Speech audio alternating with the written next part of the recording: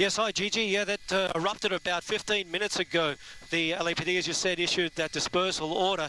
And what was happening was the LAPD were taking rocks and bottles, they said, from the high ground, referring to this bridge, into this intersection. So now what they're trying to do is they've split this crowd. They've estimated to be at least 2,000. They're split it in several directions. You're looking down there at Temple and Los Angeles. And as I tilt south on Los Angeles Street, they're pushing this large crowd who are, they believe is the majority of the instigators, down away from the center of the city there, further southbound. You can see they're using mounted horses, but as I said, they've got several groups here of large numbers of people. So it appears that LAPD is trying to jump on these groups early tonight while there's still daylight and not have to deal with it as it gets later. As you can see, Gigi, this is First Street. And just to give you an idea at home, the number of people that are split out around the area, we're looking at First and Los Angeles here. Now, if I pull out wider, we can come up here to Spring Street, Main Street. There's large groups of crowd here at Main and Temple, and they've even got the freeway well secured today, so there doesn't appear to be any chance that anybody's going to get onto the freeway. This is Main and near the freeway here. This is the 101 freeway. So there's a crowd here and there's a police blocking force to ensure that they don't take over that area.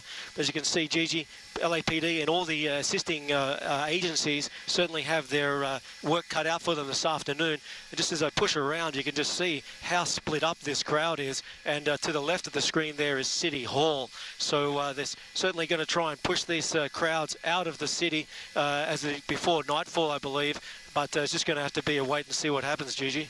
Justin, an estimated 20,000 people attended the No Kings protest in downtown Los Angeles, beginning to gather early this morning in full force by noon. Again, relatively peaceful, but the LAPD was preparing for any possible unrest for anyone that might be there, not for the cause, but for the chaos. LAPD on full mobilization this morning which means that all officers, all hands aboard, everyone called in, no days off, 2 12-hour shifts round the clock, while the California Highway Patrol protects the 101 freeway, trying to prevent anyone from taking over the freeway. We're going to go right back to Justin, but first we want to talk to Mary. Mary is a Fox 11 employee. She was downtown. She is downtown Los Angeles watching this unfold. And Mary, I understand you were recording on your phone and you were thinking, this appears to be so peaceful, everything is going so well, when suddenly the scene turned chaotic. Mary?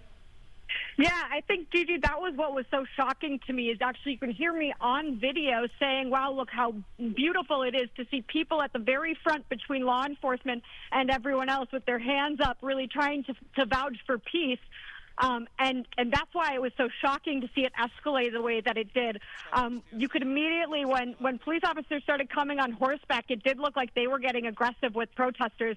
And while there were definitely some agitators in the group, I would say a large majority of everyone out there was very, very peaceful all day. Which made it so alarming, truthfully, to see the tear gas being deployed in the way that it was.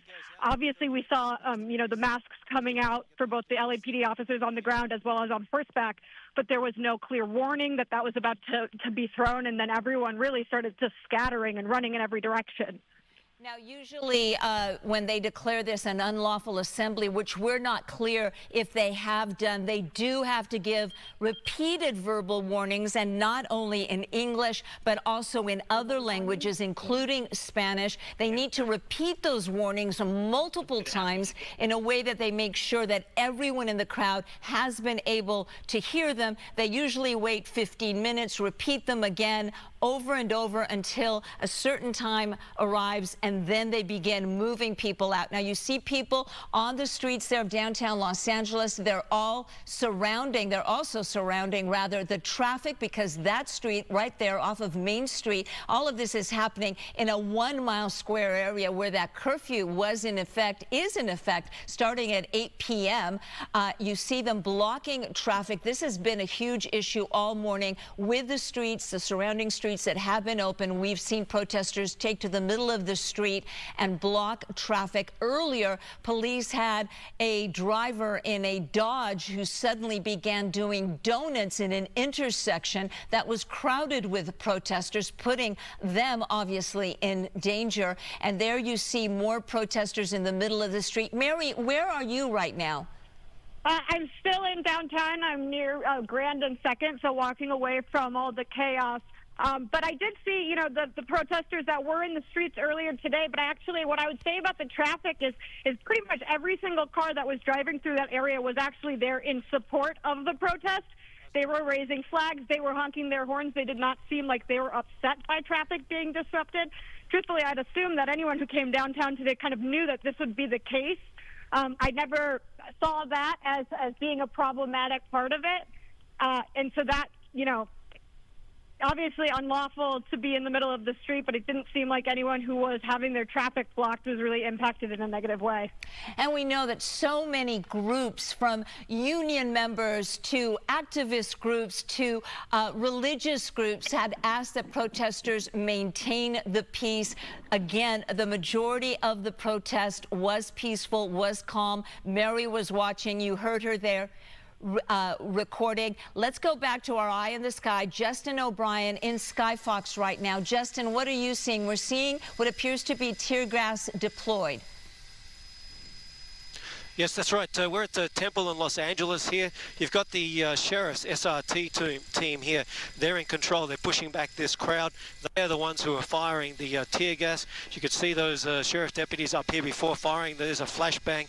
One of the protesters ran forward, picked up one of those tear gas canisters and tried to throw it back towards the sheriff deputies. So certainly these people aren't out here peacefully protesting. They're certainly trying to cause a little bit of strife. The big question here is, Gigi, that I think, where are they going to push all these people to? They've literally taken over City Hall. There must be, as I said, up to 4,000 people left here, and they certainly don't want to go home trying to cause traffic.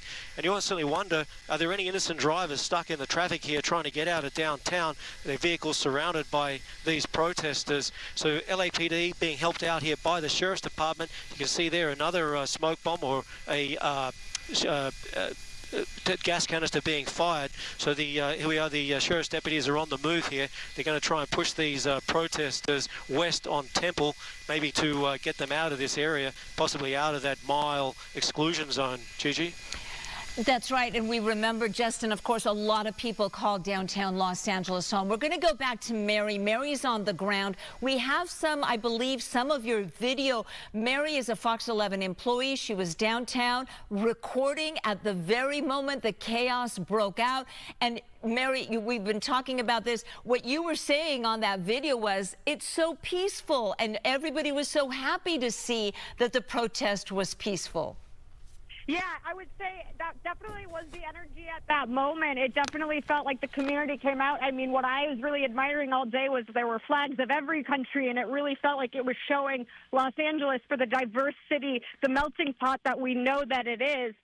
There definitely were, though, I don't want to, sugarcoat. There were a few agitators in the crowd, and actually one man that I reported myself to the FBI just to make sure that would be taken care of, but much earlier on. But it did feel like the only type of chaos was really very specific people, and most people were actually encouraging each other. Do not react to that. Do not let them get under your skin. Do not fight back. And that was also a very beautiful community moment to see, was everyone kind of stepping in for one another and reminding each other to stay calm and to not react, even when they were, really being agitated and very awful things were being said to specific people. We've been, obviously, Fox 11 has been downtown all week long, and there are flyers that are posted in front of LAPD, in front of City Hall, and it just reminded the protesters to remain peaceful, telling them that most likely there would be agitators in the group and that they would try to disrupt what was expected to be a peaceful protest, causing chaos to make everyone look bad. And those flyers very prescient and obviously they've been up since at least Tuesday or Wednesday in preparation for the No Kings protest. And if you're just joining us live now on Fox 11, there have been multiple, close to 2,000 protests across the country today in what's being billed as the No Kings protest, primarily against voicing their opinions against the immigration enforcement actions here in Los Angeles, against the ICE agents being in town, and of course the National Guard, along with the Marines that have been deployed. I don't know, Justin, have you in Skyfox, have you seen the National Guard, or Mary, did you see any of the National Guard or the Marines that were out? They're usually focused near the VA clinic and the Metropolitan Detention Center. I did see some of the National Guard out there, and there were moments where, you know, the crowd was in front of National Guard members, and they would suddenly start moving with their shields and pushing forward. And a lot of that time, it actually was being done when chants were saying peaceful protest. And I was actually near the front at those times, which I found a little alarming, because it didn't seem like there was a real reason to take people, because you know, you are legally allowed to be in the face of a law enforcement officer and say your piece, especially if it is peaceful protest, without, you know, feeling a little bit of a threat towards them, especially with the heightened tension of, you know, whether or not law enforcement is for the people at this time. It did feel, something felt off about those actions. And Mary, right now from Skyfox, we are looking live as it appears possibly sheriff deputies are taking someone into custody. Maybe we can bring back Justin O'Brien. There you see the mounted unit. Justin, what's happening there? There is someone in custody on the floor. Yes, they're trying to take this person into custody. Initially, they were certainly resisting. They appeared to be someone who was instigating somebody throwing things at the sheriff's deputies. You can see some of those people here trying to get in the way, not listening to the orders. They've come up to try and help that person who was being taken into custody. The sheriff deputies formed a line to try and prevent them getting any closer. You can see the air there. It's certainly filled with some type of chemical agent. More protesters are coming forward, hands in the air, saying we're here for peace, but they're certainly standing around, not going home as they're being asked to. Now, this is the Sheriff's Department, their SRT, their Special Reaction Team. They're here on mounted horses now. You can see some of the protesters are coming up actually trying to pat the horses, but they're being pushed away. So at this stage, they've made one arrest here, Gigi, and it's unsure if they'll make any more tonight. I'm sure they will. And we see that person right now being taken away in handcuffs. Unclear, obviously, from our eye in the sky what they're telling that person. I can't tell if that's a man or a woman that is being taken away as more law enforcement agents move into downtown Los Angeles. Again, LAPD on full mobilization, which meant that officers' days off were canceled, vacations were canceled. Every available body in the LAPD has been brought in, not only to deal with the protests in downtown Los Angeles, but in other areas. We had protests all over the San Fernando Valley. One protest there, and you just saw a protester kick one of those canisters with that tear gas, kick it right back towards the officer. And that is what the LAPD is telling us, that this all started when protesters on an overpass began throwing rocks, bottles, and bricks at the officers, and that is when they masked up, they suited up, and they issued a dispersal order. That protester there with the American flag continues to kick those canisters right back. Now he's kicked them towards other protesters, and it looks like possibly members of the media there. As you continue to see much less of a crowd, are you continuing to see more people, Justin, on the other side? Yes, there are lots of people here. They seem to be just pushing them westbound here. This is Temple. They're pushing them west on past Temple. We've got coming out wide, you can see City Hall there to the left. You've got the criminal court building there in the center of the screen. So there's certainly, there's lots of people here. It appears that nobody has left, Gigi. They're just trying to push them west. It appears that the tactic here appears to be to just try to split the crowds up. So these guys here are the stragglers. They're certainly here for the fight. You can see them, as you said, playing soccer with those tear gas canisters and almost doing an own goal there, kicking the canister back onto their own supporters. Certainly the sheriff's deputies here just trying to take this city back, I suppose the best way to put it, intersection by intersection. Just a moment ago, this intersection was full of those protesters. The sheriff's deputies came up and pushed them out of that way. So now they're taking up the area, I would say, 2 blocks west of City Hall, up into the Criminal Courts building, and of course they're in front of City Hall as well. I'll just pull out wider to give you an idea. So there are several fronts here, is the best way to put it. You've got LAPD down here. They're pushing them, this crowd here south. This is going towards Little Tokyo. They've got a crowd of demonstrators as well. They've got a line here, no doubt trying to, they've got some confrontation there. You've got the horses, the officers on horseback using their sticks to make these protesters move south. Move east actually. And so we're moving back towards Little Tokyo this now. Let's hope this is First Street. Let's hope we don't see same outcome that we saw the other night. There's a very good landmark for Little Tokyo, and I think the Shohei Ohtani mural is just here. So just to give you an idea of this area, there's Shohei, and here's the protesters down here, Gigi. That's right. We're going to go back to Mary in just a second. That mural, that Roberto Vargas mural of Shohei Ohtani, that is Little Tokyo that you were looking live at right now. And you'll be able to notice, you might notice, that the businesses, many of the businesses, are boarded up and closed. Now, we were there yesterday on the ground. You see people running now away from the police officers as police continue to move in. A dispersal order was declared over half an hour ago, almost 40 minutes ago, on Los Angeles Street between Aliso and Temple. The LAPD said this happened because people in the crowd were throwing rocks, bricks, bottles, and other objects at officers. Less lethal, the use of less lethal force, that tear gas, that pepper spray, was approved by the incident commander with LAPD, and they warned people to leave the area. This all on Alameda, south of Aliso, north of Temple.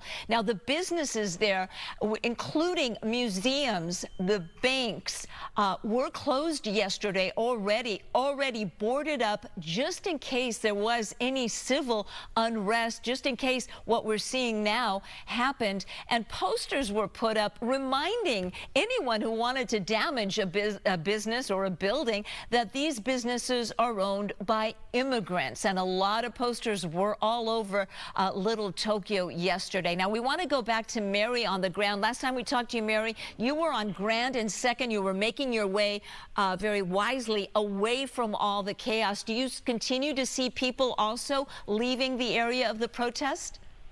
There's definitely been some people leaving, but I do think that there's this sense of community and not wanting to leave, each other behind, too, which does, just concern me to a degree, because if it could lead to bigger conflict if they don't start dispersing. But I also did want to make a comment about the bridge and what the LAPD and officials have been saying, because actually the videos that I sent the station are right next to that bridge. The bridge is to my left directly, and in one of the videos I think you could actually see it. I personally did not see anyone throwing rocks. There was at one point people throwing baseball caps, but nothing that I saw was really aggressive, and I definitely didn't see any bricks. What I did see was officers on horseback starting to get a bit aggressive in the way that they were starting to clear that crowd. And while I do assume that there had to have been some agitators, it did feel like it got very tense very quickly from authorities in the way that they were handling the crowd, considering that majority of the people out there were peaceful protesters. Well, that's a shame. Just a short while ago, San Diego police, they saw a very large protest in San Diego, south of us, of course, and they just put out a message thanking the community of San Diego, saying it was 100% peaceful. As a matter of fact, no arrests were made. It's a shame that this is happening right now in downtown Los Angeles. And if you're just joining us live on Fox 11 on this Saturday, we are covering the massive protests, not only here in Los Angeles, but across the country, primarily peaceful until just about 45 minutes ago, when police began reporting that agitators were throwing, they say, rocks, bricks, bottles, and we've got some new video in. Let's bring that video in right now. You see there's some video. Is that the video shot by Mary? Okay, Mary, we're looking at some of your video right now. We're seeing as LAPD officers began putting on their helmets there, and a massive crowd right now. Describe the scene again as you were shooting, Mary. Yeah, as I was seeing it, I mean, they definitely were in the streets. They definitely were moving together. But it really did not feel at that point like it was an angry crowd. It really felt like a peaceful energy. Actually, throughout the day, I saw Angelenos giving out free waters, free Advil, and different, ways of really helping one another, and even just talking each other off of really reacting to the few agitators that were out there. And, my overall perception of the day was actually just the beauty of the community and really reminding everyone that Los Angeles is a melting pot. It is the city of angels where we all come together. And that was, truthfully, the perception that I really had today. There were a few people who were very, very much trying to rally up different people in the crowd. There was one man who looked like he may have been on drugs. He had a megaphone that he would be shouting in people's faces, just very derogatory things, trying to get a reaction. But any time that someone would almost start to react, other people would, really be coming to that rescue and reminding them, don't let him get to you. Like, we see you for who you are. Like, this is your community. And so seeing that from, each other, it really was a sign of unity, and that was a really beautiful thing to see. So I was very surprised to see how quickly things had changed in that moment. And LAPD, of course, preparing for this, concerned that agitators, they had some choice words for them on social media, that agitators would try and ruin the protest, would hijack the message that was being sent. As you see people there in the video that Mary shot. They're waving flags from different countries. They're waving American flags. A lot of folks, not only Hispanics, coming out. And I actually see a man with a megaphone there in a blue T-shirt, Mary. I don't know if that is the man you say was using the megaphone to say derogatory things, but we do see a man in your video with a megaphone right now in front of all of the horses in this video. And also on the left of your screen, you are looking live at the view from Justin O'Brien in Skyfox over downtown Los Angeles. Need to get rid of that building. This protest started early this morning at about 10 a.m. near City Hall, and an estimated 20,000 people attended this one protest. Meanwhile, there have been protests in Santa Monica, in Pasadena, in Studio City, Woodland Hills, Panorama City. In Panorama City, protesters marched up Van Nuys to the federal building there near LAPD Van Nuys station, and most of them have been relatively peaceful. You are looking live there on right now. This is our officers run right towards that gas to kick the canisters, but often they end up kicking, and now you have a man in a wheelchair, a man or a woman, excuse me, in a wheelchair right there in the middle of that intersection. Extremely dangerous as police are lobbing those canisters of tear gas, trying to disperse the crowd. There are several active demonstrations, but police have issued a dispersal order on Alameda, south of Aliso, and north of Temple. If you have family members there, they may be on another block. They may not know what's happening. You may want to give them a call, let them know. We've talked about thousands of people, and these are the people that have been, that are still there. You're looking live. That's near City Hall, I believe. You see all those flags from different countries. There, Mexico, the distress symbol of the United States of America flag upside down. We have seen that throughout the country today during the No Kings protest. This was a well-organized and coordinated effort with about 2,000 protests scheduled to happen across the country today in protest of many federal policies that some people don't like. We're talking primarily immigration and the way that the immigration enforcement has been conducted, particularly here in Los Angeles, where ICE agents have been rounding up people they say were wanted, undocumented immigrants they say were wanted, but also conducting raids at car washes and at factories and at businesses. And folks are not in agreement with that. So today they took to the streets to protest. Some people had signs speaking speaking out against the tariff policy coming from Washington. They don't like the tariffs. So a lot of different causes all coming together. Let's go back. I don't know if we have Justin O'Brien in Skyfox. Yes, Gigi, I'm here. This is 1st and Main. Looking down here, this is an LAPD skirmish line here. They're trying to push these protesters west on 1st Street past City Hall. So if I pull out wider, you can see City Hall here is to the left. You've got LAPD headquarters here to the right. And that's, as you were saying, yes, that's a large crowd that have gathered out on the steps of City Hall. I believe that's where the crowd this morning, this possibly could be, you know, the people that actually came out here to peacefully protest, just standing out here on the steps. We've got sheriff deputies here on the steps protecting the building. And as we pan to the left here, this is as we go to the north. I'll ask Dylan Pilot to move the Skyfox over to Temple Street. You'll be able to see this is where the battle is underway with a bunch of people who are causing strife for the sheriff deputies. This is where we're seeing that soccer match occur with the protesters kicking back the cans of gas canisters or tear gas canisters back to the deputies as they tilt up. They haven't made really any progress since we last saw them. This is the intersection of Temple and Main Street. So sheriff deputies trying to push them to the west. I'm hearing talk that they may be trying to push them further to the west and possibly back over the 101. But I'm not sure of the tactics here tonight, but I think, Gigi, you'd agree, LAPD wants to try to get most of these people off the street before it gets later tonight, and certainly when that curfew kicks into effect at 8 p.m.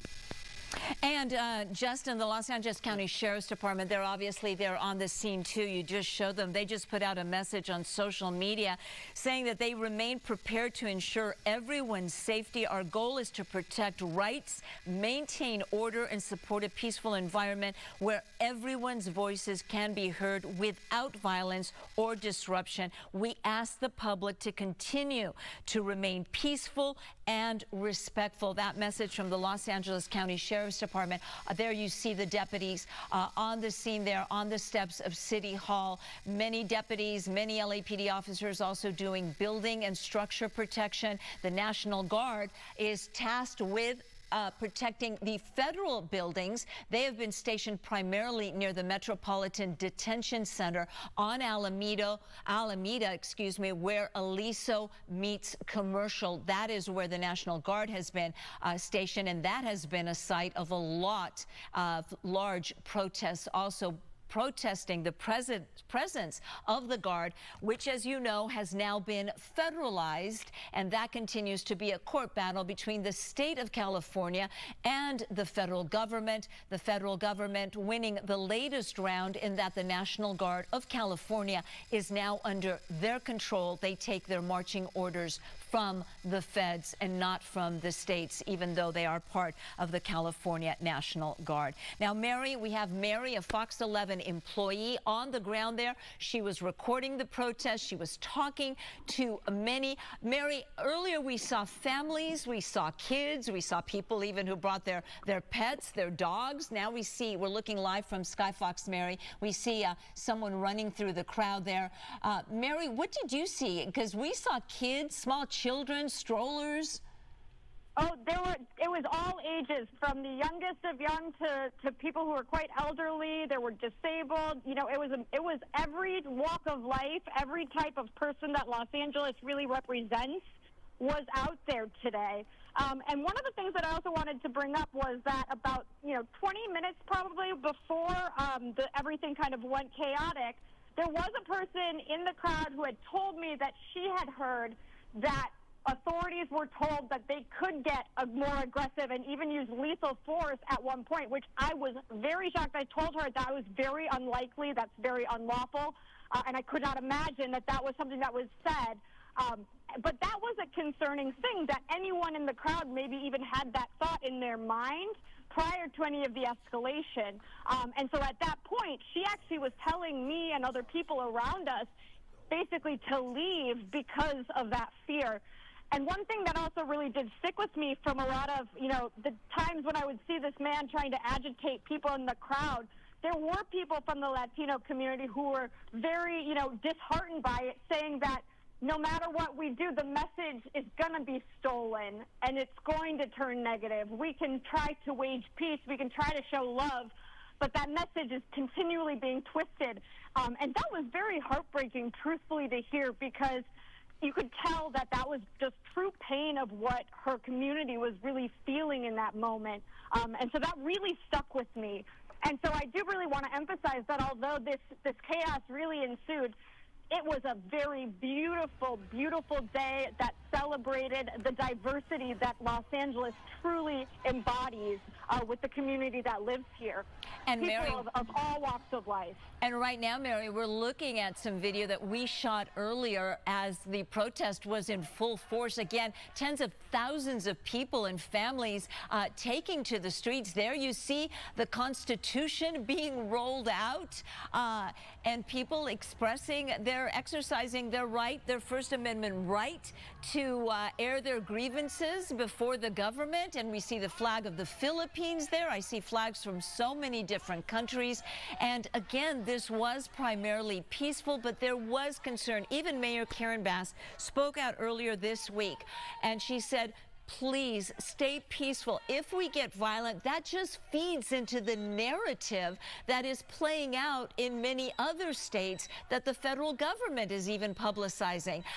President Trump said if he hadn't sent the National Guard, our city would be burning down. The the Secretary of Homeland Security, Kristi Noem, was in town earlier this week. She said that federal agents are not going to leave Los Angeles until the riots stop, until they liberate the city of Los Angeles. And she even mentioned at one point, until they liberate the city from the socialist mayor and governor, referring, of course, to elected Mayor Karen Bass and elected California Governor Gavin Newsom. Now, you are looking live again as protesters, a group of, we really probably should call them agitators at this point, because again, even police have confirmed that the majority of this protest was peaceful. People were there simply expressing their opinion, their right to protest. And now we see a group of agitators that are continually challenging the police officers. There you see a skirmish line of, or a line rather, of sheriff deputies, and these people refuse to leave the area, even though, again, a dispersal order has been issued. If you're planning on going to downtown Los Angeles for any legitimate business, if you live in downtown, if you work in downtown, please keep in mind that on the 101 freeway, all the on-ramps and off-ramps remain closed between Alameda and the 110 freeway. All of the on and off ramps on the 101 between Alameda and the 110 freeway, both south and northbound, are closed. CHP officers are stationed, and they have actually been closed every morning this last week because of the protests and because many protesters, agitators want to take over the freeway, want to stop traffic. So they sort of got ahead of this by shutting down all the exits, and at every on-ramp and in every off-ramp, you see CHP patrol officers stationed to prevent that from happening again. We have seen that many, many times. Again, I'm Gigi Graciette. If you're just joining us here live on Fox 11, you are looking live at downtown Los Angeles, where a protest of up to 20,000 people at one point has now, unfortunately, turned chaotic, with many agitators facing off with police officers. According to the LAPD, they said that protesters on an overpass began throwing rocks, bottles, bricks, anything and everything at their officers. That prompted them to issue a dispersal order on Alameda to try to get those people out of that area. When they did not leave, well, then they began lobbing tear gas canisters. We have Mary on the phone. Mary's a Fox 11 employee. She talked to a lot of people on the ground, and again, a lot of families, a lot of children there to express their opinion, primarily, of course, over the immigration raids that we've seen with the ICE agents. And a lot of folks, not necessarily Hispanic, you mentioned it, Mary, people from all walks of life, not just immigrants, were there today. say is allyship and community was the true message of what was happening out there today. You really saw Los Angeles as the melting pot of a community that it really is. There was a lot of dancing, a lot of love, a lot of the soul that truly is this city. And going back to what you said about, the comments Mayor Bass made about do not give in to, agitators, do not respond with violence, I actually saw that really play out several times where people were being agitated to a very, very racist and alarming degree. And community members were actually really trying to work with each other and remind them, no, you are loved. That is not true. That person does not define what is happening today. Do not give in. And so they were reminding each other to really embody those words that the mayor had said. And really, the community was showing up for each other, and that's really the majority of the day. It really had to have been, maybe 5 people that I saw as agitators out there, one of which I actually did report to law enforcement. It did feel like they took a very long time to address that agitator, because I do think that nothing would have escalated to any degree if they could have just really focused on removing those types of people who were out there trying to really incite chaos for a long, long time. And I would say that, the community really did a great job actually at not responding to that. So I was very shocked to see how quickly things changed. I did see in one of the videos that I had sent in, you do see police officers on horseback who do seem to get pretty aggressive at times with moving back the crowd. And considering the size of that crowd, I do think that there's, a little bit of a degree of, did they have adequate time to be moving back for that type of a response, for the officers on horseback to be getting a little bit more aggressive with them? When you think about the size of that crowd and how, difficult it is to move a crowd that size, especially when you consider that some of them are elderly, some of them are disabled. There were a lot of people out there in wheelchairs. You can't move a crowd that quickly and keep it peaceful. And so that was something that I did find a bit shocking, quite frankly, to be witnessing. Mary, we're going to go back to Justin O'Brien in Sky Fox. And Justin, just a couple of hours ago, 4 hours ago, the mayor, Karen Bass, put out a message on X saying, as people march across Los Angeles today, my call is please do not give the administration, referring obviously to the federal government, an excuse to intervene. This is what the mayor feared. This is what police feared. And what are you seeing now from your vantage point? Yeah, clearly these people don't want to hear that message or act in that way. Obviously, there's lots of politics involved. I heard somebody say, Gigi, that what we're seeing here is a 50% win for the Trump people and a 50% win for the Newsom people. And unfortunately, the people in the middle are losing. And Justin, we're having a little bit of audio difficulty. This is all happening live here on Fox 11. Our Eye in the Sky, Justin O'Brien up in Sky Fox.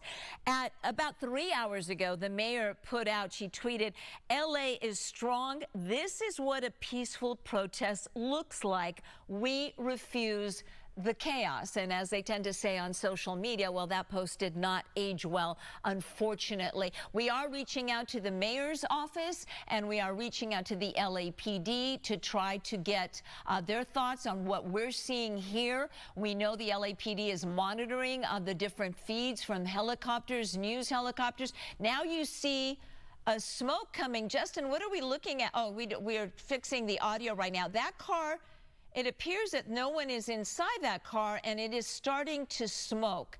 And we hope that that car is not going to catch fire now. We see smoke surrounding the car. It seems to be dwindling away. Earlier this week, we did see some people call in 5 Waymo cars. Those are the driverless cars. And when those cars arrived first, they broke out the windows, they slashed the tires, they painted, spray painted messages of protest on the cars, and then they decided to set them on fire. So there were 5 cars that prompted Waymo to cancel all service to the areas of protest until things would calm down. They lost 5 Jaguars, and the ATF is actually now investigating several incidents of arson earlier this week during the protests as we enter 8 consecutive days. It has been calmer.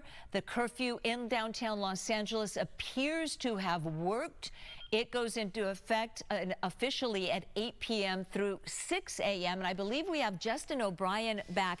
Justin, we saw that car that you were showing us on the corner there filled with smoke. Did someone just throw some tear gas that way? What do you know? Do you have any idea? I know you're up very high, of course, but do you know what happened? The car seems to be empty.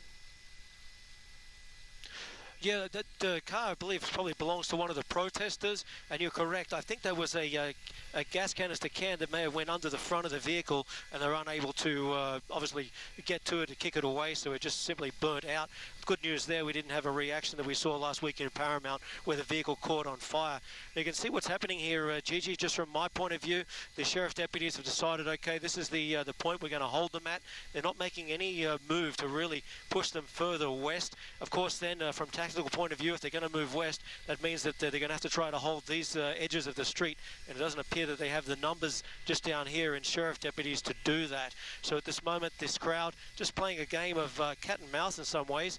The sheriff's deputies fire off a volley of tear gas canisters. The crowd races back up this way west on Temple, and then they slowly move their way back down, creeping towards that line of sheriff deputies. This appears to be the largest crowd at the moment, but the LAPD are also pushing crowds south and east that have made their way, that have hung around in downtown since that dispersal order occurred. I'll just speak to the pilot, Dylan, just asking to move around to the front of City Hall. That's where I believe that people are starting to congregate now, Gigi.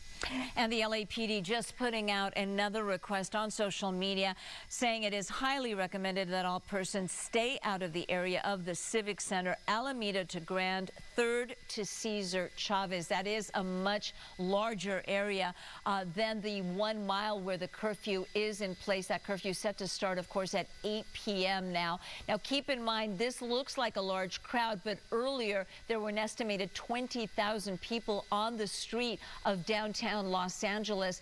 We still have Mary on the line. Mary was there. She spent the majority of the day talking to protesters, talking to families, talking to them about their message, recording videos. Mary does work for Fox 11. She has been sending us some of the videos that she saw, and she was, as an Angelino, Mary, I can imagine you were sort of celebrating that. It was peaceful. These were families, these were folks from the neighborhood just simply out exercising their First Amendment right. Yeah, I would say that was exactly how I did feel. I felt the community showing up for one another. There was people from different religious denominations. There were people of every race. Every flag was seen flown in the air, including the American flag. And they were really showing up for each other. There were several people, including children, giving out free bottles of water, free Advil, and really cheering each other on and making sure everyone felt supported and seen.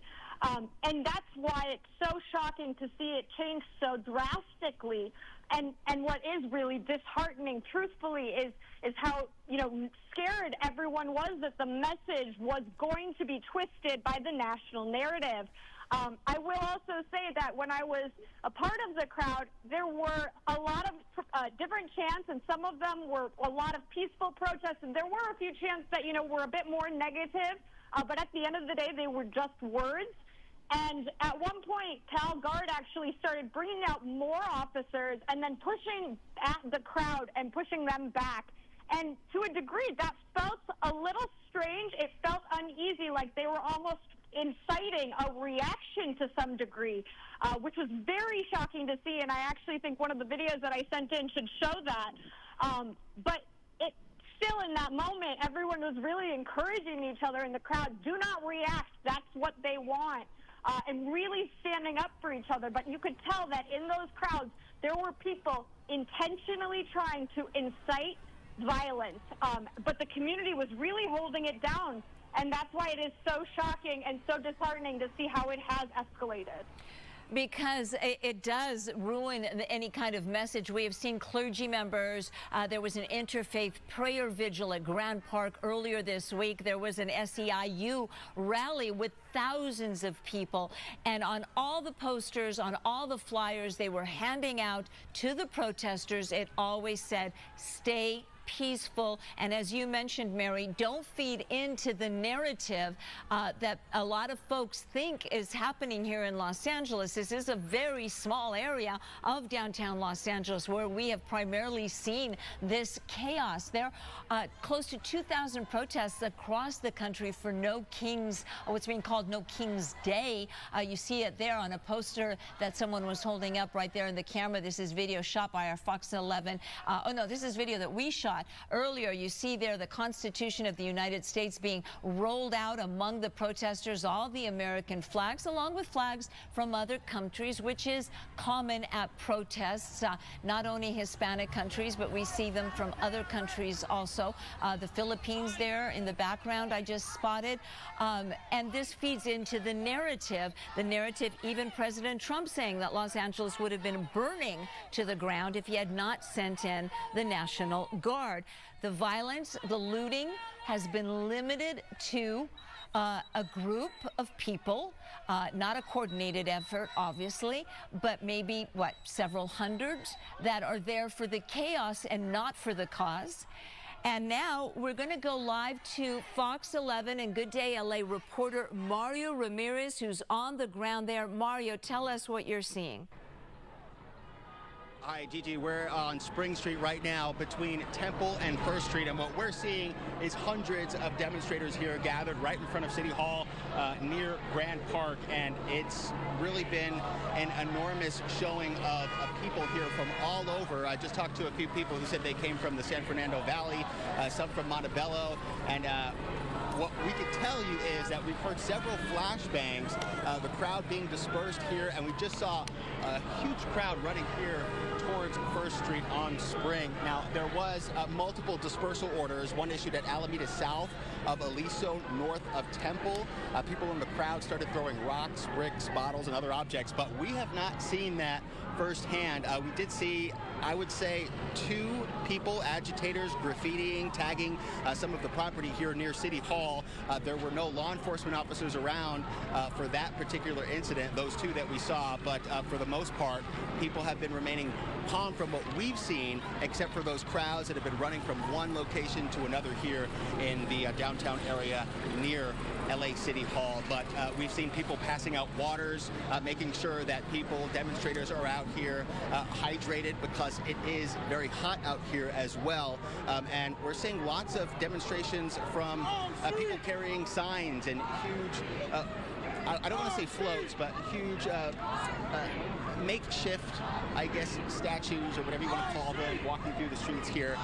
But Gigi, yes, we are seeing several dispersals here in the downtown area, and choppers up above, several of them keeping an eye on the crowds here. We've got LA County Sheriff's deputies blocking City Hall, and what we've seen is multiple agencies as well, but the biggest presence here from LAPD and LA County Sheriff's deputies. We know National Guard is on the ground here, as well as Marines, but we have not seen them here at this location. We know they're protecting federal buildings and federal personnel as these demonstrations continue, Gigi.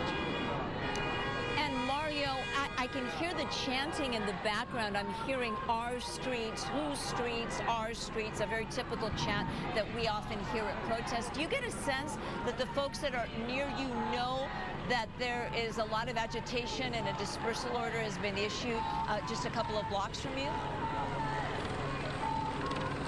You know, it seems like a mix. Some people are aware, some people aren't. I want to try and safely grab some people here who might be. Hey, we're on air right now. Do you guys want to tell us what you're doing? Where'd you come here from exactly to demonstrate downtown? Yes. We're here to show that our people deserve to be free too. They should not have to walk around in the streets being scared to get taken by ICE or to see ICE or anything. Like, it's just unfair. It's inhumane. It's just not right. It's just, come on, look at what you're doing and see how it affects other people, how it affects families.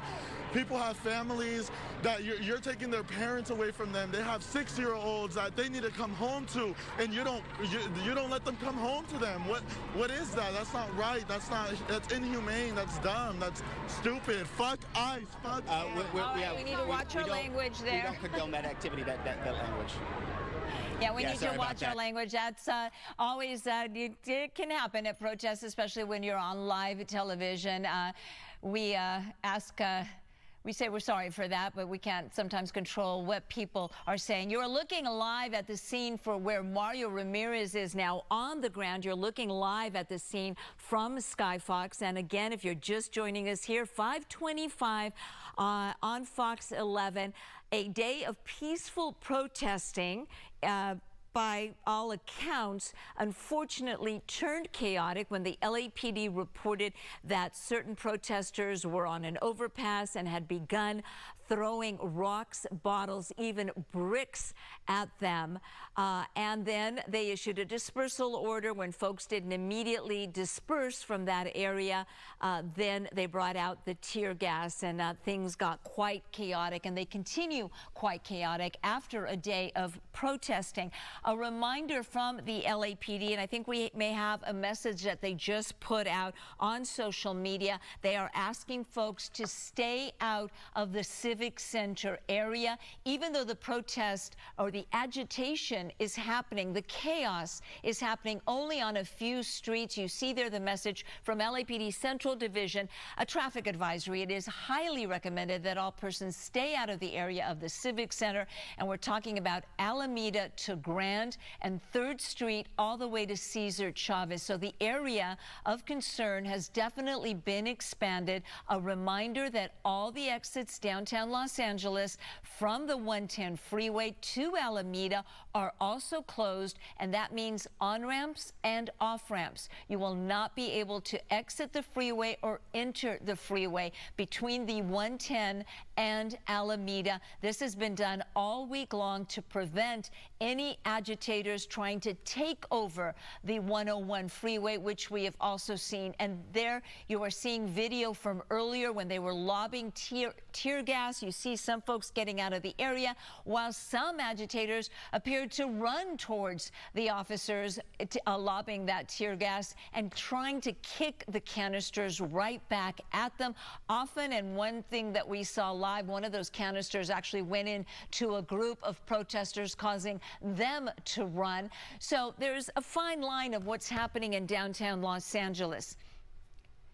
And we have a video now of a gas can, or the tear gas, actually hitting or going underneath a car. I believe we have that. You're still looking live right now at Sky Fox. There you see the Los Angeles County Sheriff's Department helicopter, that green and gold helicopter that just crossed the screen. You can see that the protesters or the agitators are limited just to a few streets surrounding City Hall. And of course, that is also where LAPD has their headquarters, a block away. The Sheriff's Department has theirs at the Hall of Justice, and you can see the group has dwindled down considerably.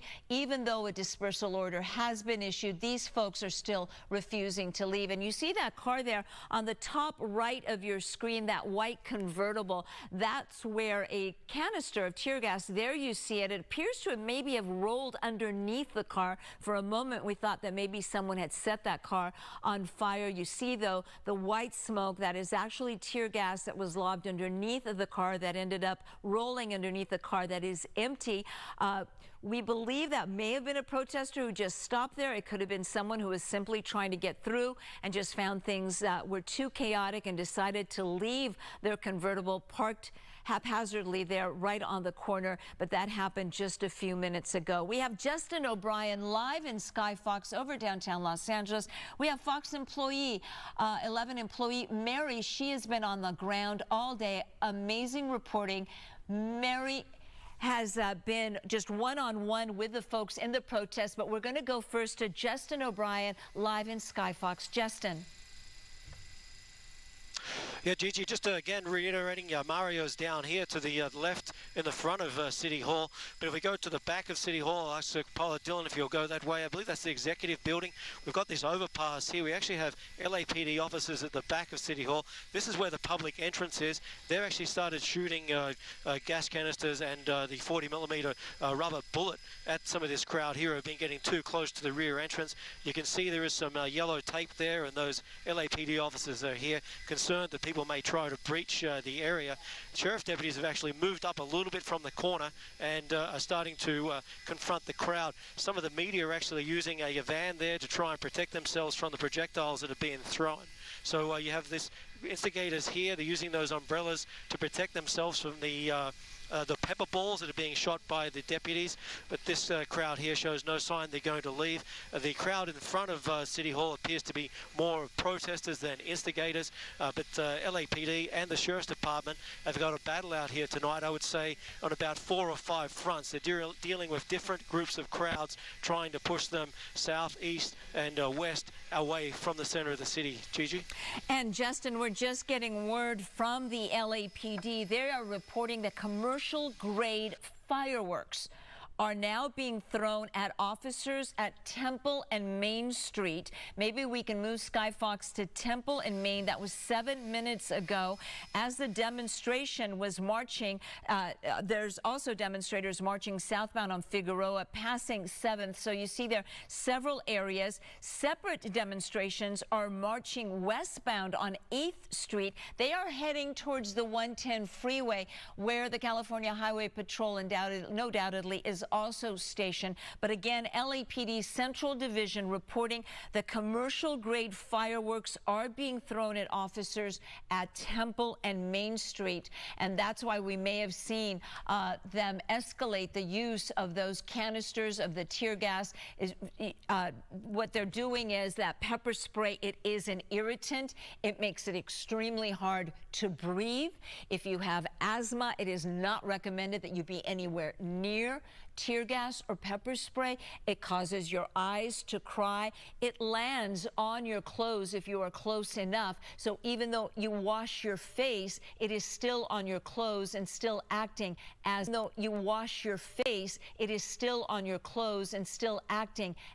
irritant. We have several scenes playing out in downtown Los Angeles right now. We have a group of protesters that are near the steps of City Hall. They continue to wave their flags. They continue to wave their signs. That appears, as of just a moment ago, to remain peaceful. There you see the Los Angeles County Sheriff's Department. They have their deputies. They also have the equivalent of their SWAT team, which is the Special Enforcement Bureau. They have those members also on the street, in addition to their mounted unit. Meanwhile, of course, LAPD is out in full force, not only in downtown Los Angeles, but officers are responding to regular calls for service. And they're also in areas where there were other protests earlier. There was one protest in the San Fernando Valley on Ventura Boulevard. That was 10 blocks long, with people waving signs and flags on both sides of the street. That remained peaceful. Again, the reports that we're getting here at Fox 11 is that the majority of the protests were peaceful, but this protest in downtown Los Angeles, which was going on since 10 o'clock in the morning, Mary, a Fox 11 employee, had the opportunity to talk to so many people in the public, people who were just there to express their opinion. And Mary, you had noted even on video how peaceful things were until these agitators seemed to hijack that protest. Yeah, one of the things that really, the energy of today was Angelenos showing up for their community in ways that only Angelenos would. There was a lot of dancing, there was lowriders, there was flags from every country, including the American flag. And there was really just a lovely, lovely sense of community and having each other's backs and supporting each other. There were a couple people who were agitators that were out there, and at times it actually was a little shocking to see that they weren't being taken, that there weren't any law enforcement officers really stepping in to de-escalate those situations because they were adamantly trying to get a reaction out of people. And the community, though, they really had each other's backs, telling each other, do not react, do not let them steal the narrative. But there were also times where it was quite, disheartening for some of the members of our community, especially the Latino community, where they really emphasized that they felt that no matter what happened, that this would somehow turn negative, no matter how much peace, no matter how much love that they were showing, that the national narrative would be twisted to really emphasize that this was violent. I'm going to interrupt you just for a second. We're going to go back to Justin O'Brien, who's over a scene that, again, seems to also be escalating as more police officers move in. Justin?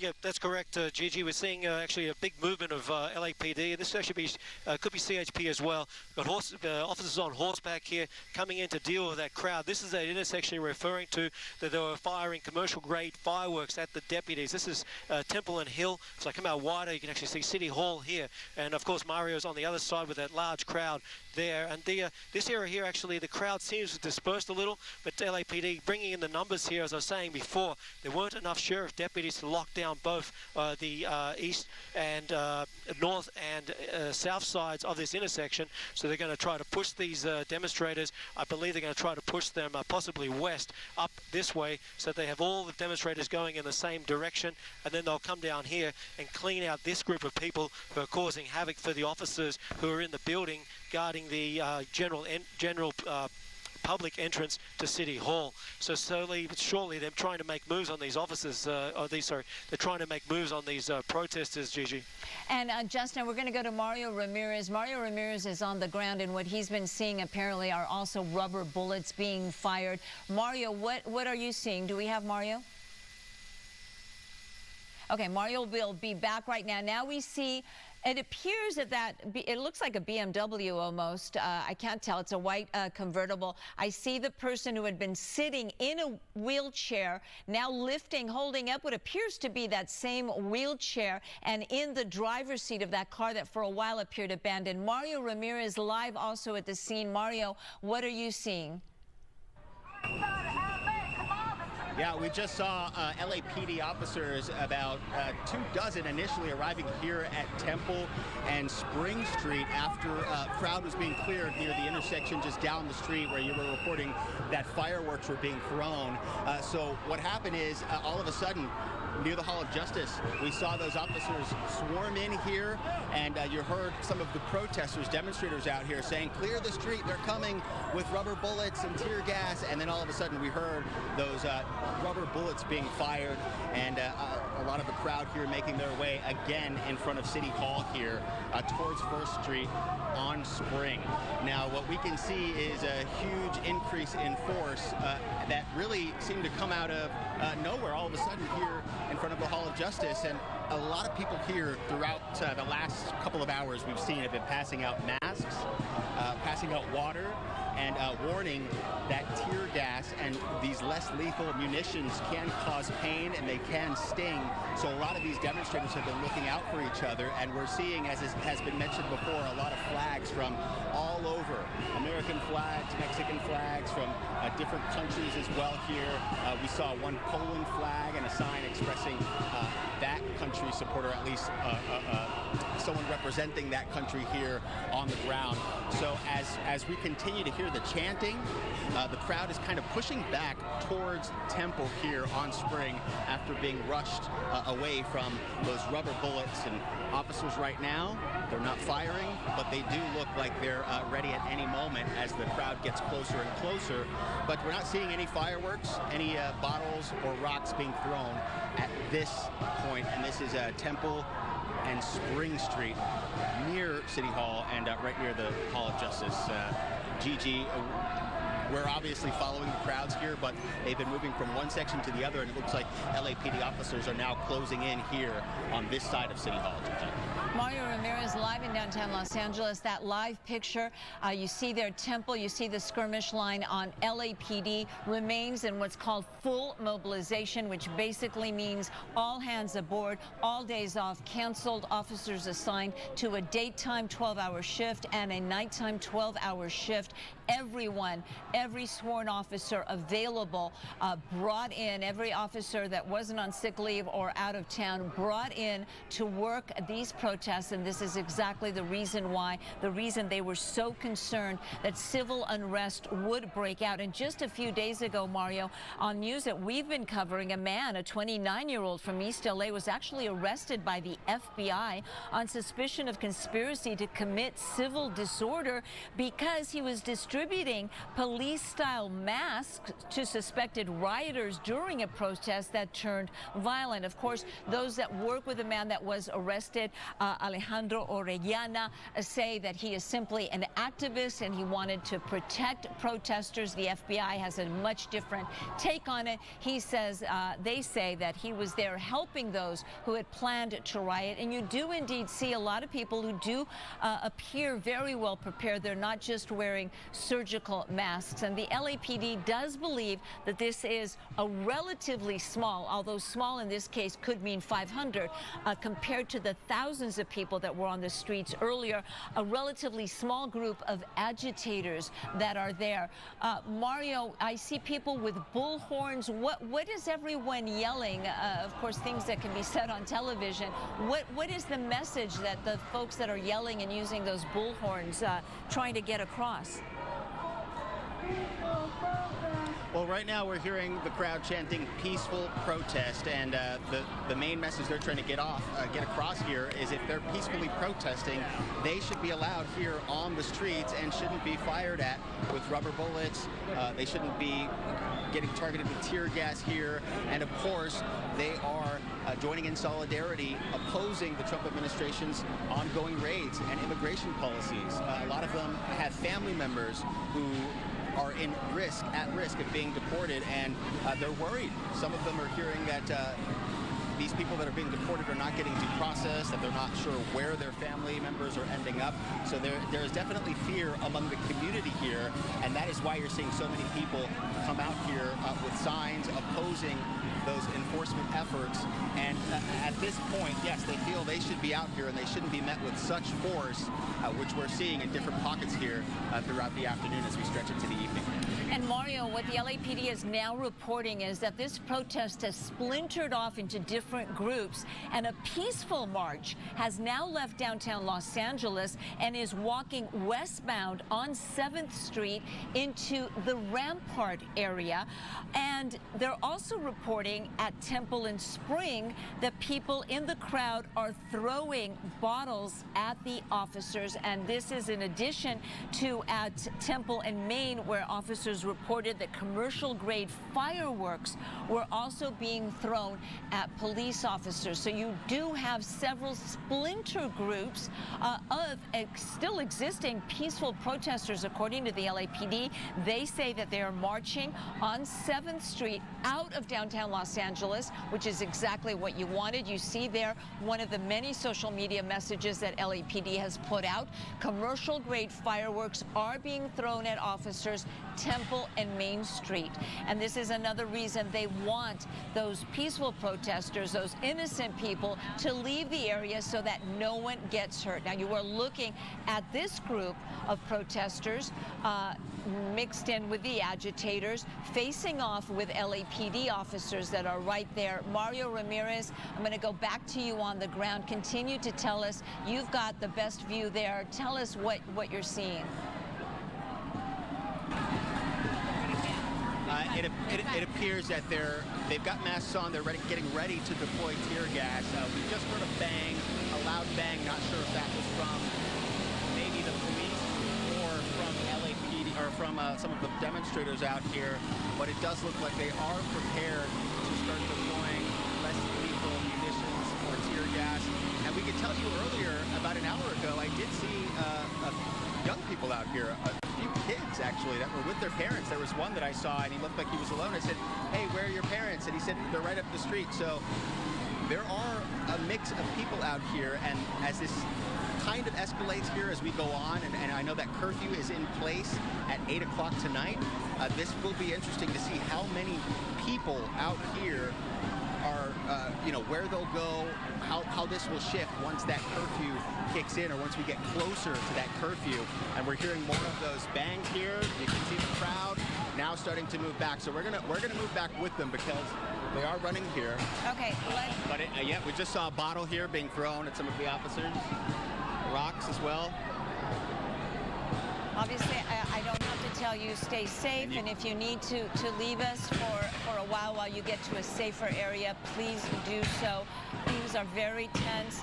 We could hear also fireworks in the air, and that sort of speaks to what LAPD is reporting, that commercial fireworks were being used against some of those police officers. This is exactly what no one wanted to see. Everyone had hoped for the best, fearing the worst, and again, if you're just joining us, 5:44 here on Fox 11 News, breaking news coverage as the No Kings protest in downtown Los Angeles turned chaotic when several agitators, according to the LAPD, which has notably marked in their social media posts and their media advisories that there are groups of peaceful protesters, but there are also groups of agitators who began throwing things at LAPD officers. And Mario, we have you on the ground. Feel free to interrupt me at any moment. I know sometimes you see things. Please interrupt me if you see something. We see someone sort of being helped away there to the left of the camera. Somebody was just being helped away. They appeared maybe possibly hurt. Maybe they fell, or maybe they came into contact with some tear gas, or hopefully not one of those rubber bullets. You see someone holding their hand to their eyes. Okay. Looks like someone here just got shot with a rubber bullet on the ground near City Hall. It is during. Okay. Well, you're saying serious pain here. And we want to. One of the protesters here saying they. We want to excuse any language that you might hear. Emotions running extremely high. And you are watching live on Fox 11. The chaotic scene in downtown Los Angeles. Keep in mind, this is limited to a relatively small area of downtown Los Angeles near City Hall, near LAPD headquarters, near the Hall of Justice there. And protesters currently are also marching on 7th towards the Rampart area. LAPD saying that those protesters are peaceful. They're simply exercising their First Amendment right, and there's been no concerns, although they're keeping a close eye, obviously, on that group. You see their protesters with their hands up. We have Mario Ramirez on the ground. We have Justin O'Brien in Skyfox, and we have Fox 11 employee Mary on the ground. Mary, you're listening to all of this unfold. Obviously, a much different scene than what you experienced just over an hour or so ago. Do we still have Mary? Yes, can you hear me? Yes, I can hear you now, Mary. I mean, you can listen, and I'm sure you're hearing, you were making your way out away from the chaos, the smart thing to do, but you're watching and hearing this all unfold, and it must be jarring, because this is so much, this is not what you experienced earlier. Yeah, this started as truly a beautiful moment for community, really showing up for one another. We had people from all walks of lives. We had a lot of dancing, a lot of celebration, a lot of love and unity, and that really was the message. And truthfully, you know, even when the crowds were chanting in front of CalGuard, it was very, very peaceful throughout. But there were some times when CalGuard would start moving with their shields and pushing back the crowd, which did feel a bit like they were agitating the crowd. And people were, you know, having to remind each other, stay calm, stay calm. But it was very alarming to see law enforcement, to a degree, kind of poking at the crowd, and I felt to it almost like they were trying to get a reaction, and that everyone was having to hold each other back. There was also an agitator who was at the very front of the crowd, between officers and everyone who was peacefully protesting, who spent a lot of time saying a lot of derogatory things towards the crowd, and being that he was right there in front of law enforcement, it was very confusing as to why they wouldn't have taken him out of the crowd to continue to allow things to stay a lot calmer than they, you know, could have been. But the overall message of today really was a community of people showing up for one another with love and support. They had children out there handing out water bottles to everyone, you know, giving each other a lot of love. There were people on bicycles. There was, you know, a lot of lowriders. And overall, it was LA, you know, really emphasizing that it is a melting pot of a community and really showing up with love for their neighbors. And so to see, truthfully, a lot of the way that, you know, it has escalated when it was really only a few people who were not embodying that love and that peace, it feels like the wrong approach as to how to handle this situation, rather than just, you know, addressing it with the couple people who were causing problems. They did seem to really escalate things with the entire crowd. And so what I, you know, based on kind of seeing what's going on now, while I do think that there's likely a few people out there that are probably still agitators, I also think that this is probably a lot of community members wanting to stand up for their community still, feeling that this was an unjust response to what was going on, because the entire day it was all love, and that really did not need to change so drastically so quickly. And Mary, we're just getting word from LAPD Central Division. Temple and Spring, they say that people in the crowd continued to throw concrete, rocks, bottles, and commercial-grade fireworks at officers, and they have a message that agitators are actually keeping media back from the area. And there you see that message from LAPD Central Division. Again, Temple and Spring, people in the crowd continued to throw concrete, rocks, bottles, and commercial-grade fireworks at officers. Agitators are keeping media back from the area. And one thing we have seen on the ground, I don't know if Mario has seen it, but often agitators will try to block media from reporting. We're going to go to Justin O'Brien in Skyfox right now as we see another mounted unit moving in on a smaller group of protesters there. Justin. Yes, Gigi, this is Main and First Street. To the left of the screen there is LAPD headquarters. The mounted units here moving in here to try and push this crowd further south. They're looking at about 200 people, we believe. They haven't been firing tear gas at these people. This was the crowd we were referring to earlier, who were blocking the rear entrance to City Hall, where you had these officers here. But I just want to go wide and give you a better shot from the air of what LAPD officers are dealing with. And Mario there on the ground.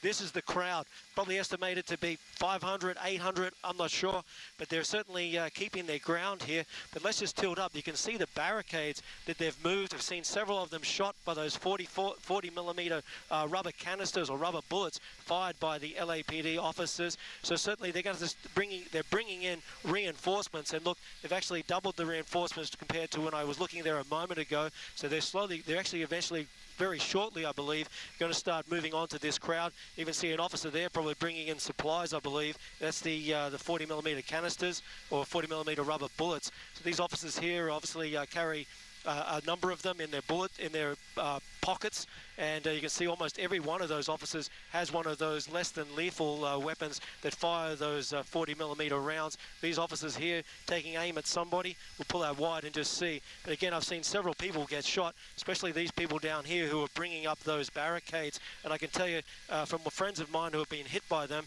they certainly hurt, Gigi.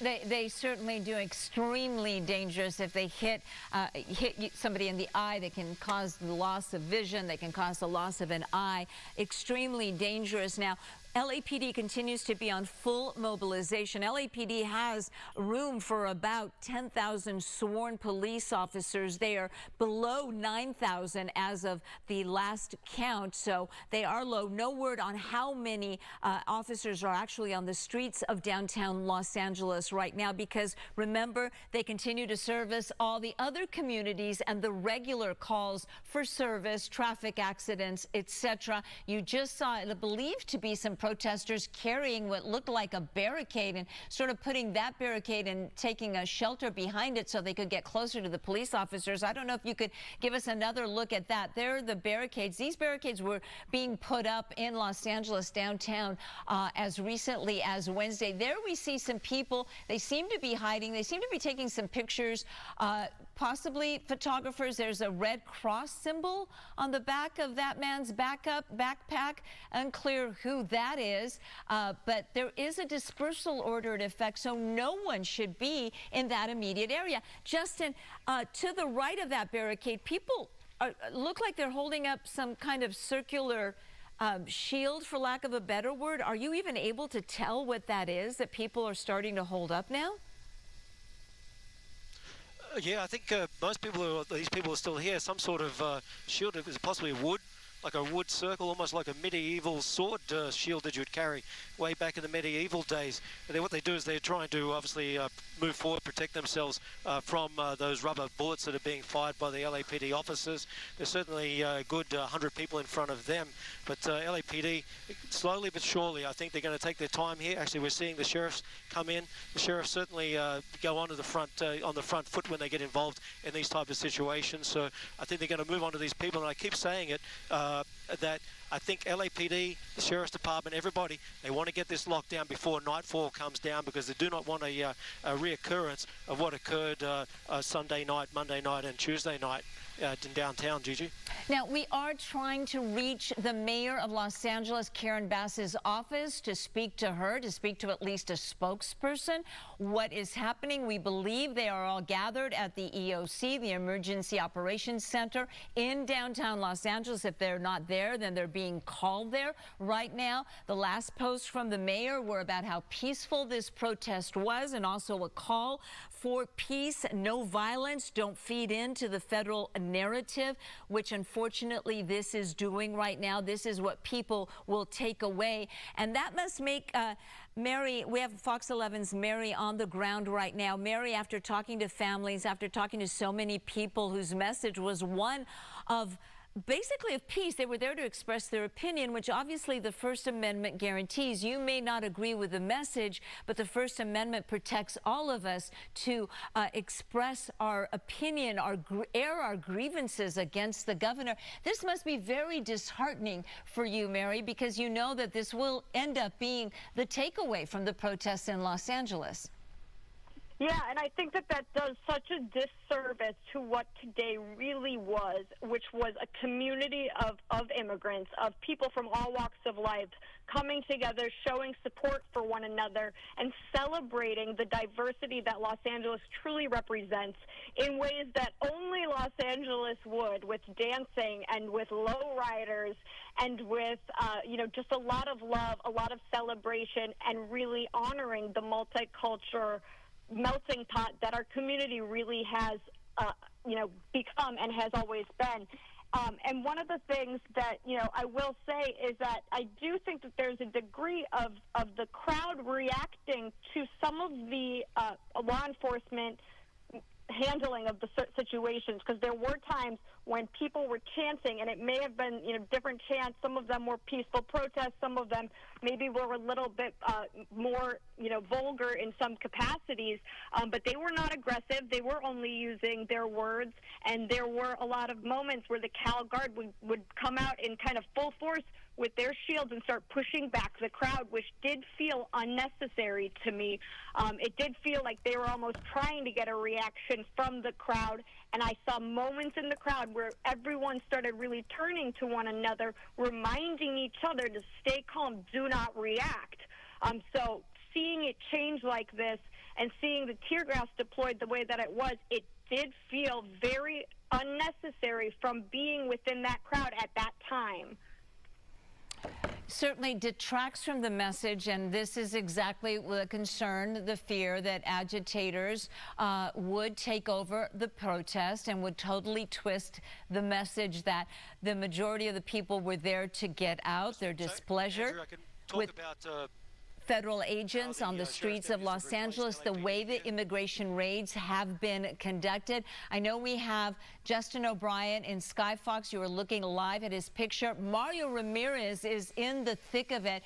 Can we bring Mario in? We see his picture there, that live shot with those flags. Mario, can you tell us what you're seeing? What are people tense? Are people concerned? It doesn't appear, at least from your picture, that anyone is trying to leave or deciding to leave.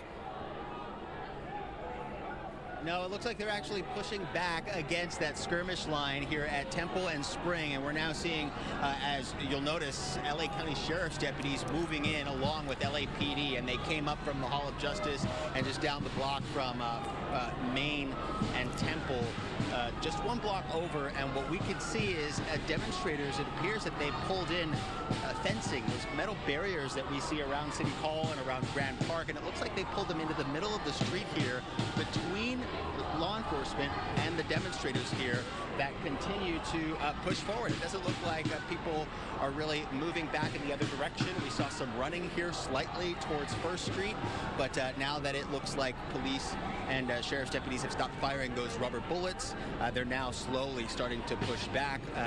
They have shields, and they've been using that less lethal munition here on the crowds. We did see maybe a bottle and a rock go up, but it really wasn't an extreme push there from the crowd with objects being thrown at officers, at law enforcement before those rubber bullets were being fired. And it sounded like we heard them coming from multiple, at least 2 locations, maybe one near the other side of Grand Park and then one here at Temple and Spring, as the crowd, it seems like more people from other areas are kind of working their way here towards Temple and Spring, right near the Hall of Justice, and we're seeing some of the police move down towards Main Street, but for the most part they're stationed here at this intersection, and the crowd appears to be growing. They are not backing down. They're continuing to chant free speech. And all right, we're going to back up a little bit here. You see these flashbangs, and they're going right to the front of the crowd there, so that's people moving. We're going to back up here. Gigi, we'll keep our picture if we can. We'll go back. You can hear several flashbangs get to here safety. from law enforcement here breaking up that crowd. Let's go. And you are looking live at the chaotic scene developing in downtown Los Angeles. This has been going on for about an hour and a half now, when what had been a peaceful protest. And yes, it was peaceful. Plenty of folks there saw the peaceful protesters for themselves, including our Fox 11's Mary, who was on the ground with them. Unfortunately, it did turn chaotic. You are looking live now at the shot from Sky Fox. A dispersal order has been issued, but you see that some protesters, some agitators do not want to leave. You see there a skirmish line set up, the Sheriff's Department on the ground, the LAPD on the ground in full force there, and you heard those shots, those rubber bullets, a tear gas being fired at protesters to get them to back up. What they want, law enforcement wants, is to get them out of downtown Los Angeles. They want to break this up, and you were looking at Mario Ramirez live pictures as deputies with the Los Angeles County Sheriff's Department continue to move towards the group of protesters that have now set up those barricades. And you see one there defiant. I don't know if that's a woman or a man. She or he is not getting, well, now they're getting down because they're being taken down as the Sheriff's Department moves those metal railings. Those were brought in by the city and by the county earlier this week. We saw them being put up all over downtown Los Angeles. You can see those flashbangs, that tear gas, that pepper spray continually being shot. The idea is to make it uncomfortable for the protesters and to get them to leave the area. This is all happening simultaneously while another protest continues to march west on 7th towards the Rampart area. So there are now splinter groups. The agitators are in the center of downtown Los Angeles, while most protesters have moved away from the area, continuing with their message. And a message that Los Angeles County District Attorney DA Nathan Hochman has been putting out repeatedly to protesters. He's been saying, I quote, "I will fiercely protect the First Amendment rights of anyone who wants to peacefully assemble and voice their positions. However, when protected speech crosses the line into illegal actions, I will equally fiercely enforce the criminal laws." Now, he posted this 6 days ago when he saw the first chaotic scene in downtown Los Angeles, but it applies today because the DA said if you want to shoot fireworks at people, assault law enforcement officers or shopkeepers, or vandalize public or private property, you will be arrested, prosecuted, and punished in accordance with the law. That message sent out 6 days ago from Los Angeles County District Attorney Nathan Hochman to anyone thinking of causing chaos. And again, a lot of the folks that you're seeing live are not there, and we're specifically talking about the looting that we saw in downtown Los Angeles. Let's get to Justin O'Brien in Skyfox. Justin. Yeah, Gigi, we're seeing the sheriff's deputies move in here. They were firing those flashbangs when that crowd got too close, pushing those barriers up. Now they've really taken a good 400 feet down that Spring Street here, pushing those protesters southbound. Now what we got here, they actually can split into Gloria Molina Park. This is that big park in the front of City Hall. Now I thought that LAPD may have blocked off the entrance here to try and corral these protesters southbound, but they're actually allowing them to go up into the park now. They're trying to push them southbound, so at this stage this bunch of protesters are on the move. Obviously they've shown a wanting to be able to attack the officers or the deputies. We heard reports before about those commercial grade fireworks. We saw them throwing at least water bottles at those deputies, so they're going to have to keep coming along here because they've got those barriers there. They want to clear Spring Street. These deputies are going to have to walk their way or push the crowd all the way down to First. So it's a very active scene out here, but as we understand, we'll try to make a flight over to that group they said that's moving into the Rampart area. Skyfox, we have about 5 minutes left of fuel, so we'll have to go and refuel, and we'll try to be back as soon as we can, Gigi.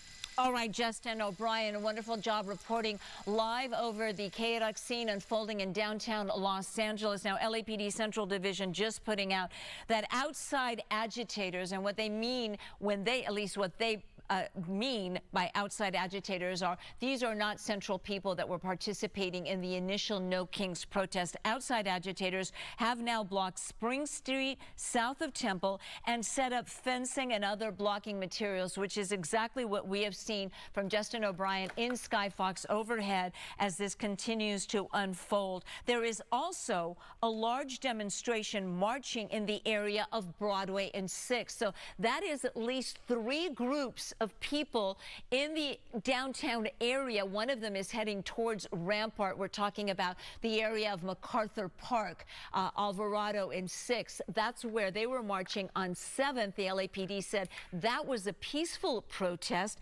Meanwhile, we're learning of another large demonstration with people marching in the area of Broadway and 6th. And then you have this immediate chaotic scene developing near Temple and Spring. This is near the LAPD headquarters. This is near Los Angeles City Hall. We continue to await a statement from LAPD Chief Jim O'Donnell. We also are awaiting some kind of a statement from Mayor Karen Bass. We believe that the heads of the police department and the city are now meeting, most likely at the Emergency Operations Center, but we are trying to reach them. We would really like to talk to them. What is the plan? We know there's a curfew in place. That curfew doesn't start, though, for just under 2 hours, and if a dispersal order didn't work in getting folks off the street, then a curfew most likely will not. That curfew expected to go into effect at 8 p.m. through 6 p.m. Now, you do see that is First Street. You're looking live at Skyfox, and in the corner of your screen, that right-hand screen, that is Mario Ramirez and his photographer giving you a live look at a skirmish line being set up by the Los Angeles County Sheriff's Department. They have hundreds of deputies also assigned to the downtown Los Angeles area, and also members of their mounted unit with their horses and their SEB team, that Special Enforcement Bureau, which is the Los Angeles County Sheriff's Department equivalent to the SWAT team there. You're looking live at a wider scene. I don't know, as you move out of the area, Justin, if you can still hear me, if you'll be able to get a look at this other protest on Broadway and 6th Street that they say, LAPD says there's a large group of demonstrators marching in the area of Broadway and 6th. There you're looking at downtown Los Angeles. Skyfox heading to refuel after hours overhead. I want to see if we can possibly go to Mario Ramirez. I'd like to take Mario anytime, Mario, you're available. I'd like to see what you're seeing. You are on the ground. You were there when those bullets were being fired. What are you seeing, Mario? Yeah, Gigi, well, a lot of the people who were on the street there, right in front of City Hall, they've now moved into Grand Park because that skirmish line with LAPD and LA County Sheriff's deputies firing rubber bullets and less lethal munitions, flashbangs, they've now moved right in front of City Hall. So it appears that we're surrounded right now. There's LAPD, another skirmish line behind us along Broadway, and this one here, again, Spring Street between Main and First, and sure. So what we can tell you, no, I'm sorry, yes. We have demonstrators here who are saying that people have been shot with rubber bullets. They've been injured, and unjustly so. Earlier, I was talking to someone from Inglewood. He said he was one of the first to be hit with the rubber bullet, and then another couple from Hawthorne. You may have heard one of the women who was complaining about the pain she was in. Well, she was shot as well twice by rubber bullets near that skirmish line at Main Street and Temple here. Now, as those crowds move towards First Street, the people in the street at times are going back in with those flags, many of them carrying Free Palestine signs and calling for free speech. And a lot of people here, once those flashbangs and that tear gas get deployed, they start running in the other direction, but they soon gather somewhere else. It's not like they're leaving the area completely. Now they've gathered here into Grand Park, right across from City Hall. We know that curfew goes into place in about less than 2 hours, actually. So at 8 o'clock, that curfew that was implemented earlier this week will be in place. And local law enforcement, as well as the city's mayor, Karen Bass, saying if you do not live or work in a 1 mile radius here downtown, you should not be in the area or you will be arrested. We saw dozens of people getting arrested, breaking curfew late into the week as these demonstrations have been continuing, Gigi. That's right, and obviously we had that looting incident earlier this week too, that very unfortunate looters hitting so many businesses, big businesses like Adidas, like the Apple Store, and then you have the smaller mom and pop businesses at the Jewelry Mart. And just smaller businesses that cannot afford to take the hit. We spoke to one man, had no insurance, had all of his inventory stolen. We were inside the Jewelry Mart, and where display cases were smashed.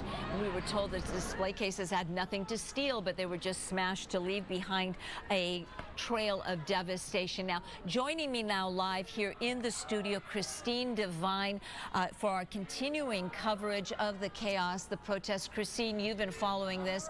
A peaceful protest, tens of thousands of people taking to the streets of downtown Los Angeles, unfortunately deteriorating into a chaotic scene with a lot of agitators and what the LAPD is calling outsiders. That is quite the picture that you have right there from Fox 11, where you have the LAPD officers and a heavy presence from the LA County Sheriff's Department. I just got back from the protest in Beverly Hills, was on my way in, being on call today in case things did change. Have been watching the protests like many of you on TV. If you haven't been at the protest, many of you have been tuning in to local coverage to see the protests and what's been happening in our city today. It's been a very heavy news day. And it was a huge crowd and a largely peaceful protest, and then things changed. And now you have this dispersal order. We know there's a curfew in effect as well, but right here is the dispersal order. And you have things that have gotten a bit unruly now downtown, even though people have seen this very heavy police presence throughout the more recent days. Now, I talked to one of our local politicians and I had said, what do you expect for Saturday? He said, remember, we've been through this for several days. Other cities who are having their first protests, it's a first day for them to deal with protesters, agitators, those who are resisting, and law enforcement as well. But now you have right here in downtown LA, look at the bottom of your screen there. You can see police in a closer shot there, they are trying to push that crowd into the areas in which they want them to be, to get them out of that area. Dispersal order means it's over. The protest is over. The event is over, that you need to leave.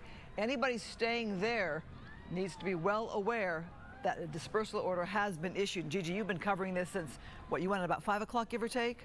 Yes. Just before 5 o'clock, when all chaos just broke loose. LAPD reporting, originally had reported everything was peaceful. The mayor reported that was peaceful. We have Fox 11's Mary there on the ground. She walked for blocks and blocks with the protesters, talking to them, but all of a sudden LAPD reported that some agitators on an overpass had begun throwing blocks, bricks, concrete blocks. And, you know, we actually saw the window at Adidas broken with a large piece of concrete. Originally, I thought it was a rock, but I later learned that some agitators brought some type of saws or tools and were actually breaking concrete in downtown Los Angeles to be able to use those pieces of concrete to not only break windows, but to throw at law enforcement. Yeah. That was actually happening on the streets of downtown LA. Well, we heard of people that are professional organizers or agitators bringing in things like rocks or bricks, but on Fox 11, we witnessed somebody with a big mallet-type hammer literally trying to bust up the sidewalk and breaking apart chunks of the LA City sidewalk. So we witnessed that right here on our station live, so they may be bringing stuff in, but they're also creating their own, so to speak, weapons, because that could kill somebody. Now, we are watching right here people that are straggling in this scene here when there is a dispersal order. Unfortunately, Gigi, you talked about it being so peaceful today. It was a large group at City Hall, and then you have this scene, this dispersal order. I think it probably comes with the territory. When you have a big group like this, there are going to be some of those people who are not there to peacefully protest, who are that angry about the issues, and they're going to be agitated for that fashion. And then you have the professional people or the true agitators who really are not necessarily there for the cause at all. They're going to disrupt any protest or any cause. And so it's a mix of people there. But right now, LAPD is saying, time to go. And we'd really like to hear from city leaders and law enforcement, Chief McDonald, Sheriff Luna, Mayor Karen Bass. Please know that Fox 11 is reaching out to all of them. We believe they are all huddled up in a meeting as to what are the next steps that will be taken. We would like to hear from them and get their take. The last post from Mayor Karen Bass was a video of the protest and tens of thousands of people. And she wrote, "LA is strong. This is what a peaceful protest looks like. We refuse the chaos." City leaders may have refused the chaos, but the chaos continues. There you see her post. That was 4 hours ago, approximately around 2 o'clock in the afternoon, when things were still peaceful.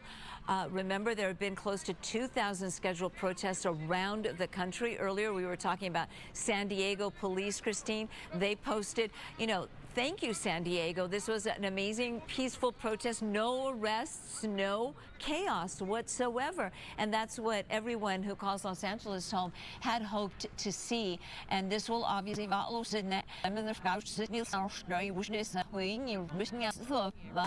we saw for ourselves, which were tens of thousands of people taking to the streets of downtown Los Angeles in a peaceful march. But that all deteriorated at about 4:30 this afternoon when the LAPD reported, Christine, that they were taking bottles and bricks and pieces of concrete.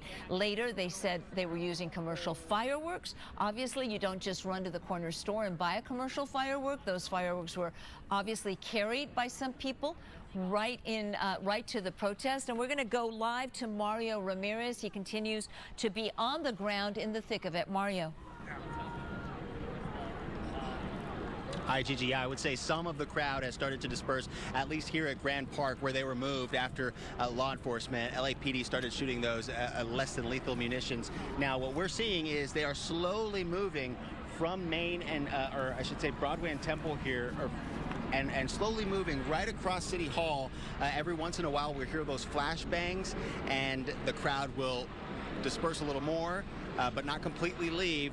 Just move down the street just a little, and those law enforcement, LA County Sheriff's deputies and LAPD officers will move that skirmish line down. So any second here, you'll hear another one of those flashbangs, and the crowd start to move a little more. But the people that we've been talking to out here, they say that they want to stay out here until that curfew hits, because they really want to peacefully protest. And as we've seen, things took a bit of a chaotic turn.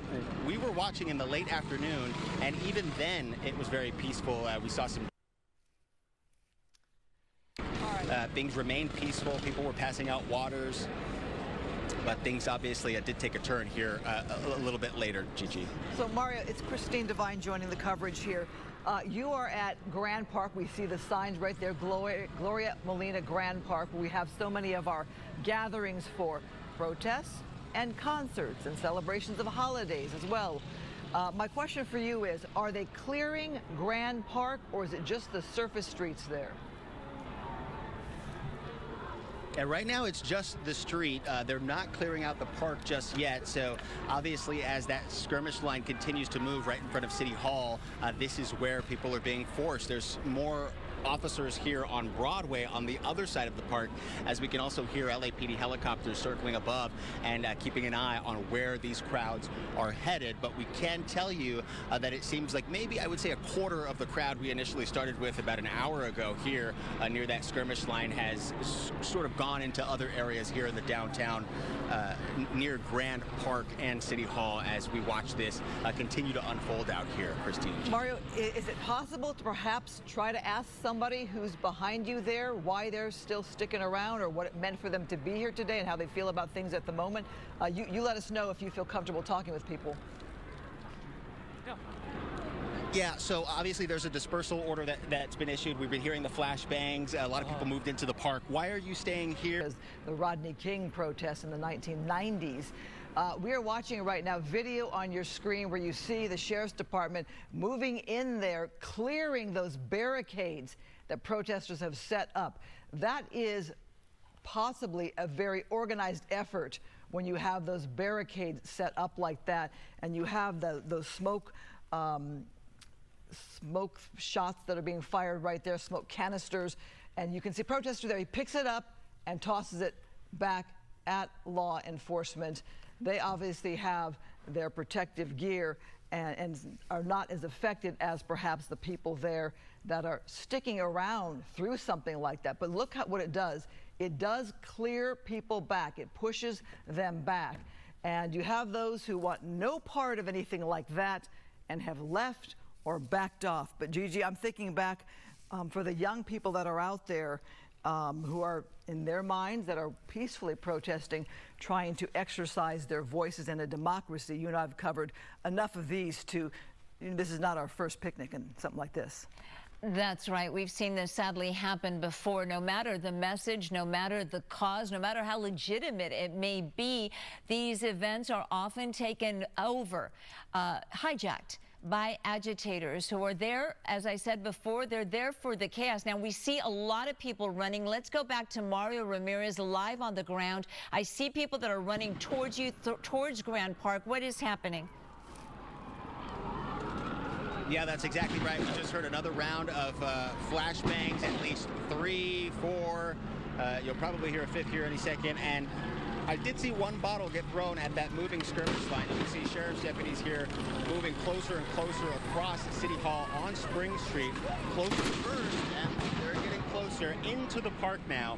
So now those flashbangs are being thrown into the park here where that crowd was moved from the street as we wait and see some of the protesters putting their hands up, but we continue to hear those flashbang grenades. No tear gas at this point, but they are using that tactic to really clear people from the street, which continues to move closer to First Street, and as well as the park here with those flashbangs getting closer. So we're going to move back just a little bit, but we're going to keep an eye on this. You've got sheriff's deputies on horseback moving in, as well with those LAPD officers and deputies in vehicles. And it's important to note, Mario, we see that one of the man that was walking with his hands up, it's been almost 2 hours now that dispersal order was issued and people were ordered to leave that immediate area. So 2 hours later, this crowd is still there when things began getting dicey, and this all started with the LAPD reporting that their officers were taking rocks, bottles, and bricks from protesters on an overpass. And that's when the dispersal order was issued, and that's when the first canisters of tear gas were fired. And you still see a relatively large crowd, not in comparison to the tens of thousands of people we saw early this morning and into the afternoon, but still certainly a lot of people there considering a dispersal order was issued.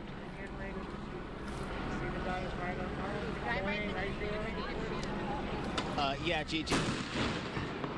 They're still firing those flash grenades. We're going to pull back here a little bit, but a lot of that crowd moving back towards Broadway as those shots continue to be fired. And as we make our way back, I'm thinking a lot of the people here, at least some of them, will start to leave the area. Obviously, that dispersal order, quickly trying to get people out. And some of them now, as this activity is starting to pick up and the streets around us are starting to see more of those local law enforcement, LAPD, black and white, about 12 of them, over a dozen just past Broadway here. So that sort of tells us that more are being stationed around this location here in Grand Park between City Hall and near the Justice Center. Well, Mario, yes, do what you've got to do to be in a safer place. Obviously, if police are now turning their attention right there to Grand Park, we see a crowd running there. We want to make sure you're safe. We know that those rubber bullets can really hurt. We don't want you to get caught up in anything while you're trying to bring us this coverage here.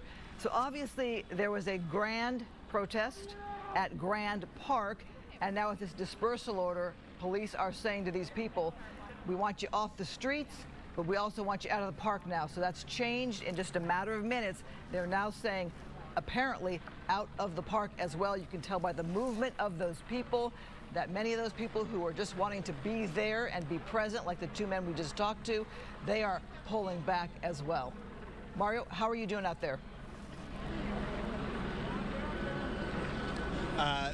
We're moving with the crowd right now. We're making our way towards Broadway and now heading towards First Street. And we're also passing a lot of graffiti. People, we saw two earlier, at least I did see two people tagging some of the structures out here near City Hall. So there's a lot of that. We haven't seen any damage. I know there were reports of people, breaking off pieces of concrete, throwing rocks and bottles at LAPD officers in that skirmish line. We saw very little of that activity, but we did see it out here firsthand, as well as LAPD firing back with that less lethal munition. Now, a lot of people here, as you all have been mentioning, coming from outside areas. We spoke to a few earlier, coming from Montebello, Hawthorne, Inglewood, some of them taking public transportation because obviously this is a mess to get in and out of in the downtown area. You have thousands, tens of thousands of people here on the streets, and now as LAPD is moving in on Broadway, the crowd sort of surrounding these black and whites, and it looks like they're heading back towards Temple. So there's a little bit of confusion here as we have law enforcement on pretty much every side of us, and it seems like they're moving the crowd back this way. Where are you guys headed? Yeah, many of them don't know. They're just following the crowd, seeing where they're being pushed by LAPD as officers are on the ground here and, yeah, pretty much surrounding this area. Well, that is quite a scene that you showed us right there with the amount of people still there in the area who would still need to be cleared out. I'm sure it can be confusing for those who aren't quite sure where to go at this moment. Remember, the curfew's not in place yet. This is the dispersal order that's been issued after police were taking bottles and rocks and bricks and whatever it is that they were taking from some unruly people in the crowd. So as you see skirmish lines, they will move the crowd along. Right here, you just see officers. So obviously people have been pushed over and into this area, Mario, and not sure quite what direction they're wanting people to go from this viewpoint that we're seeing. Yeah, so it looks like a lot of people are heading Broadway towards Temple, and now they're heading back towards the park area, and there's really, they just don't know where to go. It looks like some are heading in this direction, some are in the opposite direction, and trying to figure out where they're allowed. But they've got the intersection blocked on both sides here on Broadway, just around Grand Park. So as I can imagine that a lot of the cars that are parked here in the area are going to be stuck here for quite a while, if not overnight, as we start to see that curfew being put into place. And I know some people driving through the area, as you can hear by the honking, extremely frustrated, basically trapped until you know, the area gets cleared. So as for why they came into the downtown area knowing that there would be such large demonstrations, I mean, that's really not clear, because if, you know, they were warned that this activity would be out here with no King's Day protests out here, it was obvious that it would end up being very congested and a lot of these streets would be closed. But we are seeing a lot of cars parked on the street as we're working our way down Broadway to First that will be stuck here in the area. So we're seeing law enforcement here, LAPD with batons. We've got the rubber bullets. The protesters chanting peaceful protests, and you can see many of them have their hands up as they're walking by those LAPD officers with less lethal munitions. They've also got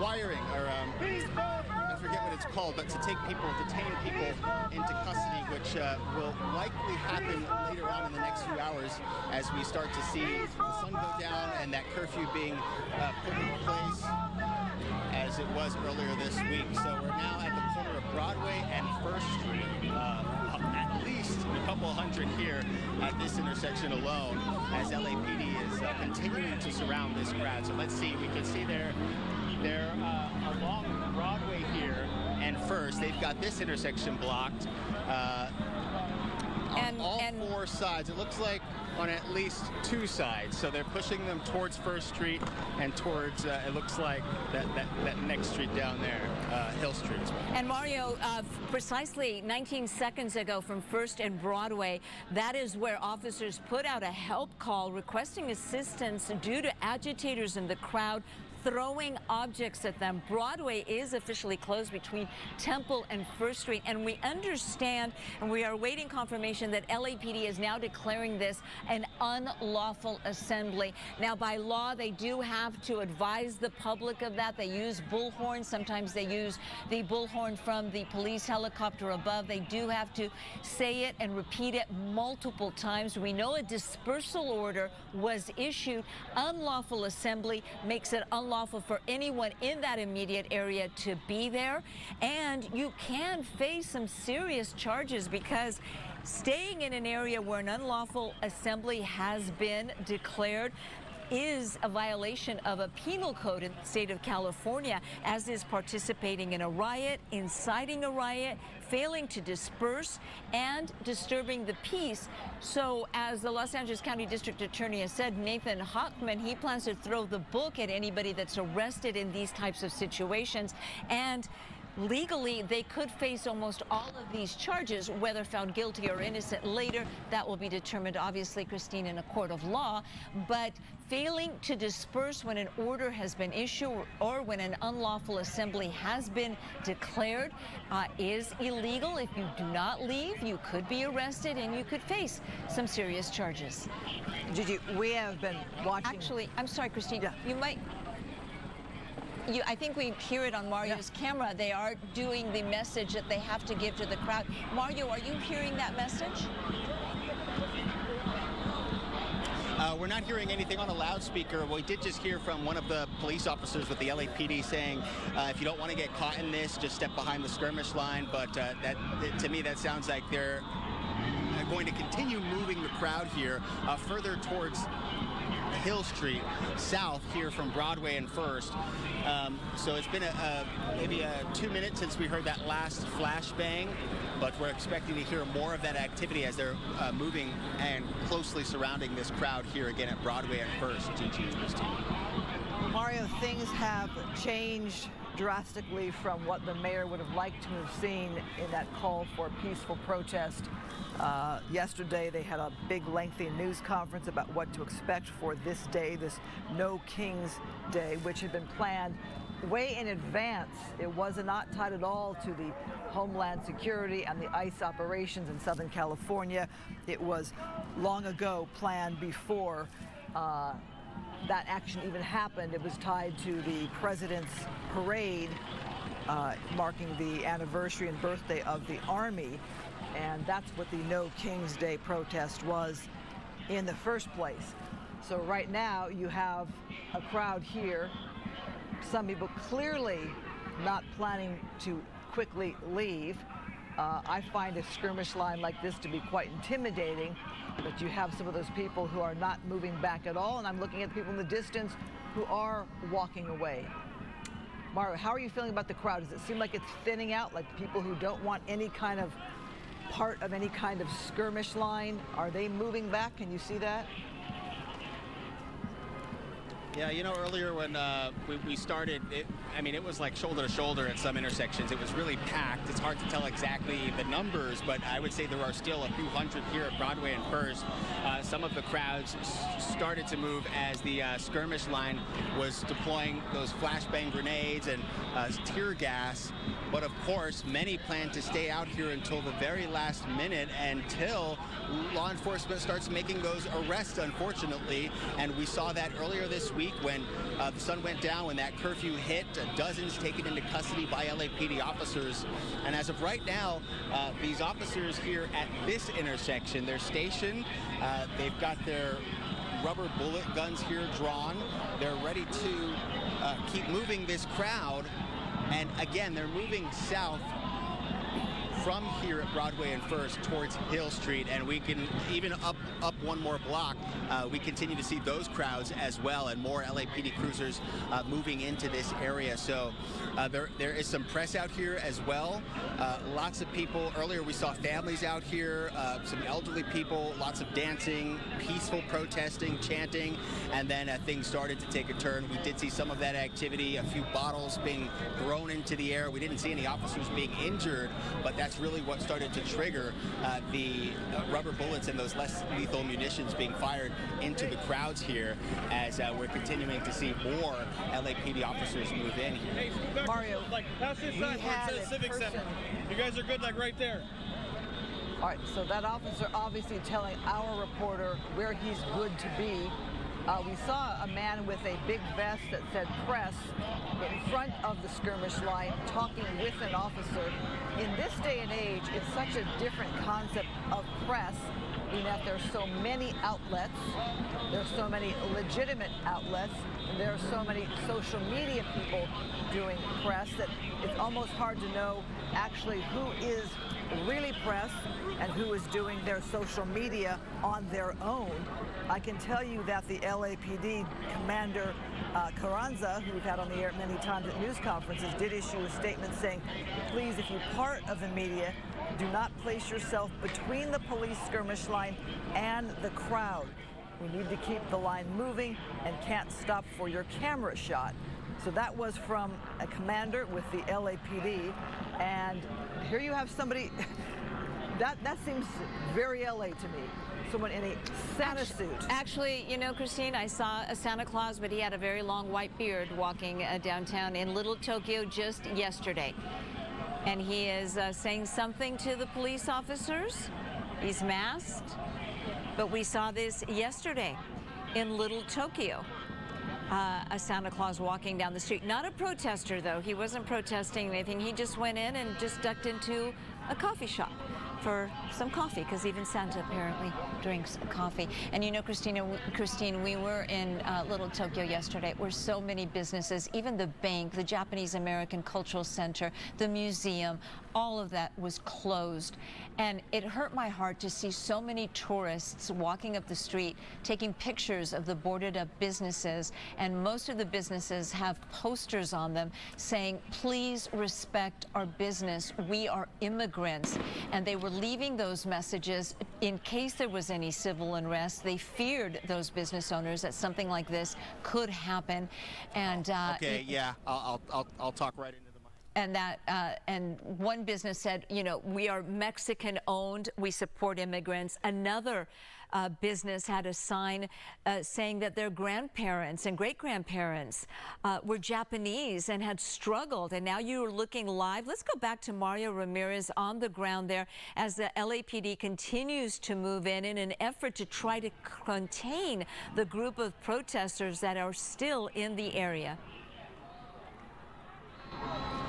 Yeah, Gigi, we just saw about 24 officers run up from Spring Street and First. Now they're making their way up here to Broadway, increasing the skirmish line. I don't know if you can see some of them kind of yelling directions at each other. Some of the LAPD officers seeming stressed out themselves, saying, you know, you go over there, you go over here, we'll block this side, that side. I mean, it even seems like the LAPD is kind of scurrying around, figuring out exactly where to go as they try and control these crowds and bring them closer here to Broadway and First, and then move them south towards Hill Street.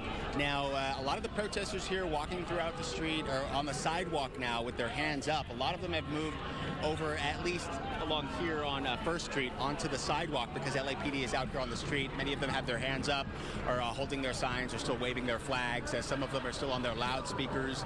The chopper up above, we can still hear at least 3. And a lot of people also have drones up in the sky taking a look at some of the activity. I mean, I've seen at least 2 or 3 drones in the last couple of minutes.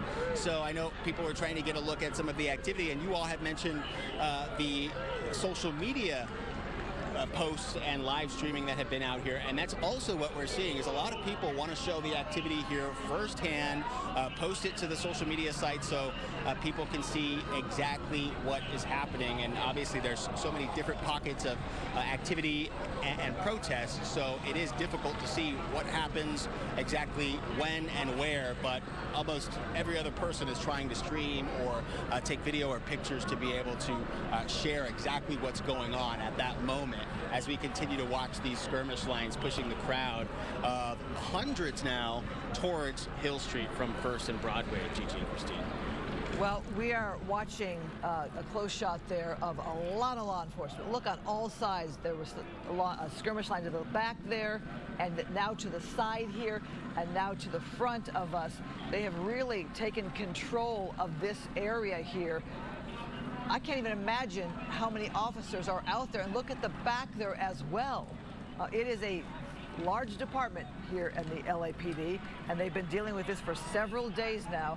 I'm thinking too, though, it's a fairly nice / warm day out to be in that long gear, knowing you've been dealing with protests all day long. And LAPD went on full mobilization, Christine, at 6 o'clock this morning. That will continue until 6 a.m. Sunday morning. Full mobilization means basically vacation days were canceled, days off were canceled, officers placed on A and B shifts of 12 hours each, and basically you have every officer in the department that was available, that was not out of town already on vacation or on sick leave there, including the administrative staff, the commanders.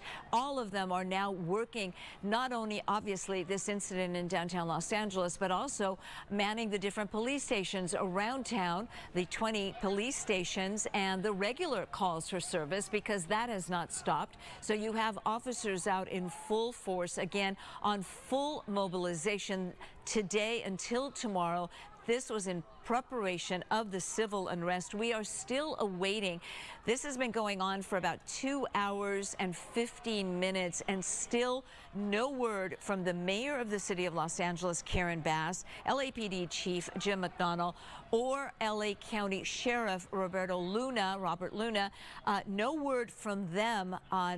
We imagine it takes a very long time for city and county officials to come together and decide on what their message is going to be, unfortunately. But we believe they should have spoken out by now. This has been going on for quite a while, and I think city residents of Los Angeles are looking to their leadership to know what are they thinking, what is going to happen. We have a curfew starting in about an hour and 15 minutes, but if people didn't leave when a dispersal order was issued, will a curfew order make them leave?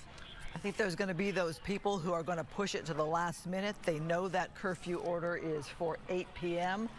This dispersal order and unlawful assembly, that's a game changer. It's not the curfew at 8 o'clock, but it is also a game changer as to the actions law enforcement can take.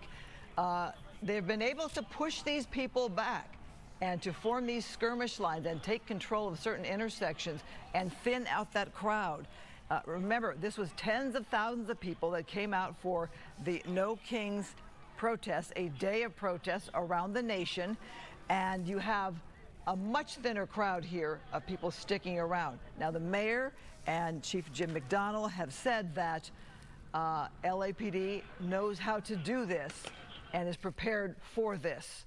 And we talked about the days of protests already, and so I'm thinking many people who do not want to be caught up in any kind of unrest know to move out of the way because they've seen it. They've seen it the past couple days. And there certainly has been unrest. You're looking at a message on X from LAPD Central Division, First and Broadway. This is what I mentioned earlier. Officers were requesting assistance due to agitators in the crowd throwing objects at them. Broadway between Temple and First Street is closed. And this is something that for about 2 hours and 15 minutes now the LAPD has been reporting.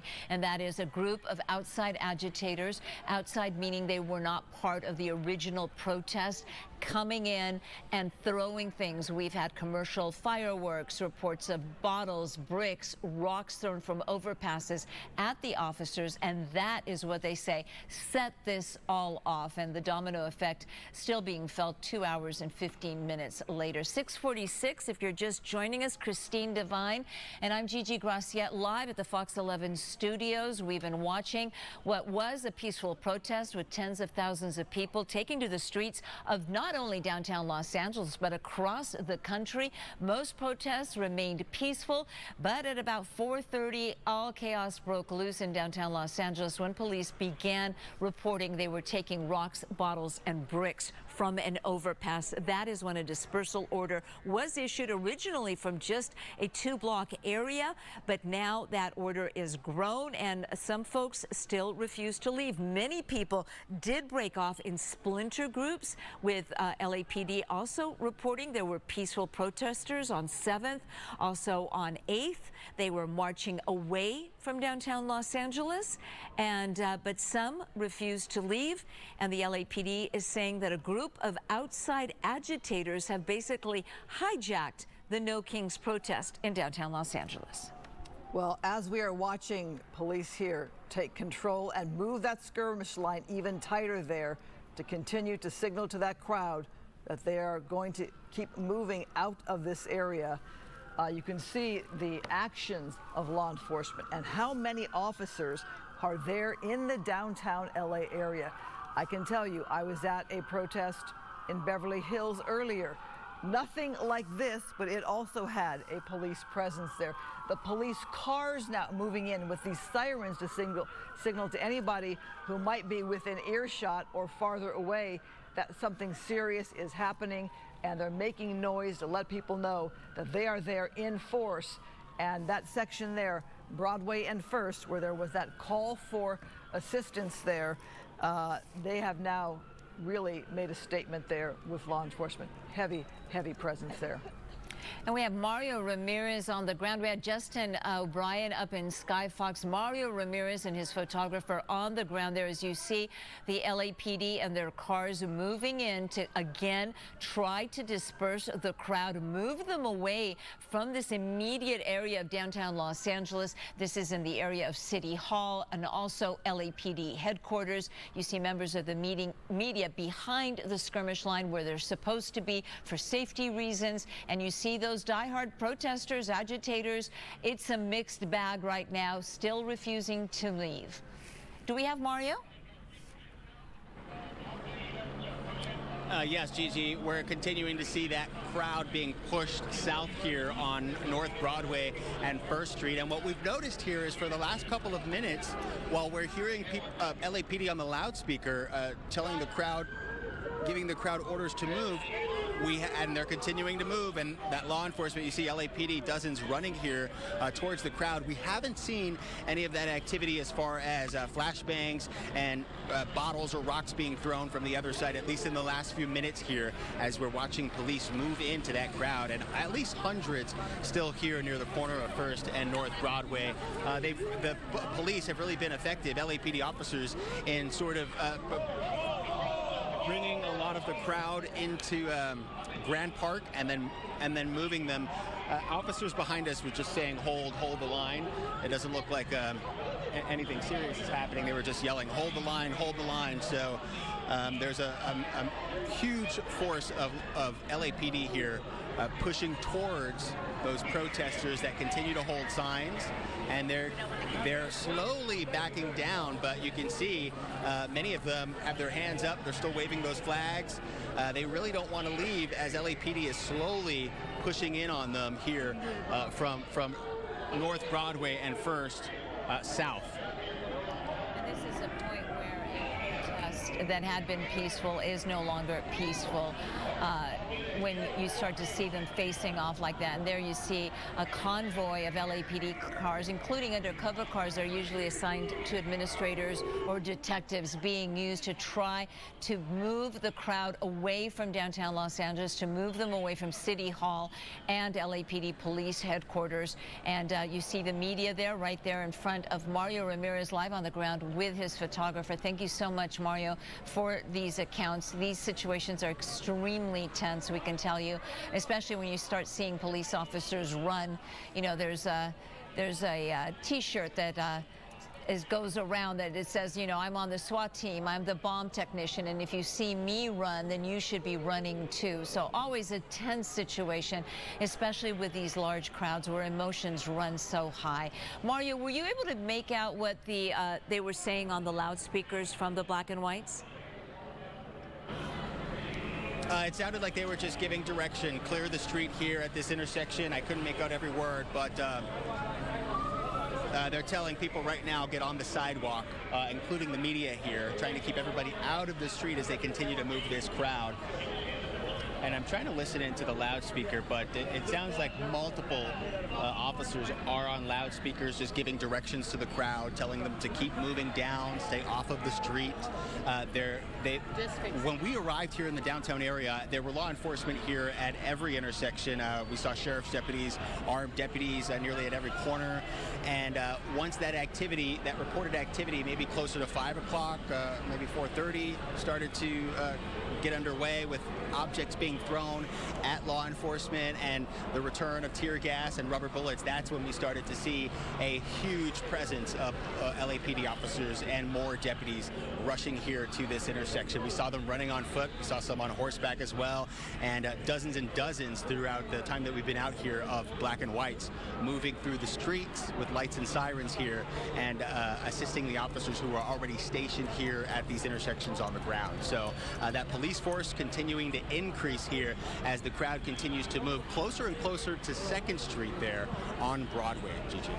And watching how that police car was moved in to keep people onto the sidewalk as that skirmish line is moving, that mobile force there, as they call it, is moving that crowd back, as you said, towards 2nd Street. And look at the show of law enforcement in the downtown LA area on foot and in the vehicles there.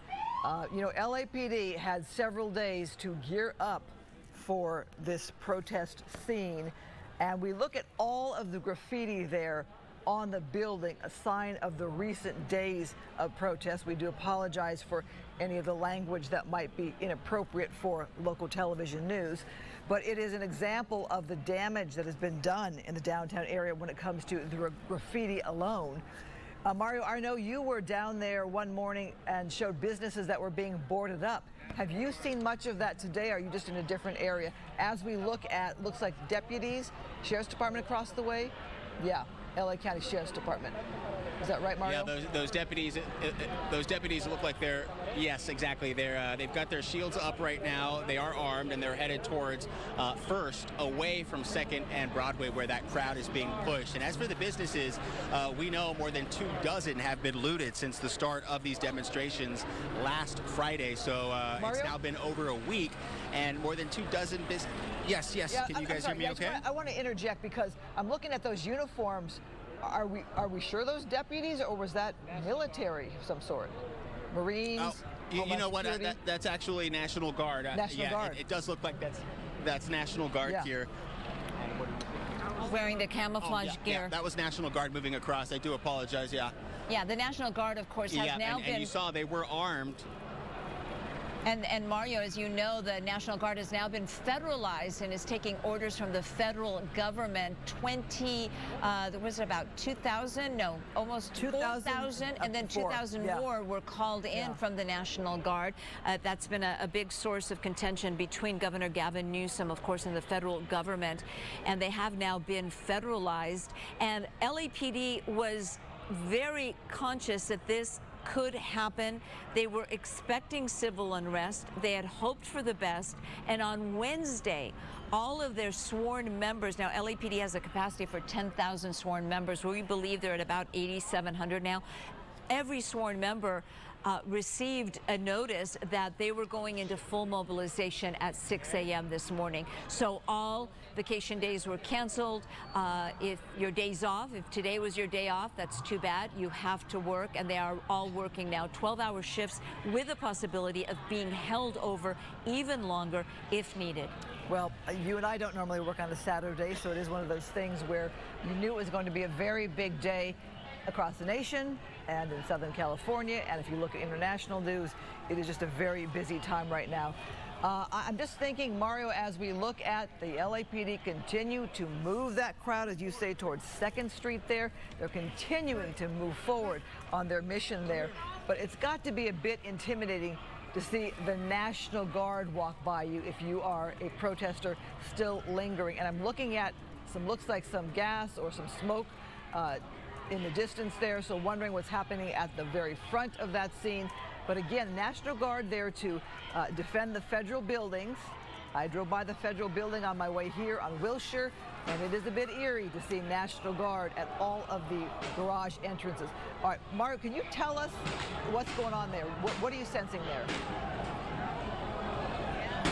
Yeah, we're starting to hear the crowd pick up here. The tensions are high. You may be able to see some bottles flying here and flashbangs being deployed here on the crowd as they continue to be pushed here south at Broadway and 2nd. And you just saw those National Guard crews walking up here. It's important to note that they're not authorized to make arrests. They are able to help with crowd control and local law enforcement, LAPD and sheriff's deputies, but they aren't authorized at this point to really make arrests or handle people, you know, although they have been trained in that. Now, what we're seeing is the tear gas that was deployed. It appears to be tear gas that's starting to dissipate, but officers here are at the corner. They're now surrounding 3 sides of Broadway and 2nd, and they're continuing to push that crowd more south down the street where we're seeing some objects being thrown. We could see that smoke in the next intersection, I believe, closer to 3rd. And we can smell it as well, coming towards this direction as flags are still waving, and the crowd continues to be narrowed in, cornered in here at this intersection. And you know, as far as what law enforcement has been dealing with those objects being thrown, we haven't seen any injuries to law enforcement, to those police officers here, as they've been making those skirmish lines and walking towards protesters. Of course, many of them yelling, screaming at officers, and continue to chant here on the street. But they're still shouting directions or on the loudspeaker, letting them know that they need to keep moving. A dispersal order has been issued. They should not be here in this area. And if they continue to stay out here, there will be action taken.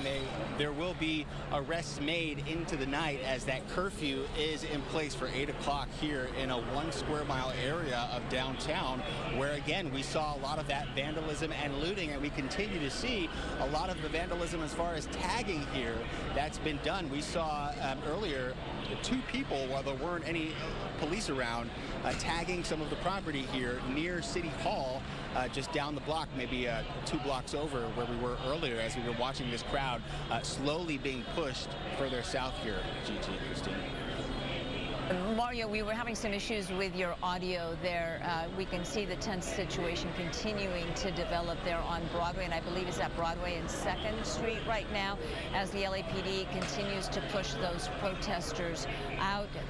A mixed bag of people holding flags, holding signs. There was a sign that read, "Pupusa sin miedo." Pupusa is a national food of El Salvador, very popular in Central America and very popular here in Los Angeles. So pupusas without fear.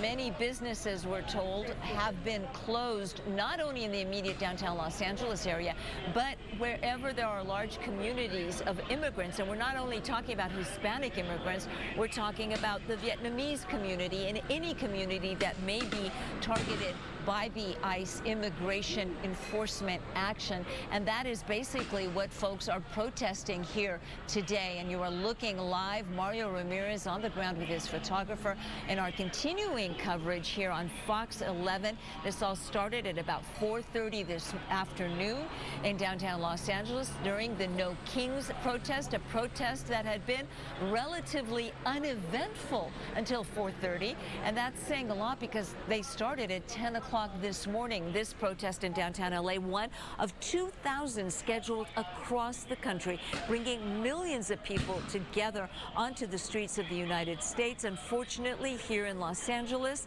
this protest has deteriorated, as the LAPD says.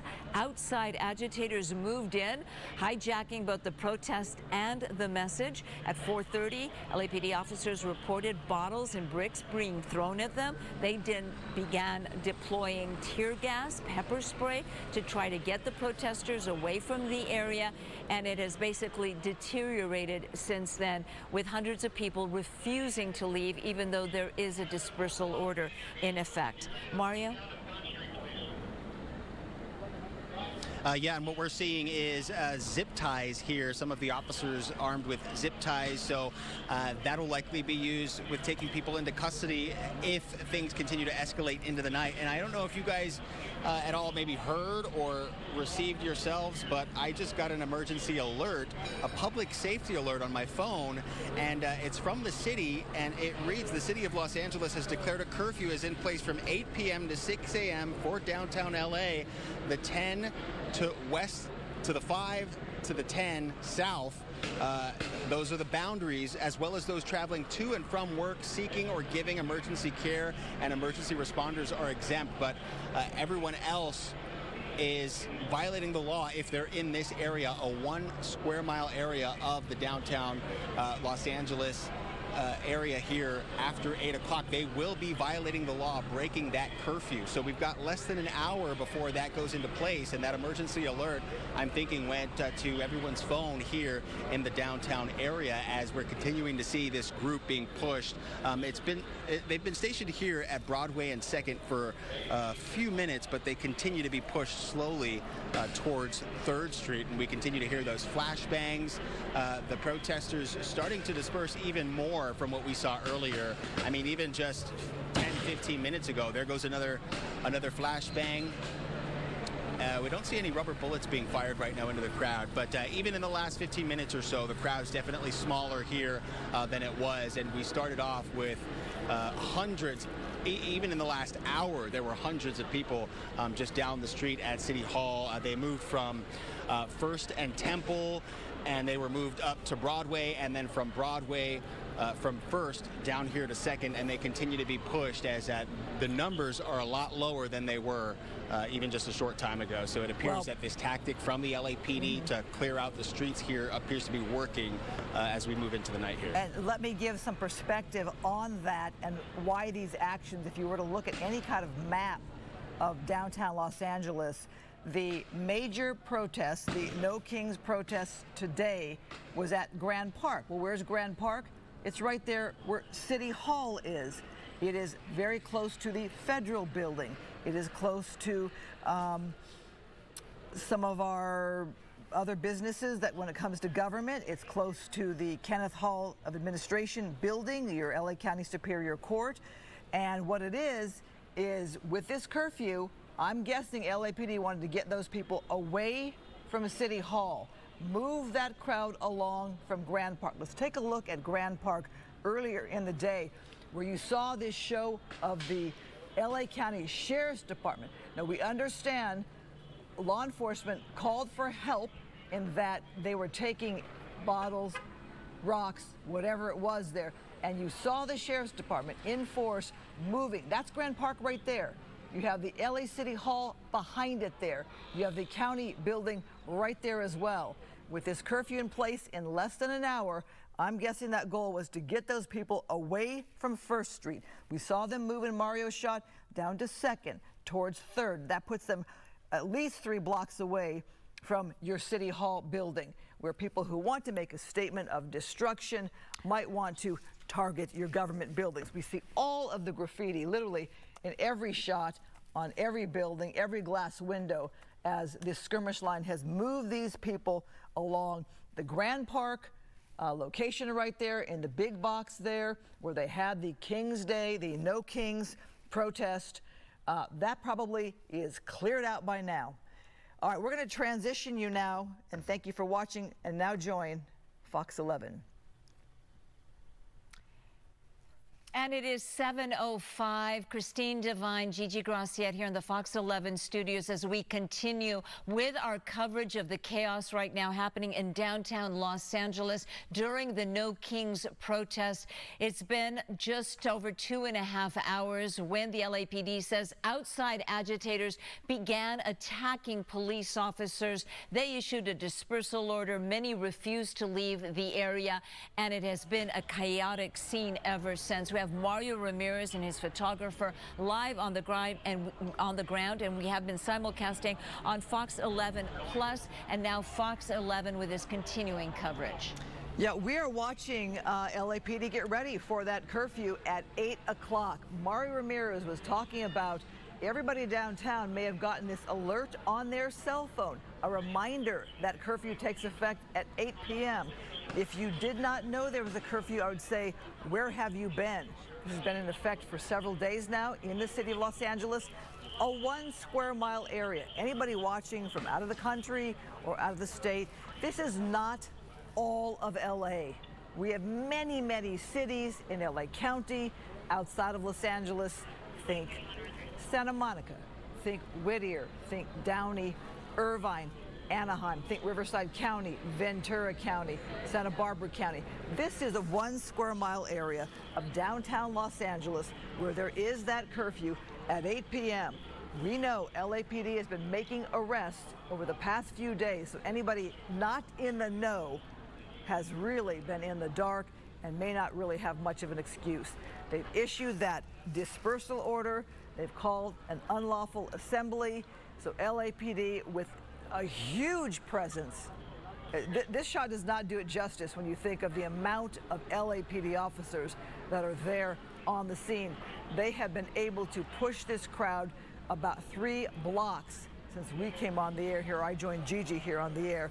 Mario Ramirez, on the ground, you've been following law enforcement along the way. Looks like a fairly calm moment. What do you make of this moment here? Yeah, we haven't seen any rubber bullets being fired or tear gas or pepper gas being deployed into this much smaller crowd in the last couple of minutes. I would say maybe in the last 5 to 10 minutes. There they go. Once again, we're starting to hear that activity pick up here. This crowd, they came from Grand Park. A lot of them have been pushed from the front of City Hall and pushed into Grand Park, and then as we saw the skirmish lines continuing to build along Broadway and First, they kept pushing them down here towards 2nd, and it looks like this is where things have been stationed for the last little bit here, as a lot of the crowd has taken off here. And we did get an alert, an emergency public safety alert a little while ago. Maybe at the top of the 7 o'clock there were some alerts that went out, and we got one here that said the city of Los Angeles Angeles declaring that curfew in place from 8 p.m. to 6 a.m. Residents within the boundaries of that curfew, a 1 square mile area, as well as those traveling to and from work, seeking or giving emergency care and emergency responders are exempt, but everyone else is breaking that curfew. And we just heard LAPD saying, move, move, and they are continuing to move that skirmish line here on Broadway, a little closer to 2nd South, and pushing that remaining crowd towards 3rd Street now. This is near the historic Broadway Metro station, again at the corner of Broadway and 2nd. Many of the people we spoke to coming in from outside areas, Montebello, Hawthorne, Inglewood, those are just a few of the locations that I was talking to protesters earlier who said they traveled here, some on public transportation because they knew the area here in downtown was going to be gridlocked, and within hours it would be packed with a lot of streets being closed off, which is what we're seeing here. Now, as far as the force from LAPD, we see a lot of LA County Sheriff's deputies out here, not with the LAPD at the moment, but we've seen that activity as well as National Guard troops making their way through this area. And for the most part, those National Guard troops, they're guarding, they're securing federal property and personnel, and they've also been assisting in these ongoing raids, at least some of them. They were seen, I believe, Thursday in blocking some of the streets where one raid was happening. And as we continue to see, for the most part, police out here, I do want to show you something. Elliot Mendoza behind the camera, if he can come down here, these rubber bullets, a lot of them on the street here, these were being fired at some of the demonstrators. So I was talking to a few earlier who said they were in extreme pain because of it. Obviously, they can cause pain, these less lethal munitions. And as far as the bottles and rocks being thrown at officers, we did see a little of that. And here at this intersection, maybe about 15 minutes ago, we saw a few bottles going into the sky. We didn't see them hitting any officers, but that's definitely been a concern out here with reports that that is what these agitators have been doing. Yeah, and we're seeing more of these less lethal munitions here on the street. So the crowd appears to be following the orders. At times they go back into the street and start waving the flags, but as the skirmish lines continue to move, so does the crowd at this point. A little smaller than it was even just a short time ago, and now we've got about 50 minutes or so left before that curfew hits. But the dispersal order here in downtown LA, that's when we really saw this force of law enforcement moving in, as some of the crowd here remains downtown, being pushed again towards 3rd Street here on Broadway, Christine and Gigi. And Mario, we're going to go to Justin O'Brien up in Skyfox, because in addition to everything else they have to deal with in downtown Los Angeles, we understand, and this actually happened earlier in downtown, there was a street takeover, Justin? Yes, Gigi, just to give you an idea, this is where Mario's location is. This is just southwest of the Gloria Marina Grand Park. LAPD, obviously, their skirmish lines as I'm pushing down here. This is the area where Mario is, and this is where the group is being pushed. And as you said, yes, it's becoming a street takeover. Occasionally you see a smoke light up in the street there. It's actually people spinning their wheels. So this crowd is being pushed south on Broadway, and they're certainly taking over the intersections now and turning it into almost the street takeovers that we often see in Compton at night time, Gigi.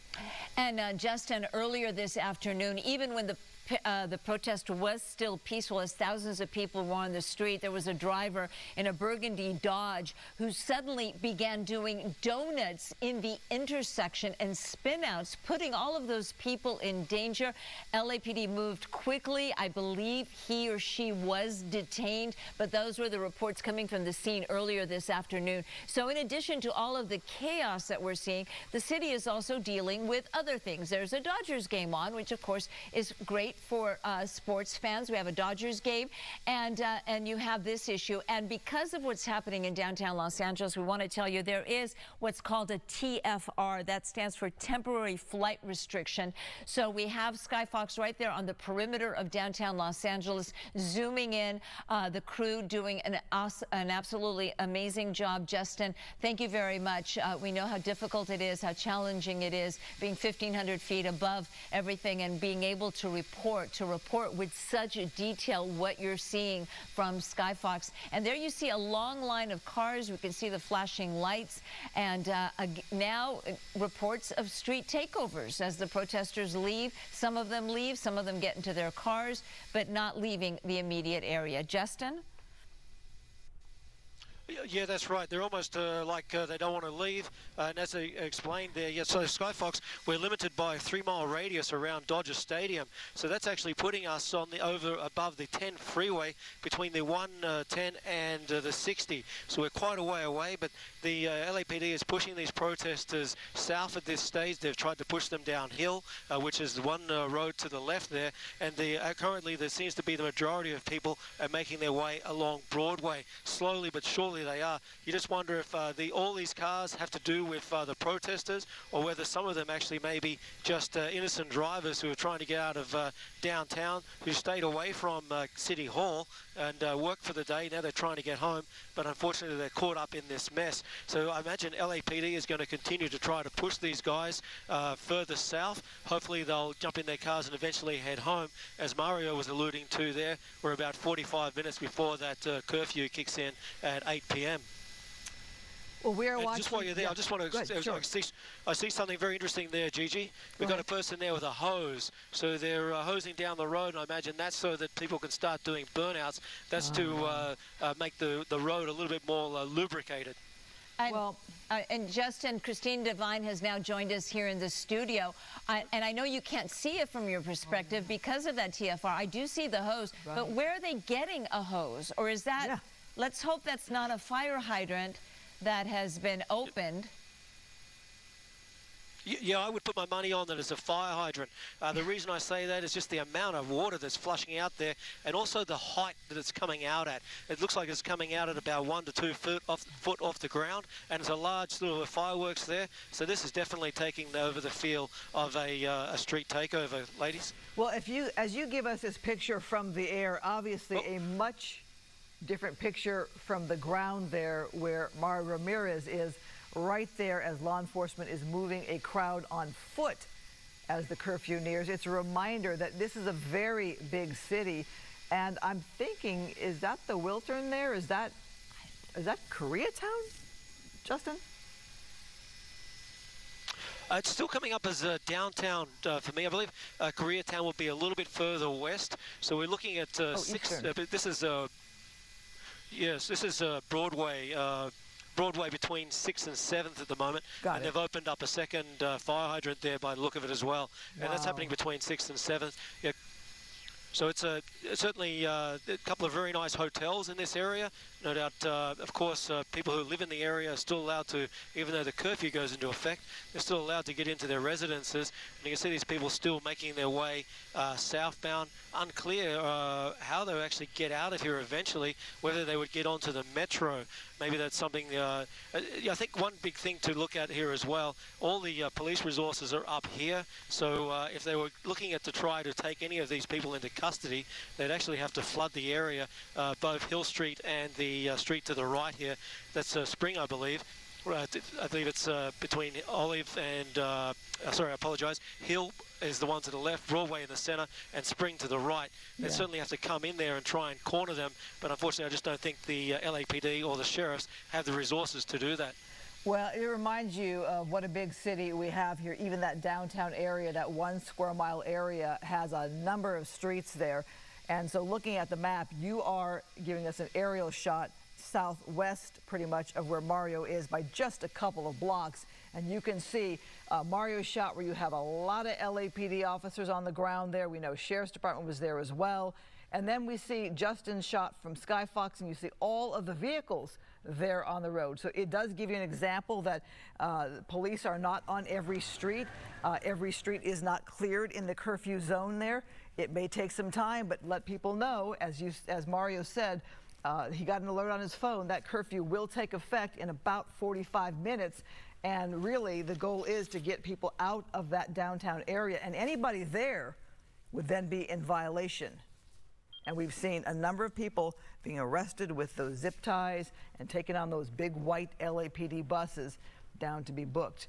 So again, 45 minutes to go, and people need to be reminded that they need to clear that downtown area. It is a Saturday night, and we know people have a lot of energy when you're young and passionate or an agitator, that a Saturday night could be a longer night for law enforcement. It's not a Tuesday or a Wednesday. It is a Saturday night and a full day of protests and inflamed passions and energy. And I'm learning from officers, LAPD officers at the scene now. We've been communicating via text message when they can, and some commanders also trying to reach out. I talked about that full mobilization, Christine, the A shift, 12 hours, 6 a.m. to 6 p.m., and then the B shift, 6 p.m. to 6 a.m., and on it goes. No one has been relieved. We are at 7:19 p.m., and no officers have been relieved. On the contrary, the B shift is now being brought in, so you have additional officers. You're going to eventually have double the officers that you had earlier during the day. And they remind me that they did not give a dispersal order to protesters until a group started attacking officers, throwing rocks, bottles, and even commercial-grade fireworks. So they were supposed to have a change of shift at 6 p.m. Obviously, that's not going to happen. And you have all the other LAPD stations and all the other business of Los Angeles that needs to be tended to while this is happening, as Christine mentioned, in this relatively small area. And, you know, oh, there we see what? Cars. I'm looking at now, how do you move all these cars out of the way? That might take a minute. And it makes me think of Justin's aerial shot where he showed us all the cars there on the street there. You can see in the aerial shot. And now it looks like LAPD is right there. Can you imagine being bottled up in that? And that is why the CHP has closed all the on-ramps and off-ramps to downtown Los Angeles between the 110 freeway and Alameda to prevent exactly a freeway takeover, but now you sort of have a street takeover. We have some breaking news. The Los Angeles County Sheriff's Department has confirmed that one of their deputies has been injured. The severity of that injury unknown as of now. This during a confrontation with agitators and or protesters in downtown Los Angeles. We are working to get more information. We also heard, and we're trying to get this confirmed, that one of the horses from their mounted unit may have also been injured in these confrontations. So we will continue to work to get you the latest information on the chaos in downtown Los Angeles after a peaceful protest with tens of thousands of people that started around 10 o'clock this morning completely deteriorated. Christine Devine and I'm Gigi Graciette in studio. We have Mario Ramirez and his photographer in the thick of it, and Justin O'Brien, of course, up in Sky Fox, giving us the other perspective of people on the streets still. What I'm noticing here is you don't have a crowd of people packing the street. You got a bunch of cars. If you know downtown, a lot of those streets can be one way. It looks like LAPD is going to now have to help funnel those cars out of the area with that curfew hitting in about 40 minutes. Sky Fox, we know, is moving to a location where there are other protesters. We'll bring that to you soon. Right now, I can tell you this crowd, though, of people has been moved away from City Hall, away from Grand Park, away from your government buildings, and pushed this crowd back to now where you have a lot of cars. Looks like an officer has some concerns from somebody in one of the buildings, keeping an eye on that. All right, we're just watching here. And that probably stems from, Christine, that the initial officers who say they took bottles and rocks and bricks, they were being hurled at them from people on an overpass at a much higher distance than they were. They were being thrown down at them. So obviously concern from any agitators that might be in any of those downtown Los Angeles buildings. We understand the A-Watch is now getting relieved. Those officers have been on duty now for 13.5 hours. They will be replaced by the new incoming officers. Oh, so there you have the officers there with those non-lethal, less than lethal weapons, those green guns that were drawn to the right, and the man in the Santa outfit still there. How you get those cars turned around and out of there from the back end, I'm not sure. Or is it just the responsibility of the motorist to figure it out?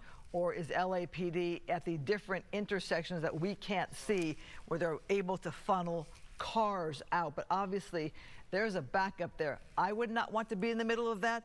Then again, I might not have been downtown at this hour with this dispersal, with this unlawful assembly. You heard from some people who told our reporter that they took public transit, much easier way to get out of the downtown area. With all of those people, you can see where it can be congested with vehicles. I'm sure some might be innocently there. Some might have been at the protest. Some might have stayed a little too long, and now they're boxed in there. And that curfew, of course, does not apply to folks who live in downtown Los Angeles, folks who are working in downtown Los Angeles, members of the media, or anyone who has legitimate business in downtown Los Angeles. So those folks may simply be trying to get home before the curfew goes into effect. Not a lot of hope is being placed that the 8 p.m. curfew will actually cause folks to leave the area, because keep in mind, at 4:30 a dispersal order was issued, and folks, not everyone left the area. So not a lot of faith is being placed in that 8 p.m. to 6 a.m. curfew, which has worked for the most part in keeping downtown Los Angeles safer than before the curfew was issued. Well, we do know there were no Kings protests all across Southern California, from El Segundo to Linwood to Beverly Hills to West Hollywood. We have not been able to cover all of them, but on social media you have people posting about them. Obviously the biggest would have been here downtown at Grand Park. We got some video earlier from Oxnard, Ventura County. They had hundreds of protesters take to the street, and reports are so far very peaceful. About 100 protesters are still out in Oxnard right now. Let's go to Mario Ramirez and his crew on the ground. Mario.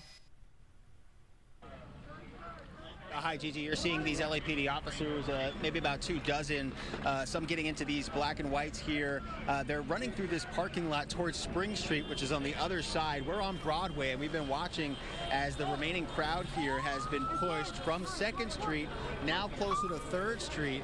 And we can tell you that we were passing one of the metro stations here just a short while ago, and we noticed LAPD officers were blocking the metro station at Broadway and 2nd Street. So it appears that anyone who is thinking about even using public transportation to come downtown, or is planning to leave downtown using public transit, they may be blocking those entrances and exits, likely because of the curfew. Now, as for what you see here on Broadway, from 2nd to 3rd, this is not a one-way street. So fortunately, some of these cars are able to turn around and head in the other direction. And Elliot Mendoza was showing you some of the people in the buildings here that are watching from up above. Earlier, we saw one of the officers here pointing one of the rubber gun bullets towards one of the windows, because it appeared maybe something came down, maybe an object was thrown, and it looks like they're still keeping an eye on that area, as there are 2 people from a window up above looking down. So something may have come down at one point, but that also something that they're looking out for as they're passing some of these residential buildings here downtown. Now, what we've seen is a lot of the people in that crowd that we showed you just 10 minutes ago have now dispersed, a lot of them moving off the sidewalk where you see those cars that are now stuck, very slowly being redirected, turned around. But there's another crowd at 4th Street, so it looks like they're not going to get out of here anytime soon. We do hear LAPD officers making some commands. It's not exactly clear where they're telling people to go, but they're stationed here, and we continue to watch. There you go, another, that looked like fireworks. That looked like fireworks going off here at Broadway and 3rd. And we did have reports, Mario, from the LAPD that people were using commercial fireworks. We actually saw that earlier in the week, too.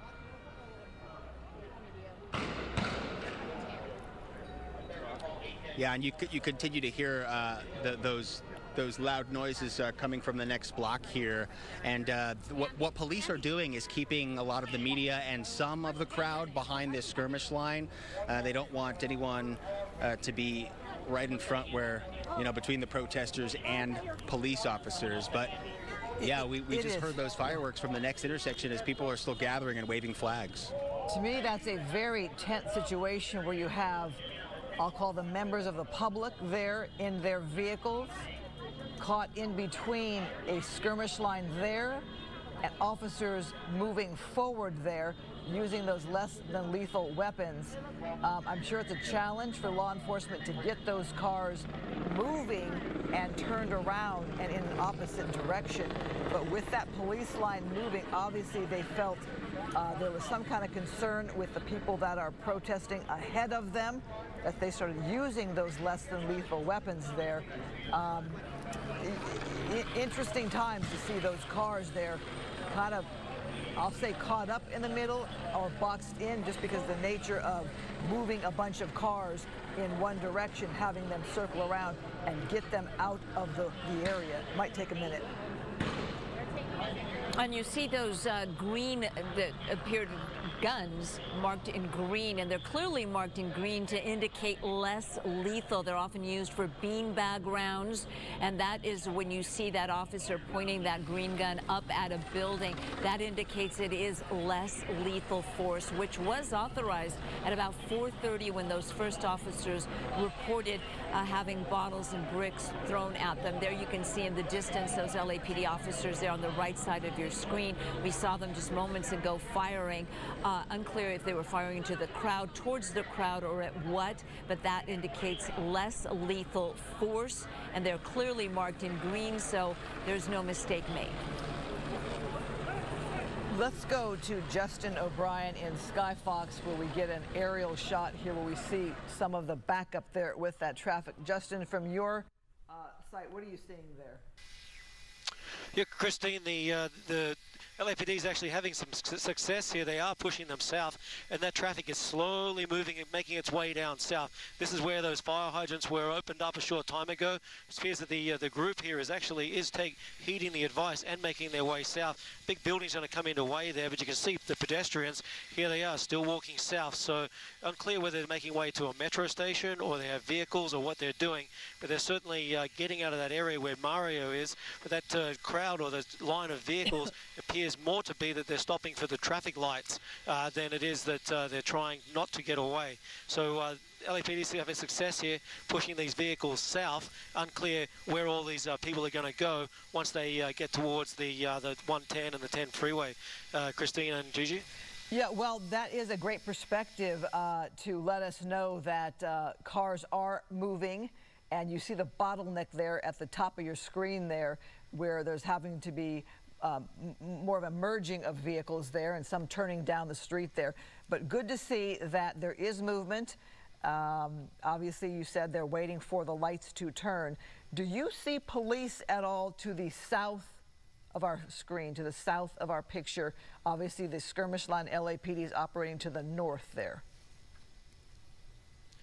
Yes, there's no LAPD to the south. They're actually trying to encourage everyone to go south. So I think they're trying not to impede them in any way. They are starting to 11th Street. Anyone knows that's kind of Olympic area, so that would be Broadway and Olympic. It appears that they actually are trying to make their way east there, or they are actually heading east on 11th. So this crowd has stopped going south, and they're making their way east now. Now, I'm unsure whether that's there's ringleaders there. We've got a guy there showing off with his vehicles. So, as we said before, you know, this is becoming a bit of a sideshow, a street takeover. So these weren't the people that came out to do the King's Day protest today. These are people that came out to cause a bit of havoc. Well, let us remind people who do stuff like this that the department, LAPD, has let people know that you have cameras everywhere. We are seeing things that are being posted. Wouldn't be hard to track down that car if you needed to or wanted to, I'm thinking.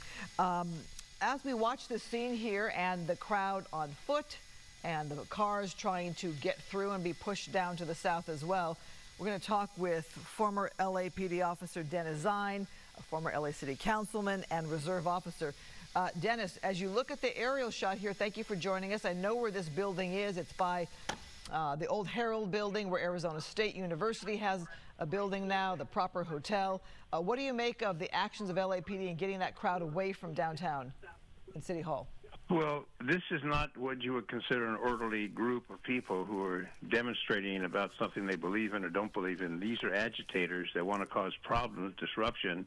The man who we just saw spinning out in the street, that's reflective of the attitude that some of these people are carrying out now. So what happens is the people who are there for what they believe to be a legitimate cause, they have the right to do that legally, lawfully, and then now as we get to the curfew hour, we start to see the chaos take place because of people who are there simply to cause trouble.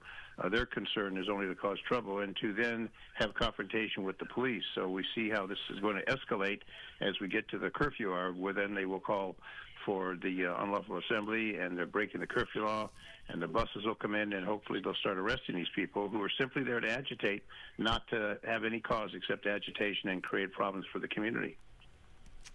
Dennis, it was a large, peaceful protest at Grand Park today. Tens of thousands of people, as we knew that there would be no Kings rallies and protests across Southern California, planned way ahead of the ICE operations and Homeland Security operations in the Los Angeles area.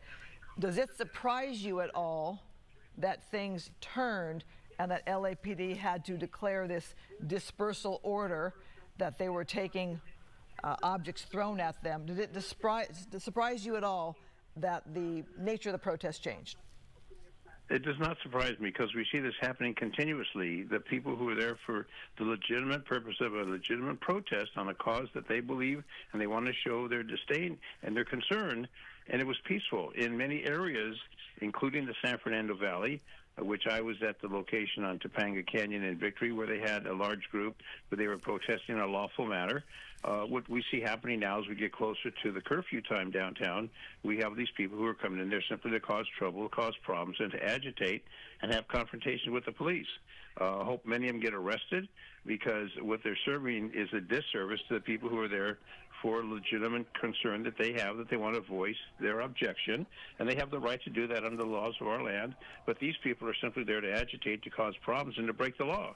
So we should accommodate them by bringing in the crews and arresting them and taking them down and booking them, let them go through the criminal justice system, because we have a DA who's very aggressive, and we have a U.S. attorney in this area who's very aggressive in prosecuting these people. But these are simple people who don't have a cause other than create problems. That's exactly what they're doing, and we need to respond to that appropriately with the uniformed forces that are there. We got sufficient uniformed forces. We're on a full mobilization within the Los Angeles Police Department, and we have the resources to handle it. So they will handle it appropriately, but this happens when we come to the hour of darkness as we're approaching that curfew time, which I'm glad the mayor did the curfew, because we need to clear this area out, and this is the easy way to get this done. But Dennis, Gigi Graciette here, thank you for joining us on Fox 11. Dennis, if they didn't disperse when they got the dispersal order, do we really have any faith that they're going to leave when the 8 p.m. hour reaches and the curfew goes into effect?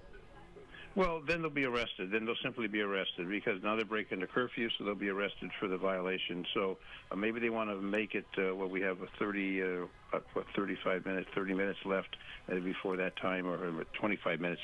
So as we come to the hour of 8 o'clock, and we're just past 7:30, so we'll see what happens with it. But then the command will be, let's move in and let's start arresting these people, because they're simply there to agitate. They're not there for anything other than to create problems. And we saw the person doing donuts in the middle of the intersection. They're there to create this problem. And clearly we have sufficient resources. There's officers, so those command posts have plenty of personnel to handle it, not only with the LAPD, but the Sheriff's Department and the other allied agencies on this mobilization. We have other allied agencies that are assisting. So there's plenty of personnel there, but they bring in the buses, and that's what I said initially when this started, to arrest these people, get them out of there, let them go through the criminal justice system, and then we can bring this matter to conclusion, and hopefully we can go back to normalcy next week. And Los Angeles County District Attorney Nathan Hochman, as you mentioned, Dennis, has made it abundantly clear that he plans to prosecute anyone arrested, whether it be simply violating the curfew, failing to disperse, or some more serious charges. And Dennis, I don't know if you heard, but LA County Sheriff's Department has confirmed that at least one deputy has already been injured. Well, I know that some LAPD officers have been injured also. Fortunately, not critical injury, but they have been injured. Now, man, these officers aren't used to this type of activity. I joined in 1968, so I've been through a lot of situations and turmoil within the city. And many of these officers, the first time they've encountered something like this. But with our department shrinking, as we see, shrinking with 8,800 officers, those officers are going to look at this and say, do I really want to continue with this? This is not unusual. This is a very unusual occurrence. We don't see this happening very often in Los Angeles. And I hope those officers will understand this is a unusual situation. But again, since my time when I joined LAPD in 1968, I've been through many of these situations, and you get numb to it after a period of time, but you understand this is what we need to do to maintain law and order in a civilized society that we have here in the United States of America. So they will encounter this. Many of these officers, again, the first time they've encountered something like this, normally you tell someone to comply, they comply. This situation. But again, remember, this afternoon, everybody was obeying. Everybody was complying. It was a wonderful, could have been a festival. And what it turned out to now is as darkness sets in, they're professional agitators, and these are simply there to create problems and to agitate and to stir the pot. That's exactly what they do. And some of them want to be arrested, so I'm sure we'll accommodate that and incarcerate them. Well, Dennis, you've dated yourself. Gigi and I were talking about the many scenes of unrest that we've covered over our decades here in Los Angeles news. So you're right, for those of us that have been there and done that, this is not new. We've seen this before. But you're right, there are a lot of young officers who this might be their very first civil unrest, their first grand large-scale protest scene. But we're watching here on this aerial shot, we've been watching the progress of the LAPD in moving that crowd down to the south. For a while there were no officers in sight in our aerial shot there from Justin and Skyfox. And now you see officers there with that skirmish line on foot, moving those cars along. They're backed up by those cars, by the LAPD vehicles there, just really pushing that line of cars along. Dennis, I mean, you got to maybe commend the officers the way they've moved this crowd out of the downtown, heart of downtown where the protest was earlier today as that curfew nears. Absolutely, but they have tactical plans and they practice. And we've got Metro, we've got special operations within the Los Angeles Police Department. But today you'll find many of the personnel in uniform may be working plainclothes assignments, and they're in a uniform today. The detectives that are put in uniform because of the mobilization. There's tactical alert and there's mobilization. Mobilization is the highest level we go to, and it's exactly what we see. So many of these officers, maybe the first time they've experienced something like this, but they'll see the effectiveness.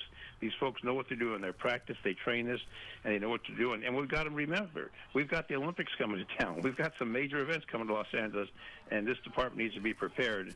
And the training program at the academy and the in-service program, they're well prepared for these types of situations with all the training and all the equipment that they have to do it.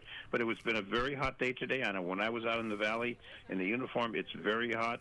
So in addition to that, you're wearing the protective equipment and you're dealing with this. So many of these officers just can't wait till they take that uniform off and jump into a nice cool shower and rest, because after this time, 12 hours on this, by the time you get to work, et cetera, they're working 14, 15 hours. This is a nerve-wracking experience for many of these officers.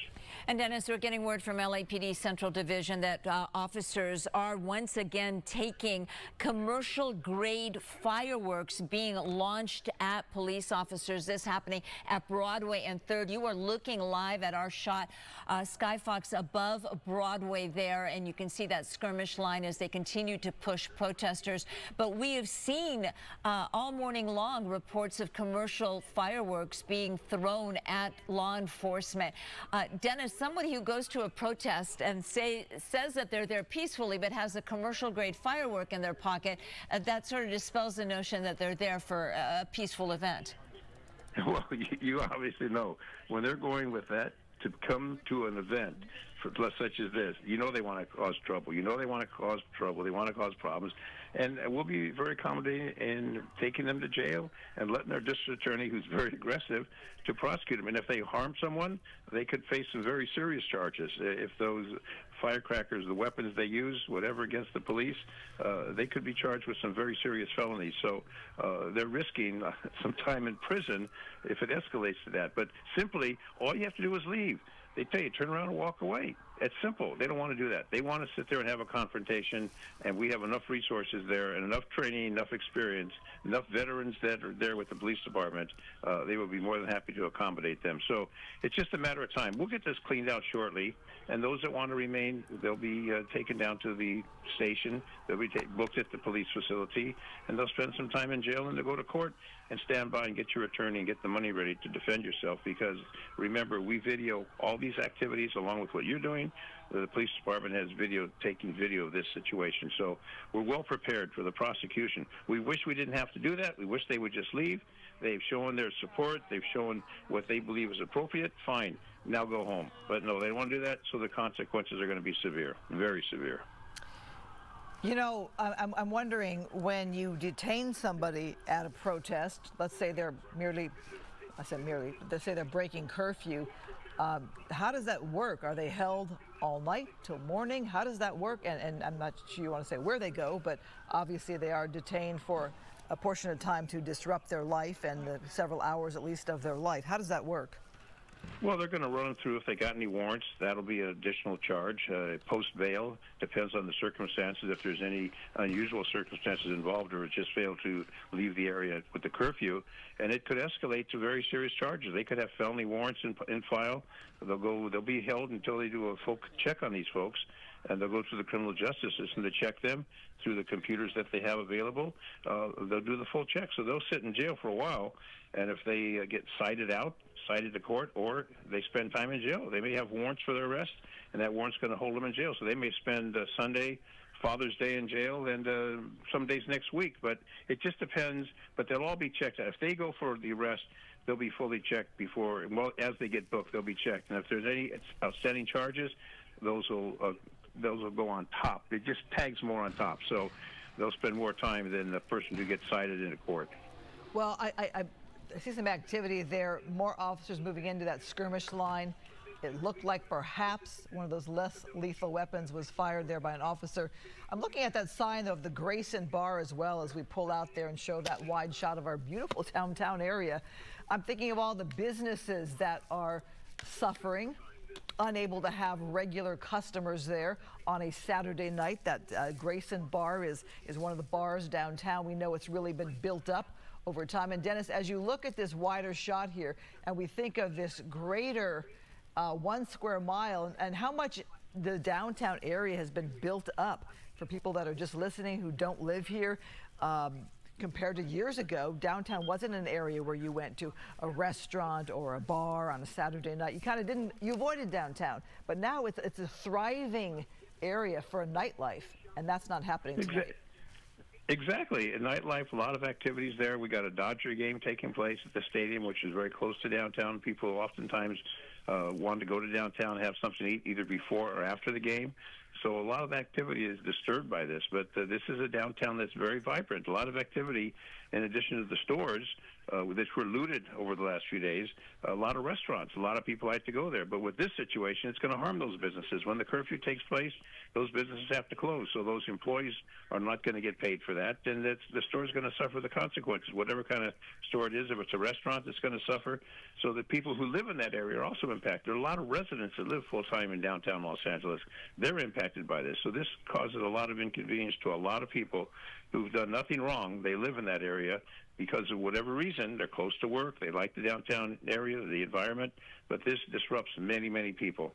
And that's the sad part, is there's disruption to good, legitimate, law-abiding citizens. It's not necessary. As we see the officers that are in their skirmish line, they're getting ready to confront, and they'll be moving.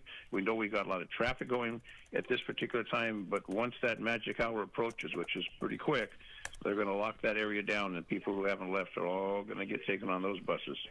And Dennis, I was live in Little Tokyo yesterday, and we talked about the businesses closing. They were closed as of yesterday, closed and boarded up. We're talking about banks, small businesses, restaurants, mom and pop shops, the Japanese American Cultural Center, the Japanese American Museum there. And we watched, and I spoke to several tourists that were visiting Los Angeles from Japan precisely. They had come to Little Tokyo, and they were taking pictures of the boarded up businesses and the messages that were posted to any possible people wanting to create civil unrest or hurt their businesses. The messages basically said, please respect, we're immigrants too. One message was, you know, our great-grandparents, our grandparents were in the Japanese internment camps, and so please don't hurt our business. You know, it's because of our grandparents and the sacrifice of immigrants that we're here today. And it was just heartbreaking to see, because this is the message, this is what they see, and this is what they'll take back to their country. And Los Angeles is very dependent on the income from tourists. Exactly. And well, those tourists are going to think, do I really want to go down? When you see all the graffiti that's spread throughout the area, and we see the media coverage that's now been international media coverage, people are going to say, oh, I don't know. I don't think I want to go to Los Angeles, because they don't think about the 1 square mile area that the mayor keeps talking about where the curfew takes place. They think of Los Angeles as the entire area from the Pacific Ocean all the way in.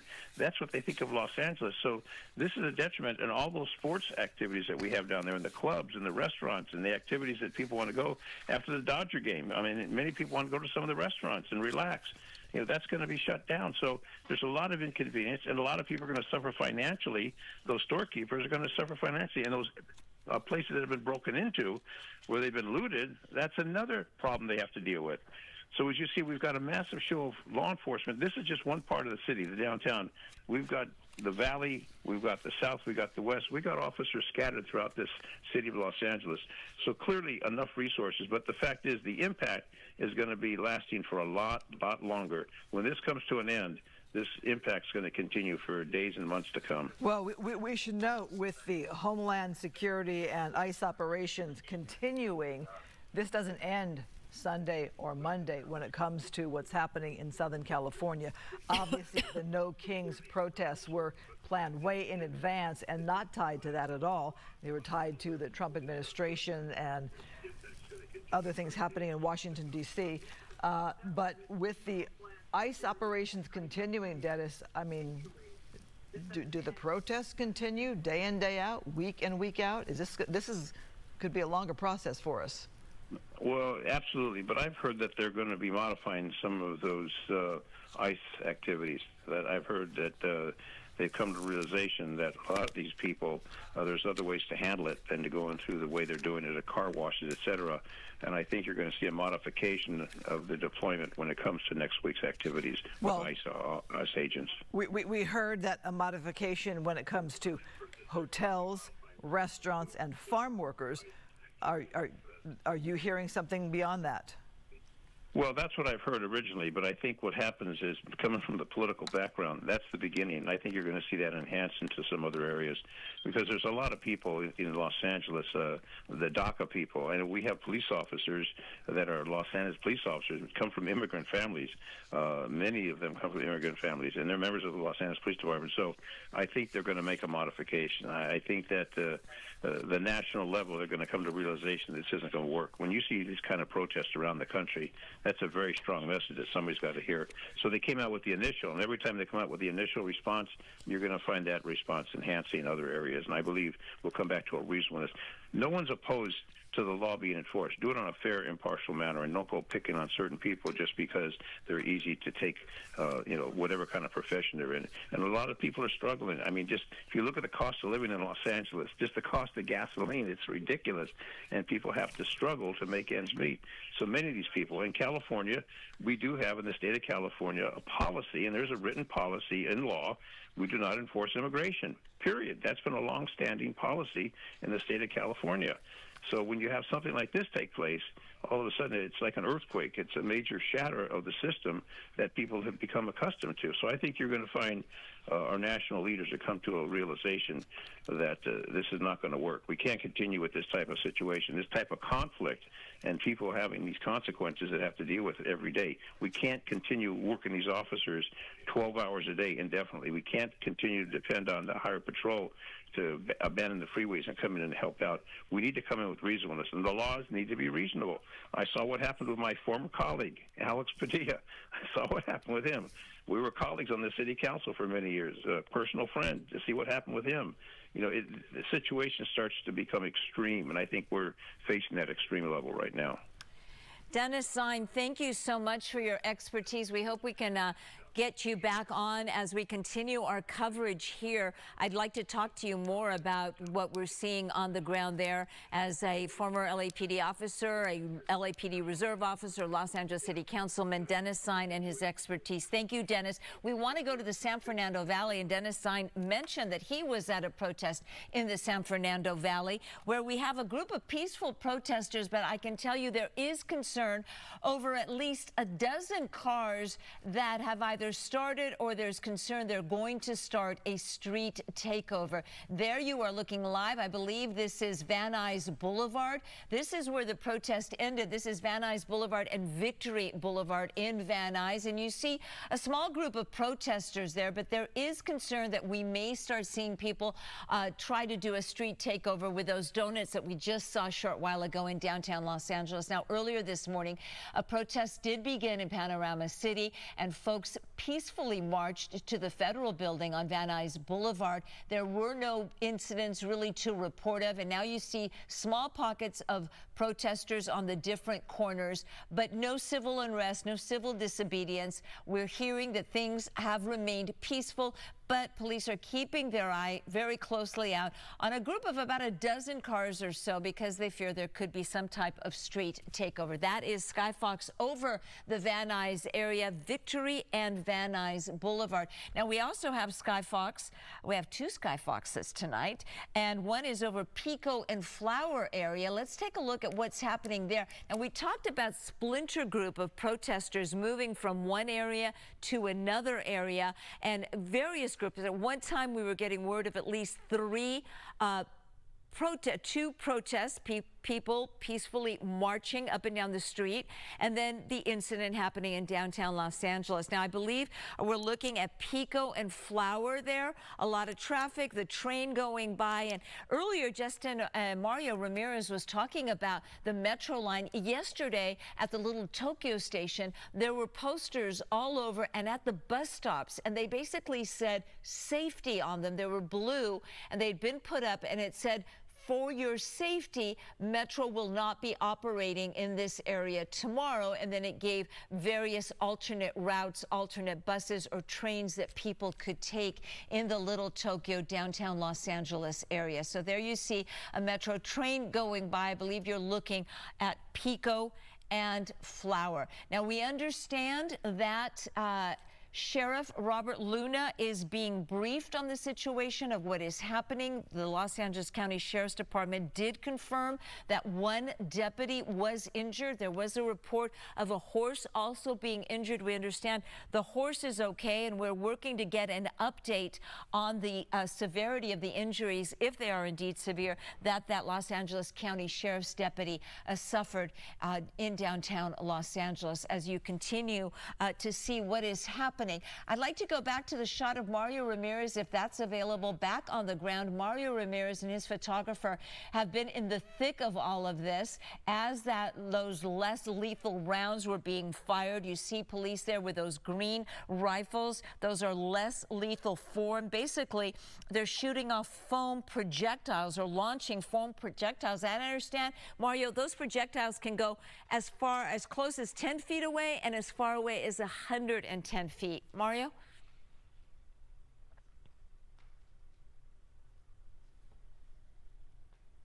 And Mario, we don't have audio right now. We know that oh, here we go. We run. Yeah, sorry about that. If you can, if you can hear me, now, we Mario. at one point thought these officers here were going to start shooting at the balcony here of the Perla on Broadway, modern condos at the corner of the intersection. We've been watching this group that has been moved from 1st to 4th here on Broadway, and it looks like the majority of the group, the hundreds that we had just a short time ago, have now dispersed. But LAPD officers moved the remaining media on this side of the street because people were at one point throwing objects from that condo building onto the street, and there was concern that somebody could get injured. So you all had mentioned that the businesses here along these streets in downtown, a lot of them we've seen that are boarded up, but I do want to give you a look at this one business here, Sardines Wine Bar, and you can see there are people here inside on the second floor. The bar is still operating, it appears, and there are customers inside, many of them with their phones pulled out, just shocked at what they're seeing here as they've been watching this crowd being moved. A concerted effort from the LAPD moving these people from block to block to block. We were at Grand Park not too long ago where a large crowd had been forced from in front of City Hall, and we heard those flashbangs, those less lethal munitions being deployed. We did see a block over at 3rd Street and Broadway, fireworks that were being thrown at LAPD officers. We haven't seen that activity since then, but that is definitely something that these officers are worried about now as we're passing a few of these residential buildings here along Broadway, including Perla, where we saw those objects being thrown from the top of the building there. So this crowd continuing to move, that curfew in place in about 2 minutes here as we're watching and waiting to see, once that curfew hits, exactly what's going to happen with these remaining people out here on the streets of downtown LA. I couldn't help but notice you've made your way all the way to 4th. When we started with you, you were back on 1st, so obviously some progress there. Yeah, and it has been working. Every couple of minutes, they will be moving the crowd. They stopped here because of those objects that were reportedly coming down from up above. But yes, slowly but surely, they've been using less lethal munitions and moving these people from block to block. We started in front of City Hall near Main and 1st, and they made their way up into Grand Park and then onto Broadway, and then down here where they've been stationed here for the last maybe 15 minutes or so as that curfew is getting closer and closer. So, Mario, I am fascinated by the shot of the wine bar, Sardines Wine Bar. Not been to that one, but I know it's a vibrant downtown LA area now with these restaurants and these condo complexes and apartment buildings. With a curfew in place, I'm surprised that business is still open, or right now are they staying open because of all the police activity and nobody's moving there, do you think? You know what? Are you guys staying open? We're asking. You're one of the managers. You work here. Yes, so this guy says he works here. He says they're kind of stuck here for now because obviously they can't come out onto the street. So they're not accepting people inside, clearly, but the patrons that are inside, we see one man in there with his dog. Maybe some of the people who were out here on the street as things started to escalate went into this business, but this is why so many of them decided to close their doors. We saw a lot of them with the fencing, making sure that they were boarded up if they had glass storefronts, and throughout the last couple of days, as we've been working through some of these areas, many of these businesses writing on the storefront, on the boarded up storefront, Mexican owned, similar to what we saw during the George Floyd unrest, many trying to avoid the vandalism and looting by appeasing to those crowds here in downtown LA. Gigi. I don't know if that manager is willing to talk with you any further. I sense he might have been just a little hesitant, but was just answering your questions. But I'm wondering what it means for them to have a Saturday night with no business due to a curfew, and a Friday night and a Thursday night last week. You know what, the manager here, we're talking to a customer. You've been watching here. Oh, okay, you're the owner. Oh. What is this like here? I mean, seeing this activity, this is your business. You decided to stay open here. Walk me through that. Yeah, I think it's, you know, earlier in the day it was a great turnout and it was a wonderful protest, and I think now you just got a lot of rabble-rousing going on, and it's a little tense. It's a little tense. We want to be here for our community, but also, you know, we're at a point where it's like, okay, we want to get home and get safe too, you know? Nobody really needs to be out here and stoking the fire. And as someone who's running a business here, what's the impact been like for you? This, you know, these demonstrations started a week ago, over a week ago on Friday. Yeah, it's not friendly for business. You know, we have to close 4 or 5 hours early, and my concern is more the impact on business after this all goes away. Once this goes away, you know, the perception from the greater Los Angeles area is that downtown is a war zone and it's scary and that it's unmanageable, and they don't come back for months, sometimes years. Last time we had protests like this, you know, the perception of downtown was that that things weren't great here. And we need people to know that people live here. Humanity exists here. And we run our businesses and we live and work and do all that stuff here. And we need people to come back to downtown. Now, this is Sardines Wine Bar. How long have you all been in business here? We've been here for 3 years, and we've had the cheese shop next door for 11 years now. We were... As we, are seeing some of this activity out here, your reaction moving forward? What's the plan moving forward? I mean, tomorrow, are you opening? Are you opening up? We'll continue to open up. Yeah. We'll just, the police have been doing a good job of kind of diffusing the situation a little bit. I'm sure they add a little heat to the fire as well, but we're going to be here and we're going to keep open our business just like we have for the past 11 years in downtown and serving these people. What's your message to the city as this is happening? The curfew now in place. We might see some arrests here, the fire department moving in. Yeah, I think we're pretty resilient, but, patience and peace, acceptance, tolerance, those are things that we need to look for. And, there's a lot of people hurting internally. And that internal hurt manifests itself in ways that is sometimes a little destructive, and we get it. But I think it's just keep on keeping on, keep on doing what you're doing, and let people know how you're feeling. Mario. Perspective. Thanks for sharing it with us. What's your name? Reed. All right, manager of Sardines Wine Bar here. Can you? Yeah, Can you ask listening him? here as we're continuing to watch that activity. All right. Yeah. Go ahead. I was going to ask you to ask him about the vibrancy of downtown. I came to LA in 1990, and truthfully, downtown was not an area of vibrancy, of hotels and restaurants. It's really a changed nature and demographic, and that bar looks beautiful there inside. Looks wonderful. Ask him about what he loves about downtown. Yeah, Christine Devine asking about the vibrancy and the culture here. What do you love about this area of downtown? What drew you here to open up your business? Oh, I mean, it's a very diverse demographic. We got people of all ages and all over the country and the world, and all makes and models here in downtown. And there's a sturdiness and a hardiness to the people of downtown, and that's the beauty of it. I think we have that resilience, and I don't know. City folk love the diversity and the vibrancy, and that's what we love about it down here. What are your customers saying? Some of them here recording, obviously, maybe in shock here. Are they from out of town? Are they locals? No, they're all locals.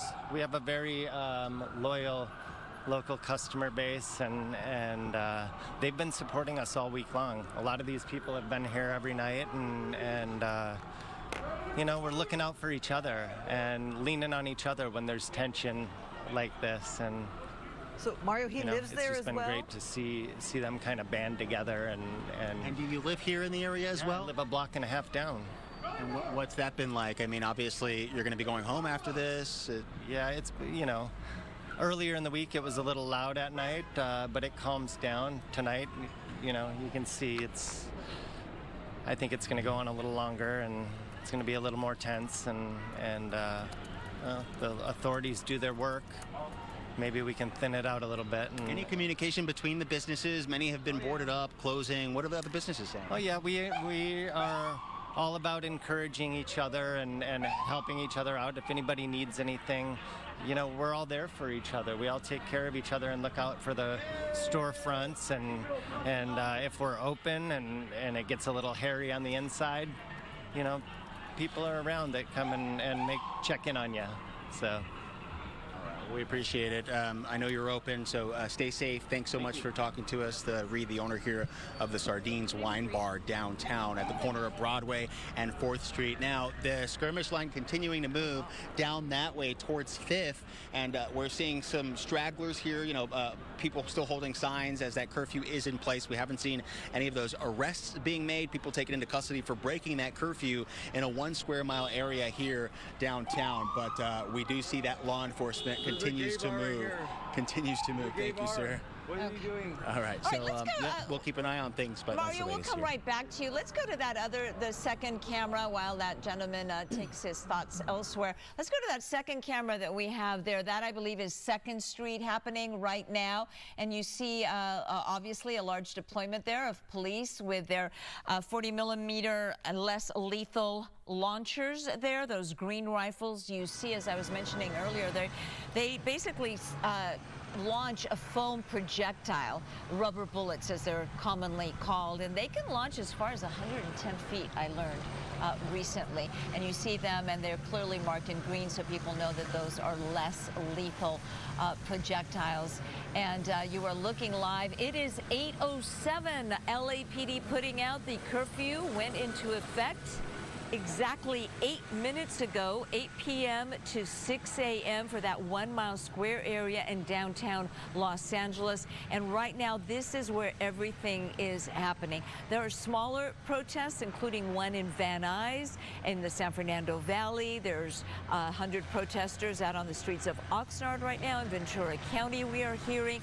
Those protests remain peaceful. The disturbance has been primarily in a very small area surrounding City Hall near LAPD headquarters in downtown Los Angeles. It was about 4:30 when LAPD officers reported that people from an overpass were throwing bottles, bricks at them, and that's when a dispersal order was issued. A lot of people did leave. A lot of protesters simply started marching into different areas. Those that were there for the peaceful part of the No Kings protest today in downtown Los Angeles. Unfortunately, a lot of folks, as Reed, the downtown business owner, put it, a lot of rabble-rousers, agitators, started causing some trouble, unfortunately, facing off with police. We have heard that one Los Angeles County Sheriff's deputy, who's also on the scene there in downtown, was injured. We're trying to get an update on his injuries. And we're also trying to get an update from the city of Los Angeles. We understand that LA City Mayor Karen Bass will be joining us live here on Fox 11 as we continue our coverage on the No Kings protest. It was peaceful all day long, as Reed, that business owner, attested to. We had Fox 11's Mary on the street, and she was actually recording a video, Christine, and she was saying into the camera, things are so peaceful. You know, she'd been there for hours. She had been chatting with immigrants from all over the world that came out today, and all of a sudden, the chaos broke loose, and it was peaceful no longer. And it's very unfortunate, and this is what LA, the city, the mayor, the governor, everyone was worried about, is that the message, whether you agree with it or you don't agree with it, the First Amendment guarantees the right, freedom of expression, the right to protest peacefully. And the First Amendment specifically says, you know, peaceably or peacefully in the First Amendment. But now the message has been hijacked into a story about the violence. And chaos. yet we have another night of curfew now in place as of 8 p.m. in the downtown LA area, 1 square mile. You can see a lot of LAPD officers are there on the ground, and we are watching the stragglers, you might say.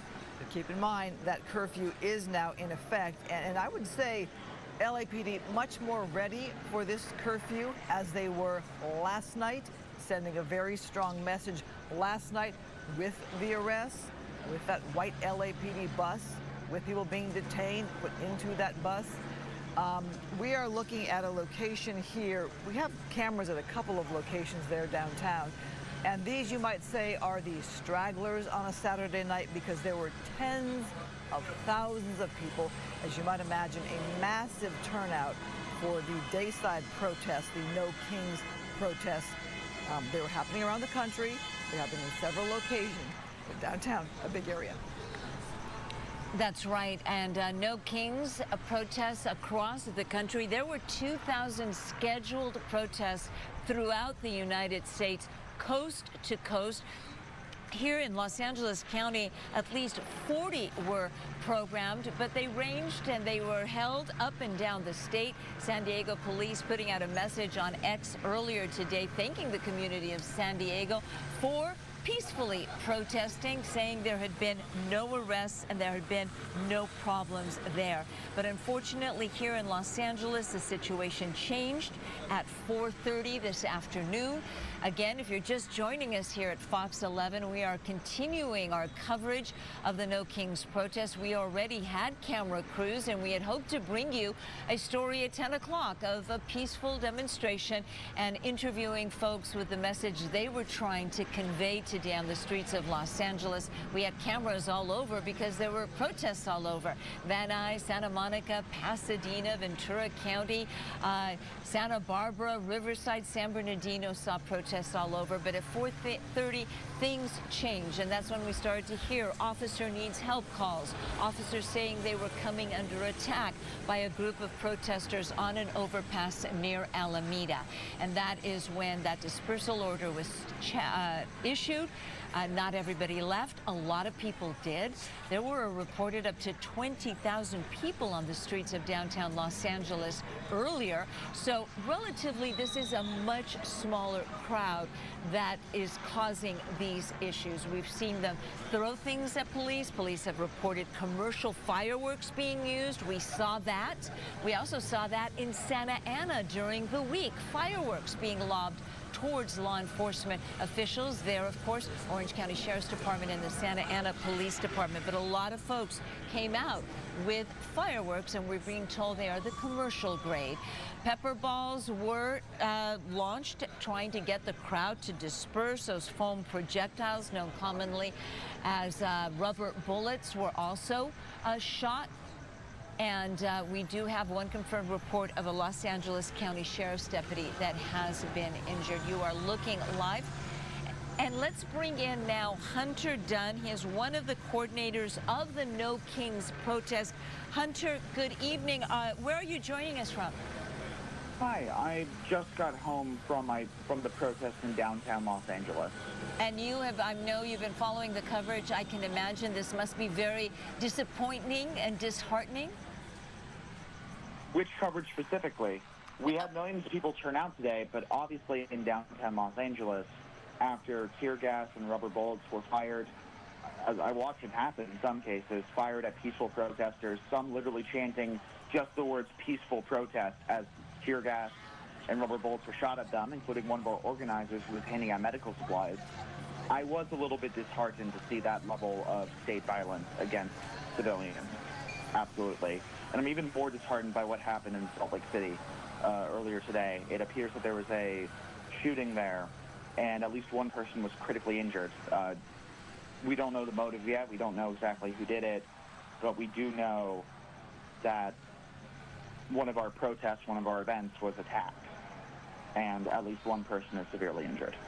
So I am absolutely disheartened by the show of violence against a peaceful protest movement that has happened today, both in Los Angeles and also in Salt Lake City. Hunter, it's Christine Devine here joining this coverage.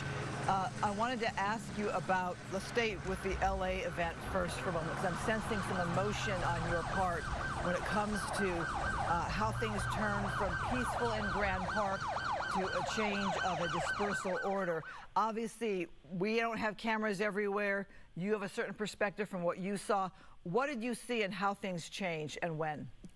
Yeah, so downtown Los Angeles, our protest was from about 9:30 a.m. and we finished up about 12:30. After that, we announced that we were finishing the event, and we gave specific calls to action about other areas and ways that people could help their city, whether it was supporting SEIU and Shirley's Summer of Resistance at Placido Olvera, or other actions that could be taken, some from the comfort of your own home and some, going out and finding other protests in places like in WeHo, West Hollywood, where a number of different groups were having a pride protest. So there was those actions that were taken, obviously. And once we were done, we were then going around checking in on other events and other protests happening across the city, some of which were No Kings, but not the No Kings that I was involved with organizing, most of which were just general anti-ICE protests, which makes sense as ICE has been victimizing the community of Los Angeles over the past week. And, well, going back a lot further than the past week, but it's been especially obvious in the last week. But a couple hours later, Yeah? Yeah, go ahead, A continue. couple hours later, there was a pretty quick shift in tone, at least from interactions between protesters and law enforcement. Now, Hunter, LAPD central officers reported it was about just right before 4:30. We were monitoring their transmissions, and we had cameras and reporters also on the ground. They reported, the officers did, taking bottles and bricks and rocks being thrown at them by a group, and I don't like calling them protesters. The LAPD calls them agitators. They also call them outside agitators, implying they were not part of the peaceful protest. They reported taking bottles and bricks and rocks from these agitators. That caused them to issue the dispersal order, and things deteriorated from there. Your thoughts? Yeah, I've read those reports. I've also read reports and seen footage by Associated Press and NBC, both directly contradicting those reports, claiming that they were entirely unprovoked. Now, obviously, I'm part of a nonviolent movement. We have entirely peaceful protests. If there were any sort of violence by outside agitators, that's not something that we support. But the violence that I saw, the violence that Associated Press saw, and the violence that NBC saw were exclusively against civilians by law enforcement. And let me be very specific here. I have spoken to someone who was shot 3 times in the face with rubber bullets. Rubber bullets are meant to be, according to police protocol, shot off the ground and ricocheted and then potentially hitting someone, but more scaring them than anything else. Shooting them directly at someone is a violation of how those are supposed to be used, and that is directly violent in a way that cannot be defended. And that is my fundamental issue there. Frankly, just taking the worst possible situation, someone throwing a water bottle at you versus someone firing rubber bullets at high impact velocity speeds directly at your face, which could cause terminal brain injuries or even kill you, those things are not at all equivalent, and I think it's a disservice to the people of Los Angeles to present it that way.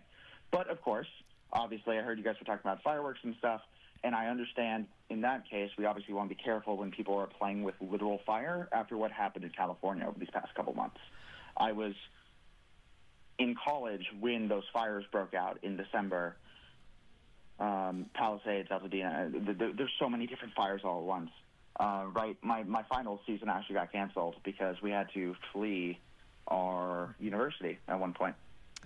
Hunter, obviously it is a contentious situation there on the ground with different perspectives, different cameras capturing different things. Let me get back to the protest that your group had organized in the first place. Yours was a No Kings protest that was planned long before Homeland and ICE and all of this happening in LA, is that right? Yeah, No Kings means, it's pretty straightforward, that America should not have kings, that we were founded on the principle of resisting against tyranny and oppression and against authoritarianism, and that Donald Trump is acting pretty much like King George III, and that's a charitable interpretation. I can think of plenty other authoritarian strongmen to compare him to that would be harsher and in some cases more accurate. But after what's happened over the past week, it made sense to shift more directly into the way that Donald Trump was enacting his tyrannical power, which was through ICE and through the deployment of the National Guard.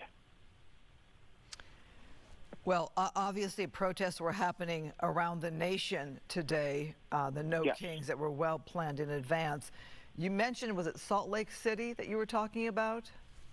Yes, there was an active shooter or active shooters that we're still not clear on all the details, but we do know that one person was critically injured, and we do know that authorities suspect that it was a direct attack on the protest. Yeah, I'm looking up that information right now. One person critically injured in Salt Lake City protest march shooting. Obviously, that would be painful for anybody to hear about that. In general, when you think of the protests that you had planned, whether people are for it, whether they're against it, how do you make, or what is your take on how it was pulled off and how it went on your end? From the actual No Kings protests themselves, I think that we've done a remarkable job of getting anywhere from, as has been reported, between 5 and 11 million people out on the streets across the country and even more around the world, united in solidarity against authoritarian actions taken by the government against executive overreach, but more importantly, in community with each other. That is beautiful, and it is horrifying and disgusting the way that someone in Salt Lake City tried to destroy that, and in the same way that in this morning, someone attacked two political officials, again, apparently in reaction to the protests. That's right. Salt Lake City Mayor Aaron Mendenhall said that, we deserve to feel safe, especially when exercising our First Amendment rights. Salt Lake police reporting they did take the suspected shooter into custody. Unfortunately, the person who was shot does have life-threatening injuries, so that's always disturbing to hear as people take peacefully to the streets that someone would show up with a gun and shoot someone else. Of course, the shooting is still under investigation, but it did happen at the protest as Hunter just mentioned. The message, Hunter, because the message may have gotten hijacked temporarily. We had people on the ground. They were speaking to the protesters. They heard their messages. They heard their stories. What is the message you hope that people take from today's day of national protest? That the American people will not be silenced, and that we will stand up together against the forces trying to destroy our communities. Hunter Dunn, thank you very much. The Los Angeles No Kings Day of Protest coordinator. Thank you for joining us. And we are looking live right now from Skyfox. This is in Van Nuys, where earlier this morning there was also a protest from Panorama City to the federal building in Van Nuys, but where several protesters still remain. And now we're seeing this for the first time. We're seeing protesters take to the intersection. Obviously, on Van Nuys Boulevard, there is a green light. You see the traffic moving back and forth. Obviously stressful, extremely dangerous for protesters, for drivers alike. This is Victory Boulevard and Van Nuys Boulevard, right there in the heart of Van Nuys, just about a mile or so away from the federal building and LAPD Van Nuys headquarters. LAPD is aware of what's happening. They're keeping a close eye on what's occurring here, but this is the first time that we're seeing a small group of protesters. Some of them are on bicycles. You see there with flags. There's somebody with an American flag taken to the intersection. And now travel eastbound on Victory has the green light, and they're having to go around the protesters. So this is something you don't want to see, and we know the LAPD is monitoring this closely, and we would expect to see some officers arriving here shortly, if only to get those protesters to the safety of the sidewalk and not allow them to be in the middle of the street. It's dangerous for them. It's dangerous for everybody. It's a reminder that there have been protests in many parts of Southern California today. Obviously, the big one we've been following has been in the downtown LA area. This being Van Nuys, not surprising to see on Saturday night protests pick up or start elsewhere. They were scheduled for various times throughout Southern California. But the people in the street, that is concerning because that is dangerous. That is where cars are driving, and you don't want somebody to get hurt or hit. You have people who are watching across the nation who might support, should support peaceful protest, but blocking traffic, that's not part of it. Being in this middle of the street, that's not part of it. Right now, we're watching a fairly small crowd there in Van Nuys, but they seem to be quite vocal and exercising their right to speak out. But in the middle of the road there, where somebody could get hit or hurt or an accident happen, that is a little more concerning, even though it's a small group right now. That's right. Van Nuys and Victory Boulevard.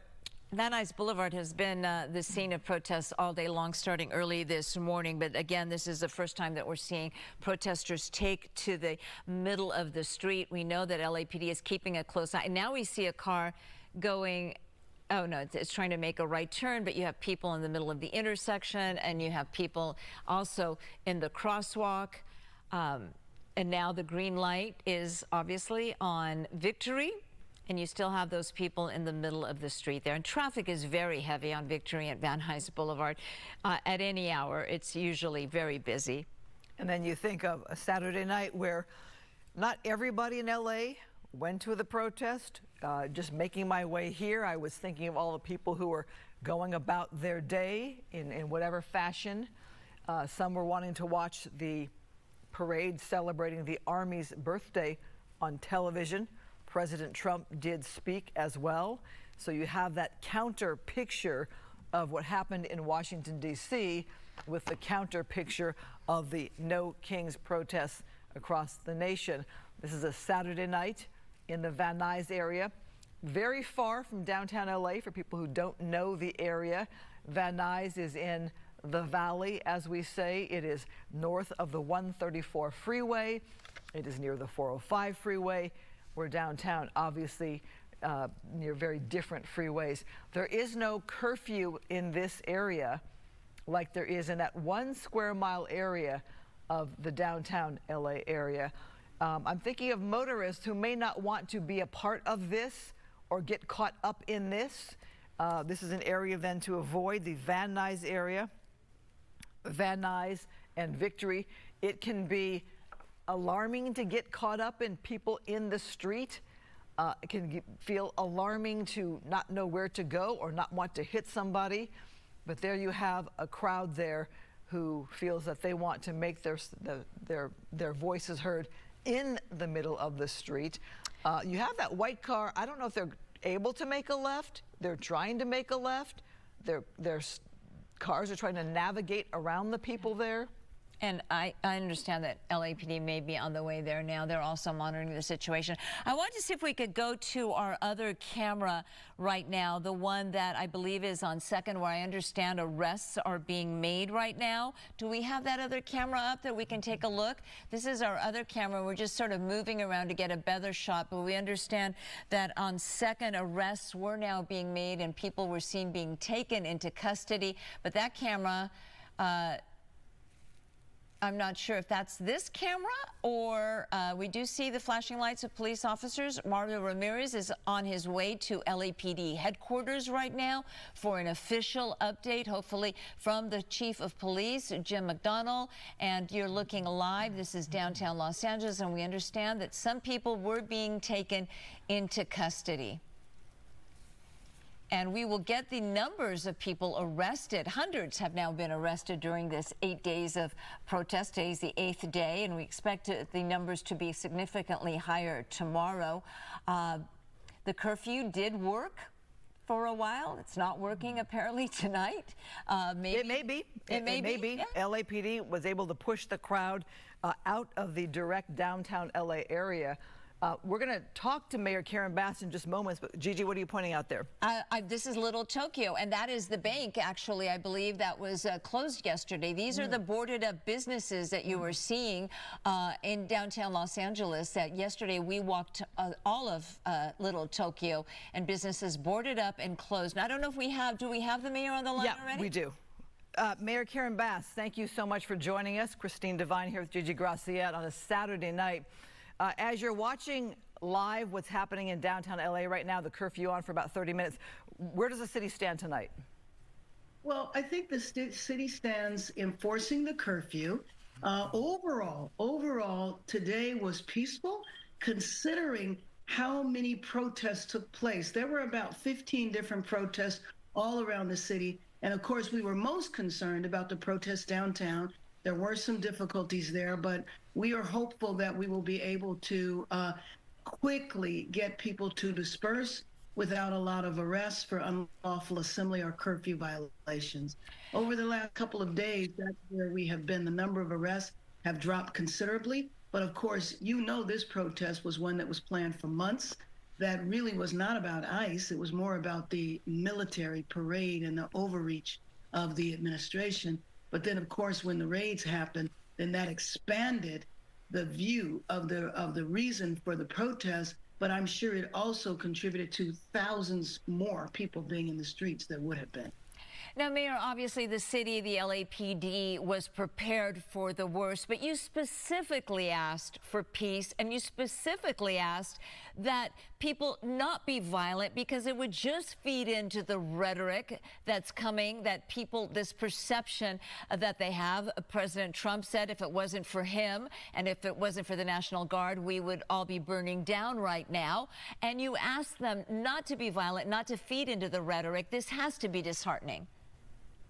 Well, no, I mean, look, the way, especially if you view how the president characterized the city, you know good and well, especially when it comes to the downtown area, that this is a small slice of Los Angeles that is 500 square miles. So, of course, I'm always disappointed in any act of violence, but things are not in chaos, and the National Guard is not participating in the way that the president has described. He's acting as though the National Guard saved the day. I think, first of all, LAPD, the sheriffs, and the surrounding police departments were there, handled things. They are continuing to handle things, and the federalized National Guard is not needed.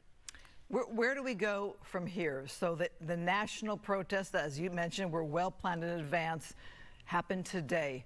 We know Homeland Security is still doing operations, ICE still doing operations, National Guard is still here. We saw some walking by in one of our shots. This is not over for the city of LA, for the greater LA area. No, it's not over. And frankly, I don't think it will be over until it's clear when the federal government will stop the raids. One of the things that has been most challenging about what is going on is that we've been operating by rumor, in the sense that there's all these sightings of the military, all these sightings of the National Guard. And because we don't exactly know, because there hasn't been the communication, it's created a sense of insecurity and uncertainty. But I will tell you that today, I was in the helicopter for quite a while. I went to every site that had been listed as a site of protest. And I mentioned there were 15 of those locations. And every single one of them was completely peaceful. In some cases, the protest had ended by the time I flew over. And as I was flying over, LA, the downtown LA, was getting a little, we were concerned about where that was going. And that's when the police had the horses and moved the crowd back. But it seems as though it is under control now. It's early. It's only 8:30. So we have a lot more to go tonight. But I am hoping that people will be peaceful and that we will not have a lot of arrests. We only had 19 yesterday. And Mayor, what is your message? You mentioned that you know, and we know because we live here, that this is contained to an extremely small area in downtown Los Angeles. But people who don't live here, that feed into the national rhetoric that they're hearing, don't necessarily know that. What is your message tonight? Well, my message to them is to clarify what exactly is happening in LA, and I appreciate your network for joining in, because you talk about something that's discouraging. It's when networks essentially cover something that is completely false and show tapes over and over again of stuff that had happened days before. So my message to LA has been consistent.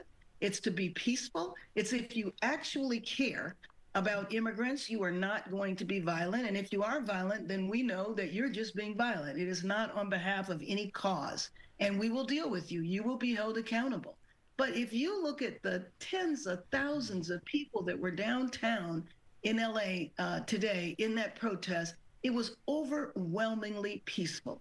And I just hope the stragglers that have not gone home will remain peaceful, will leave the area, or will understand that they will be arrested and they will be held accountable. All right, Mayor Karen Bass, I know we have limited time with you, so we'll say thank you for coming on with us here on a Saturday night as Fox 11 continues to monitor Southern California. We appreciate your thoughts. Thank you. Thanks for having me on. Thank you. We know that it's been limited to a small area.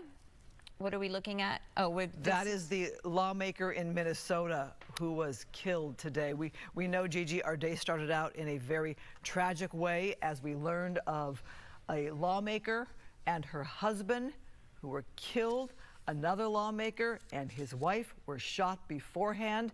A manhunt has been underway for this gunman who was dressed in a police uniform with a police vehicle, and they are looking for that man.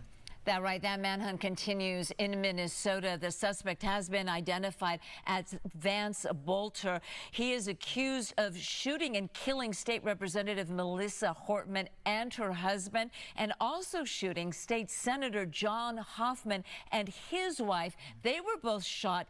They survived. They were out of surgery, but still in critical condition. Police say that the killer had a hit list with him with nearly 70 names of other Democrat politicians. We understand that peaceful discourse is the foundation of our democracy. We don't settle our differences with violence or at gunpoint. So we understand that Minnesota State Senator John Hortman and his wife, they were also shot multiple times. This happening at the homes of these lawmakers. Well, they're out of surgery. They are expected to survive. Again, we talked about that suspect, Vance Bolter. He was reportedly seen on a home surveillance camera posing as a police officer. We should note the FBI is offering a $50,000 reward for his capture. And in other news, a rainy day and a relatively sparse crowd greeted President Trump's military parade in Washington, D.C. today. It was the largest military parade in decades, held to mark the Army's 250th birthday, which coincided with Trump's 79th birthday. Today we commemorate an event that did not just change American history, but changed the history of the entire world, with the creation of America's Army on June 14th, 1775. And the president spoke praising the Army during the parade as more than 6,000 soldiers marched by. And we return to our continuing coverage of the protests in downtown Los Angeles, primarily peaceful. That is important to stress, as tens of thousands of people took to the streets here in the Los Angeles area this morning, starting very early, but at 4:30 this afternoon, things did deteriorate when LAPD officers reported that they were being pelted with rocks, bottles, and bricks from an overpass. A dispersal order was issued. Some protesters did not want to leave, and then things just turned chaotic. Several arrests, we understand, have been made. And noting right here, it is now dark out. You can see the posture there of the LAPD officers. Very calm, very peaceful, not a protester in sight with our shot here. Reminder that curfew is in place. LAPD with that huge show of officers on the ground and with their vehicles. They were able to push that crowd back from Grand Park with that curfew in place, that dispersal order in place. You can see in our shot right here, very calm in this spot in downtown LA. And tens of thousands of demonstrators did take to the street early this morning, calling out what they say are dangerous power grabs by President Trump. Fox 11's Gina Silva reports from downtown LA. Thousands of people packed the streets of downtown LA. Stop terrorizing our families! To take part in a nationwide protest called No Kings, all aimed at pushing back against President Trump's policies and what they see as growing authoritarianism. What's going on is a joke in Washington right now. The man is blatantly trying to take over our country. It's an authoritarian takeover. After the scapegoating of the supposed bad guys, after stealing our money, our tax money for bull, excuse my French, the next step is tyranny. From the steps of City Hall, law enforcement kept a close eye on the crowd, watching for any signs of trouble. With every chant, every sign, people out here are hoping their messages get through. I'm a daughter of immigrants, and I'm proud of my parents and their sacrifice and what they did to give me a better life. And I know thousands of others just like me are here protesting and speaking up for their parents, and that's what I'm doing. You know, if we're not speaking up, we're complicit, and we have to make our voices heard.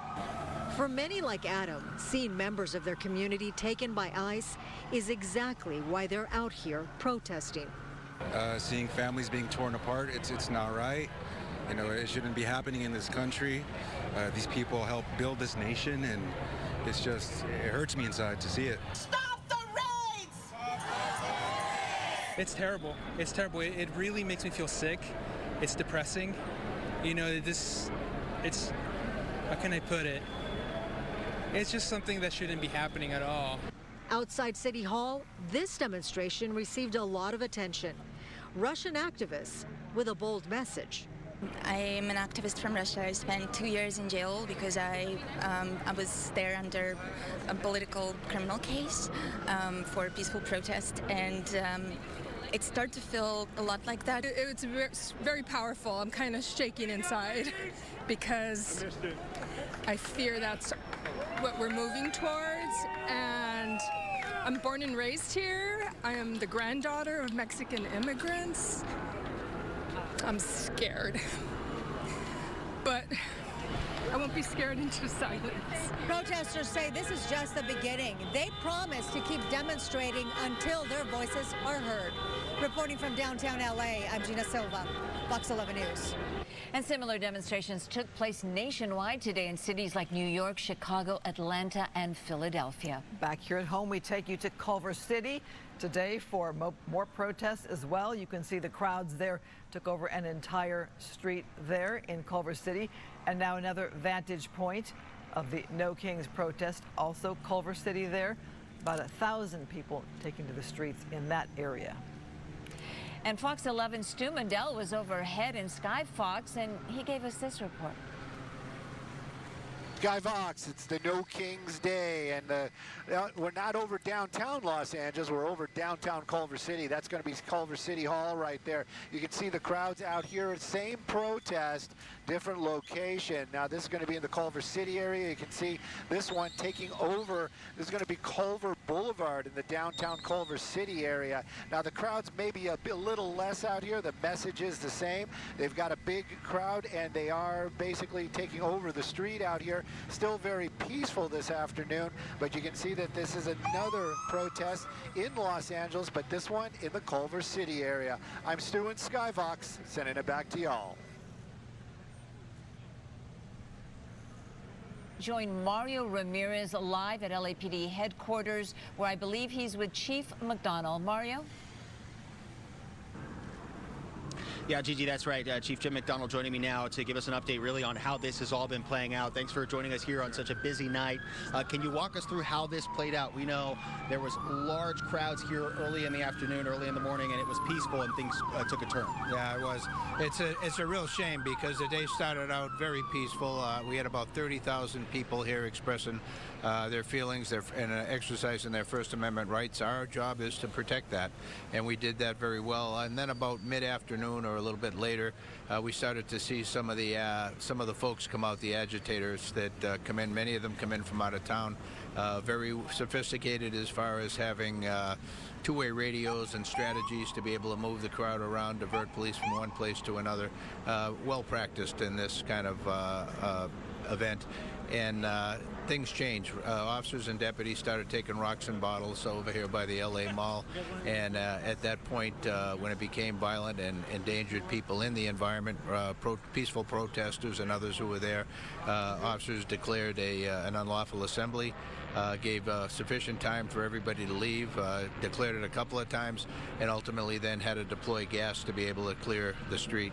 That was effective, along with some crowd management, crowd control techniques, and they were able to clear that area. And it's been kind of a cat and mouse game since then. Now we have curfew, so that's a tool that is very helpful to us. Anybody out who doesn't have a reason to be in the area between now 8 o'clock and 6 in the morning is subject to arrest, and they will be arrested if they're here causing trouble. And we did see some of that activity. We saw fireworks being thrown, commercial-grade fireworks at officers, rocks and bottles, even some thrown from apartment buildings up above onto the ground. What's the threshold for the dispersal orders and calling that, making that call to clear people out? You know, when it's clear that things become of sufficient magnitude that people are going to get hurt in the environment, either people who are there or officers who are there, then out of a responsibility to be able to maintain public safety, we declare an unlawful assembly, and again we give people ample time to leave the area, make repeated dispersal orders, make sure everybody hears it, and then at that point they're subject to arrest. And what's your message to the city as the curfew is now in place? We know some people are still out here on the streets, very few for what we've seen compared to even a little hour or two ago, a short time ago.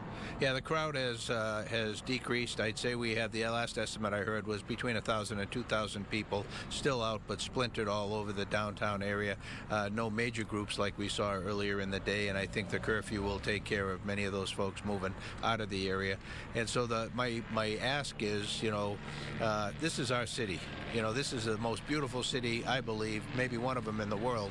And we're better than that, to allow this kind of thing to happen here, to not police each other with our behavior, where we come and damage the downtown area in such a way where the eyes of the world are on us. And we have some great events coming our way in the next couple of years. Let's step it up and do the right thing. We all have a responsibility to live in a great community. And Chief, earlier we saw National Guard troops, a few dozen, walking past the crowds here. We didn't see them engaging, taking anyone into custody, not even really on the lines, the skirmish lines with police. What's that protocol like? Who handles what with the National Guard? No, great question, and I've heard a lot of different accounts from different people on TV, but the reality is they have a mission separate from ours. The National Guard and the Marines then embedded together, and their job is to protect federal employees, federal facilities, and federal functions, not to do what we do in the city of Los Angeles, which is to protect public safety in our communities. So two different missions, two different silos, if you will. We're not working with them on immigration enforcement in any way, and they're not working with us on crowd control in the city streets.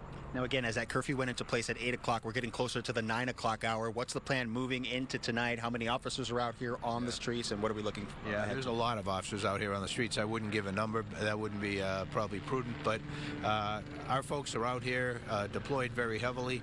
We still have mutual aid resources with us, primarily the CHP and the LA County Sheriff's Department. We work very close together. We have a unified command where we have people from a whole variety of organizations, and they weigh in on whatever it is they can do to be helpful in taking care of business and making sure that the community is safe for everybody. I know you're still collecting information. Any update on arrests that you've made so far today? I know there have been hundreds since these demonstrations started over a week ago. Yeah, much less today, and I don't have a final count on it, but we've seen a couple of days there where we had in excess of 200 arrests a day, and that has gone down dramatically, I think, in large part due to the curfew. And so as we continue, our hope is not to have to make arrests, that people will comply and leave the area and make sure that things are safe. But for those who want to stay, want to cause trouble, we're going to find them, and we're going to arrest them, and they will be held accountable. And for many of the people who think they've gotten away with a lot of the violence that's been done, there are cameras everywhere, and we will scour those to be able to find the people who hurt other people, assaulted officers in particular.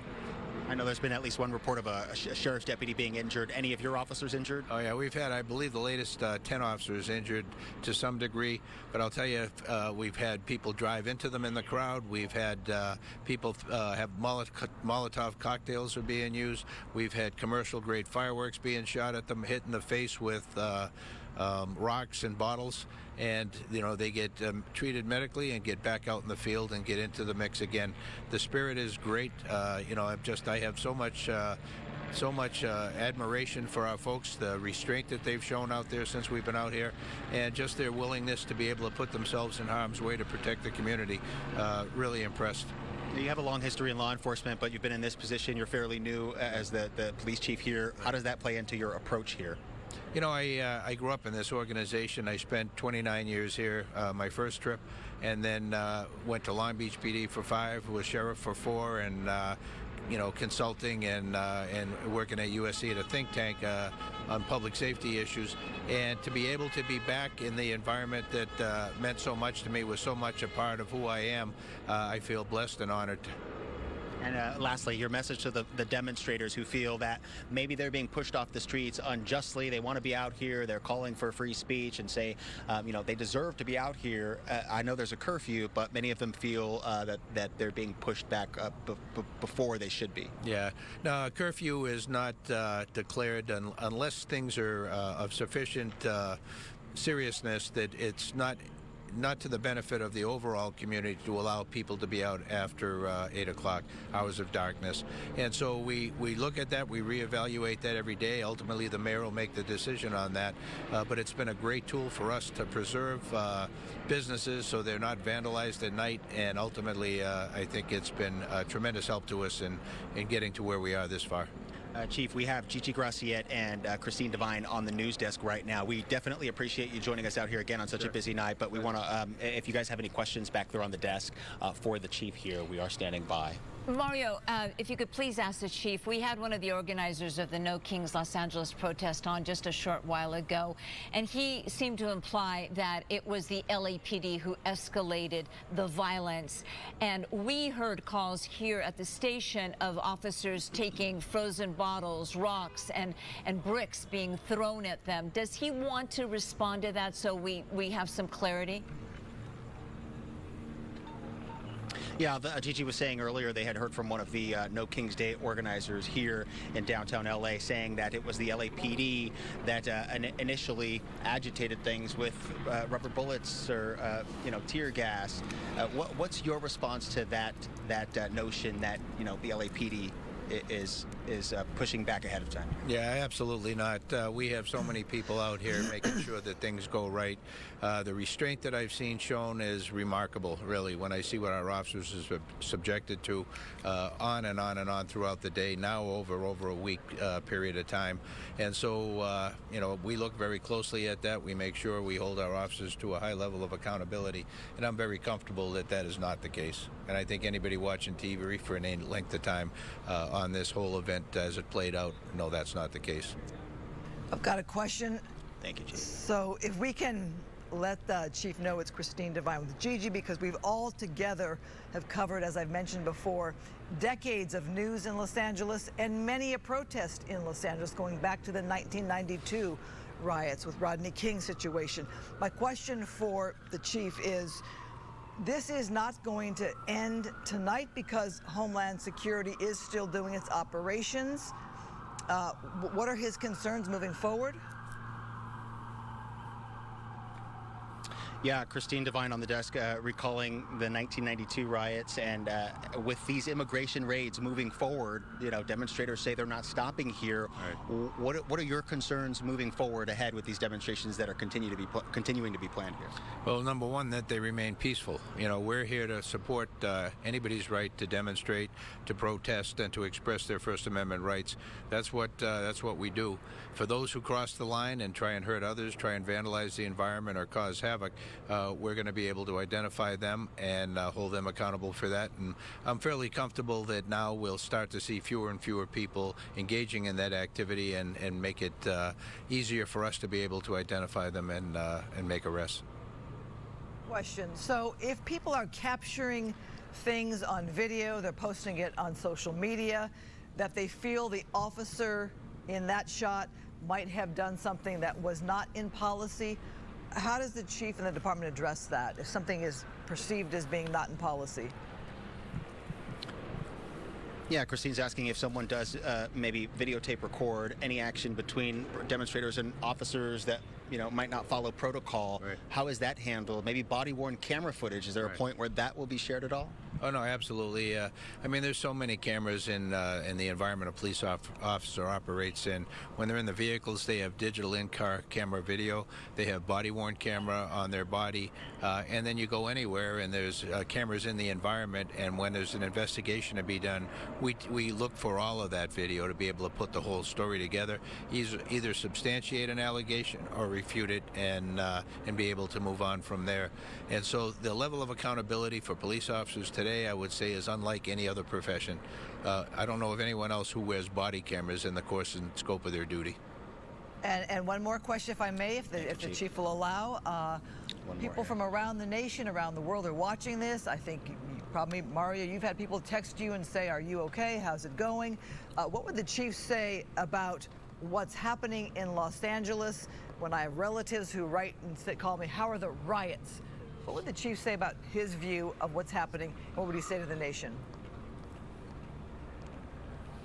Yeah, your view to the nation on what's happening, considering people from all over the country, all over the world might be watching this and checking in on people who live here, wondering exactly what's going on. How would you describe what's playing out here? You know, it's very localized. I think the way it's portrayed in many media outlets is that L.A. is upside down. It's on fire. It's chaotic. It's, I would say, all of this activity that has been portrayed over the past week, it is occurring within 1 square mile. The city's 500 square miles, and we're getting a handle on this and taking appropriate action. So I would say, you know, come out and see. This is the most beautiful city in the world. We have so much to offer here, and what you're seeing is not descriptive of what LA truly is. And while you have the chief there, before oh, okay, you're letting him go? May I ask one more question? We got one more. Go ahead. We know President Trump has sent in the National Guard. There are Marines in town. The question for the chief is, what is his response at this hour on this night to the president, who says that we need the National Guard here or LA would be burning? Yeah, you know, Trump has said that he sent the National Guard here for good reason. Otherwise, the city would be burning. Hundreds of Marines are now here as well. What's your message to the administration and President Trump as, you know, he continues to tout his push of the military force here? You know, it wouldn't be to the president, but it would be to the public that the mission of the Army National Guard and the Marines that have joined them is very different than our mission. Their focus is to protect federal facilities, federal employees, and federal functions, and they're doing that, working with ICE and other agencies that have been deployed as well. Our mission is to protect the city of Los Angeles and keep communities safe, to be able to restore order in the case of this past week, and to be able to move forward in a more productive way. And you continue to stand by, you and your officers have things under control. Oh, absolutely. I mean, while you see incidents of what appear to be horrendous disorder, it is very localized, and we are moving in where we can to be able to arrest the people who are doing those acts. And again, you know, the message to those who've done things here, we're coming for you. The investigation is not over. We will follow up and hold people accountable beyond what they believe will happen. All right, I'm done. Thanks so much. Thank you, Mario. Yep. And thank you, Chief, LAPD Chief Jim McDonald. Mario Ramirez joining us live from downtown Los Angeles. You are looking live at a much different scene. This is on Hill Street right now, and no protesters in sight. It has been a slightly chaotic afternoon after a day of peaceful protests here in Los Angeles and across the country. We're going to have much more coming up on Fox 11 News with Christine Devine at 10 o'clock. Yeah, we continue to watch what's been happening across Southern California. Obviously, a big day on the national front as well. We'll bring you that full update on the news at 10 p.m. as we kind of pull everything together, sum up what started out as a volatile day with those lawmakers being shot and one killed, and the spouse also killed in Minnesota. So we will have a full day of news with Israel as well. It's a lot on a Saturday in our planet Earth. Right. Thank you for watching Fox 11. We'll be back at 10 o'clock sharp with a recap of the day's activities and all the latest breaking news.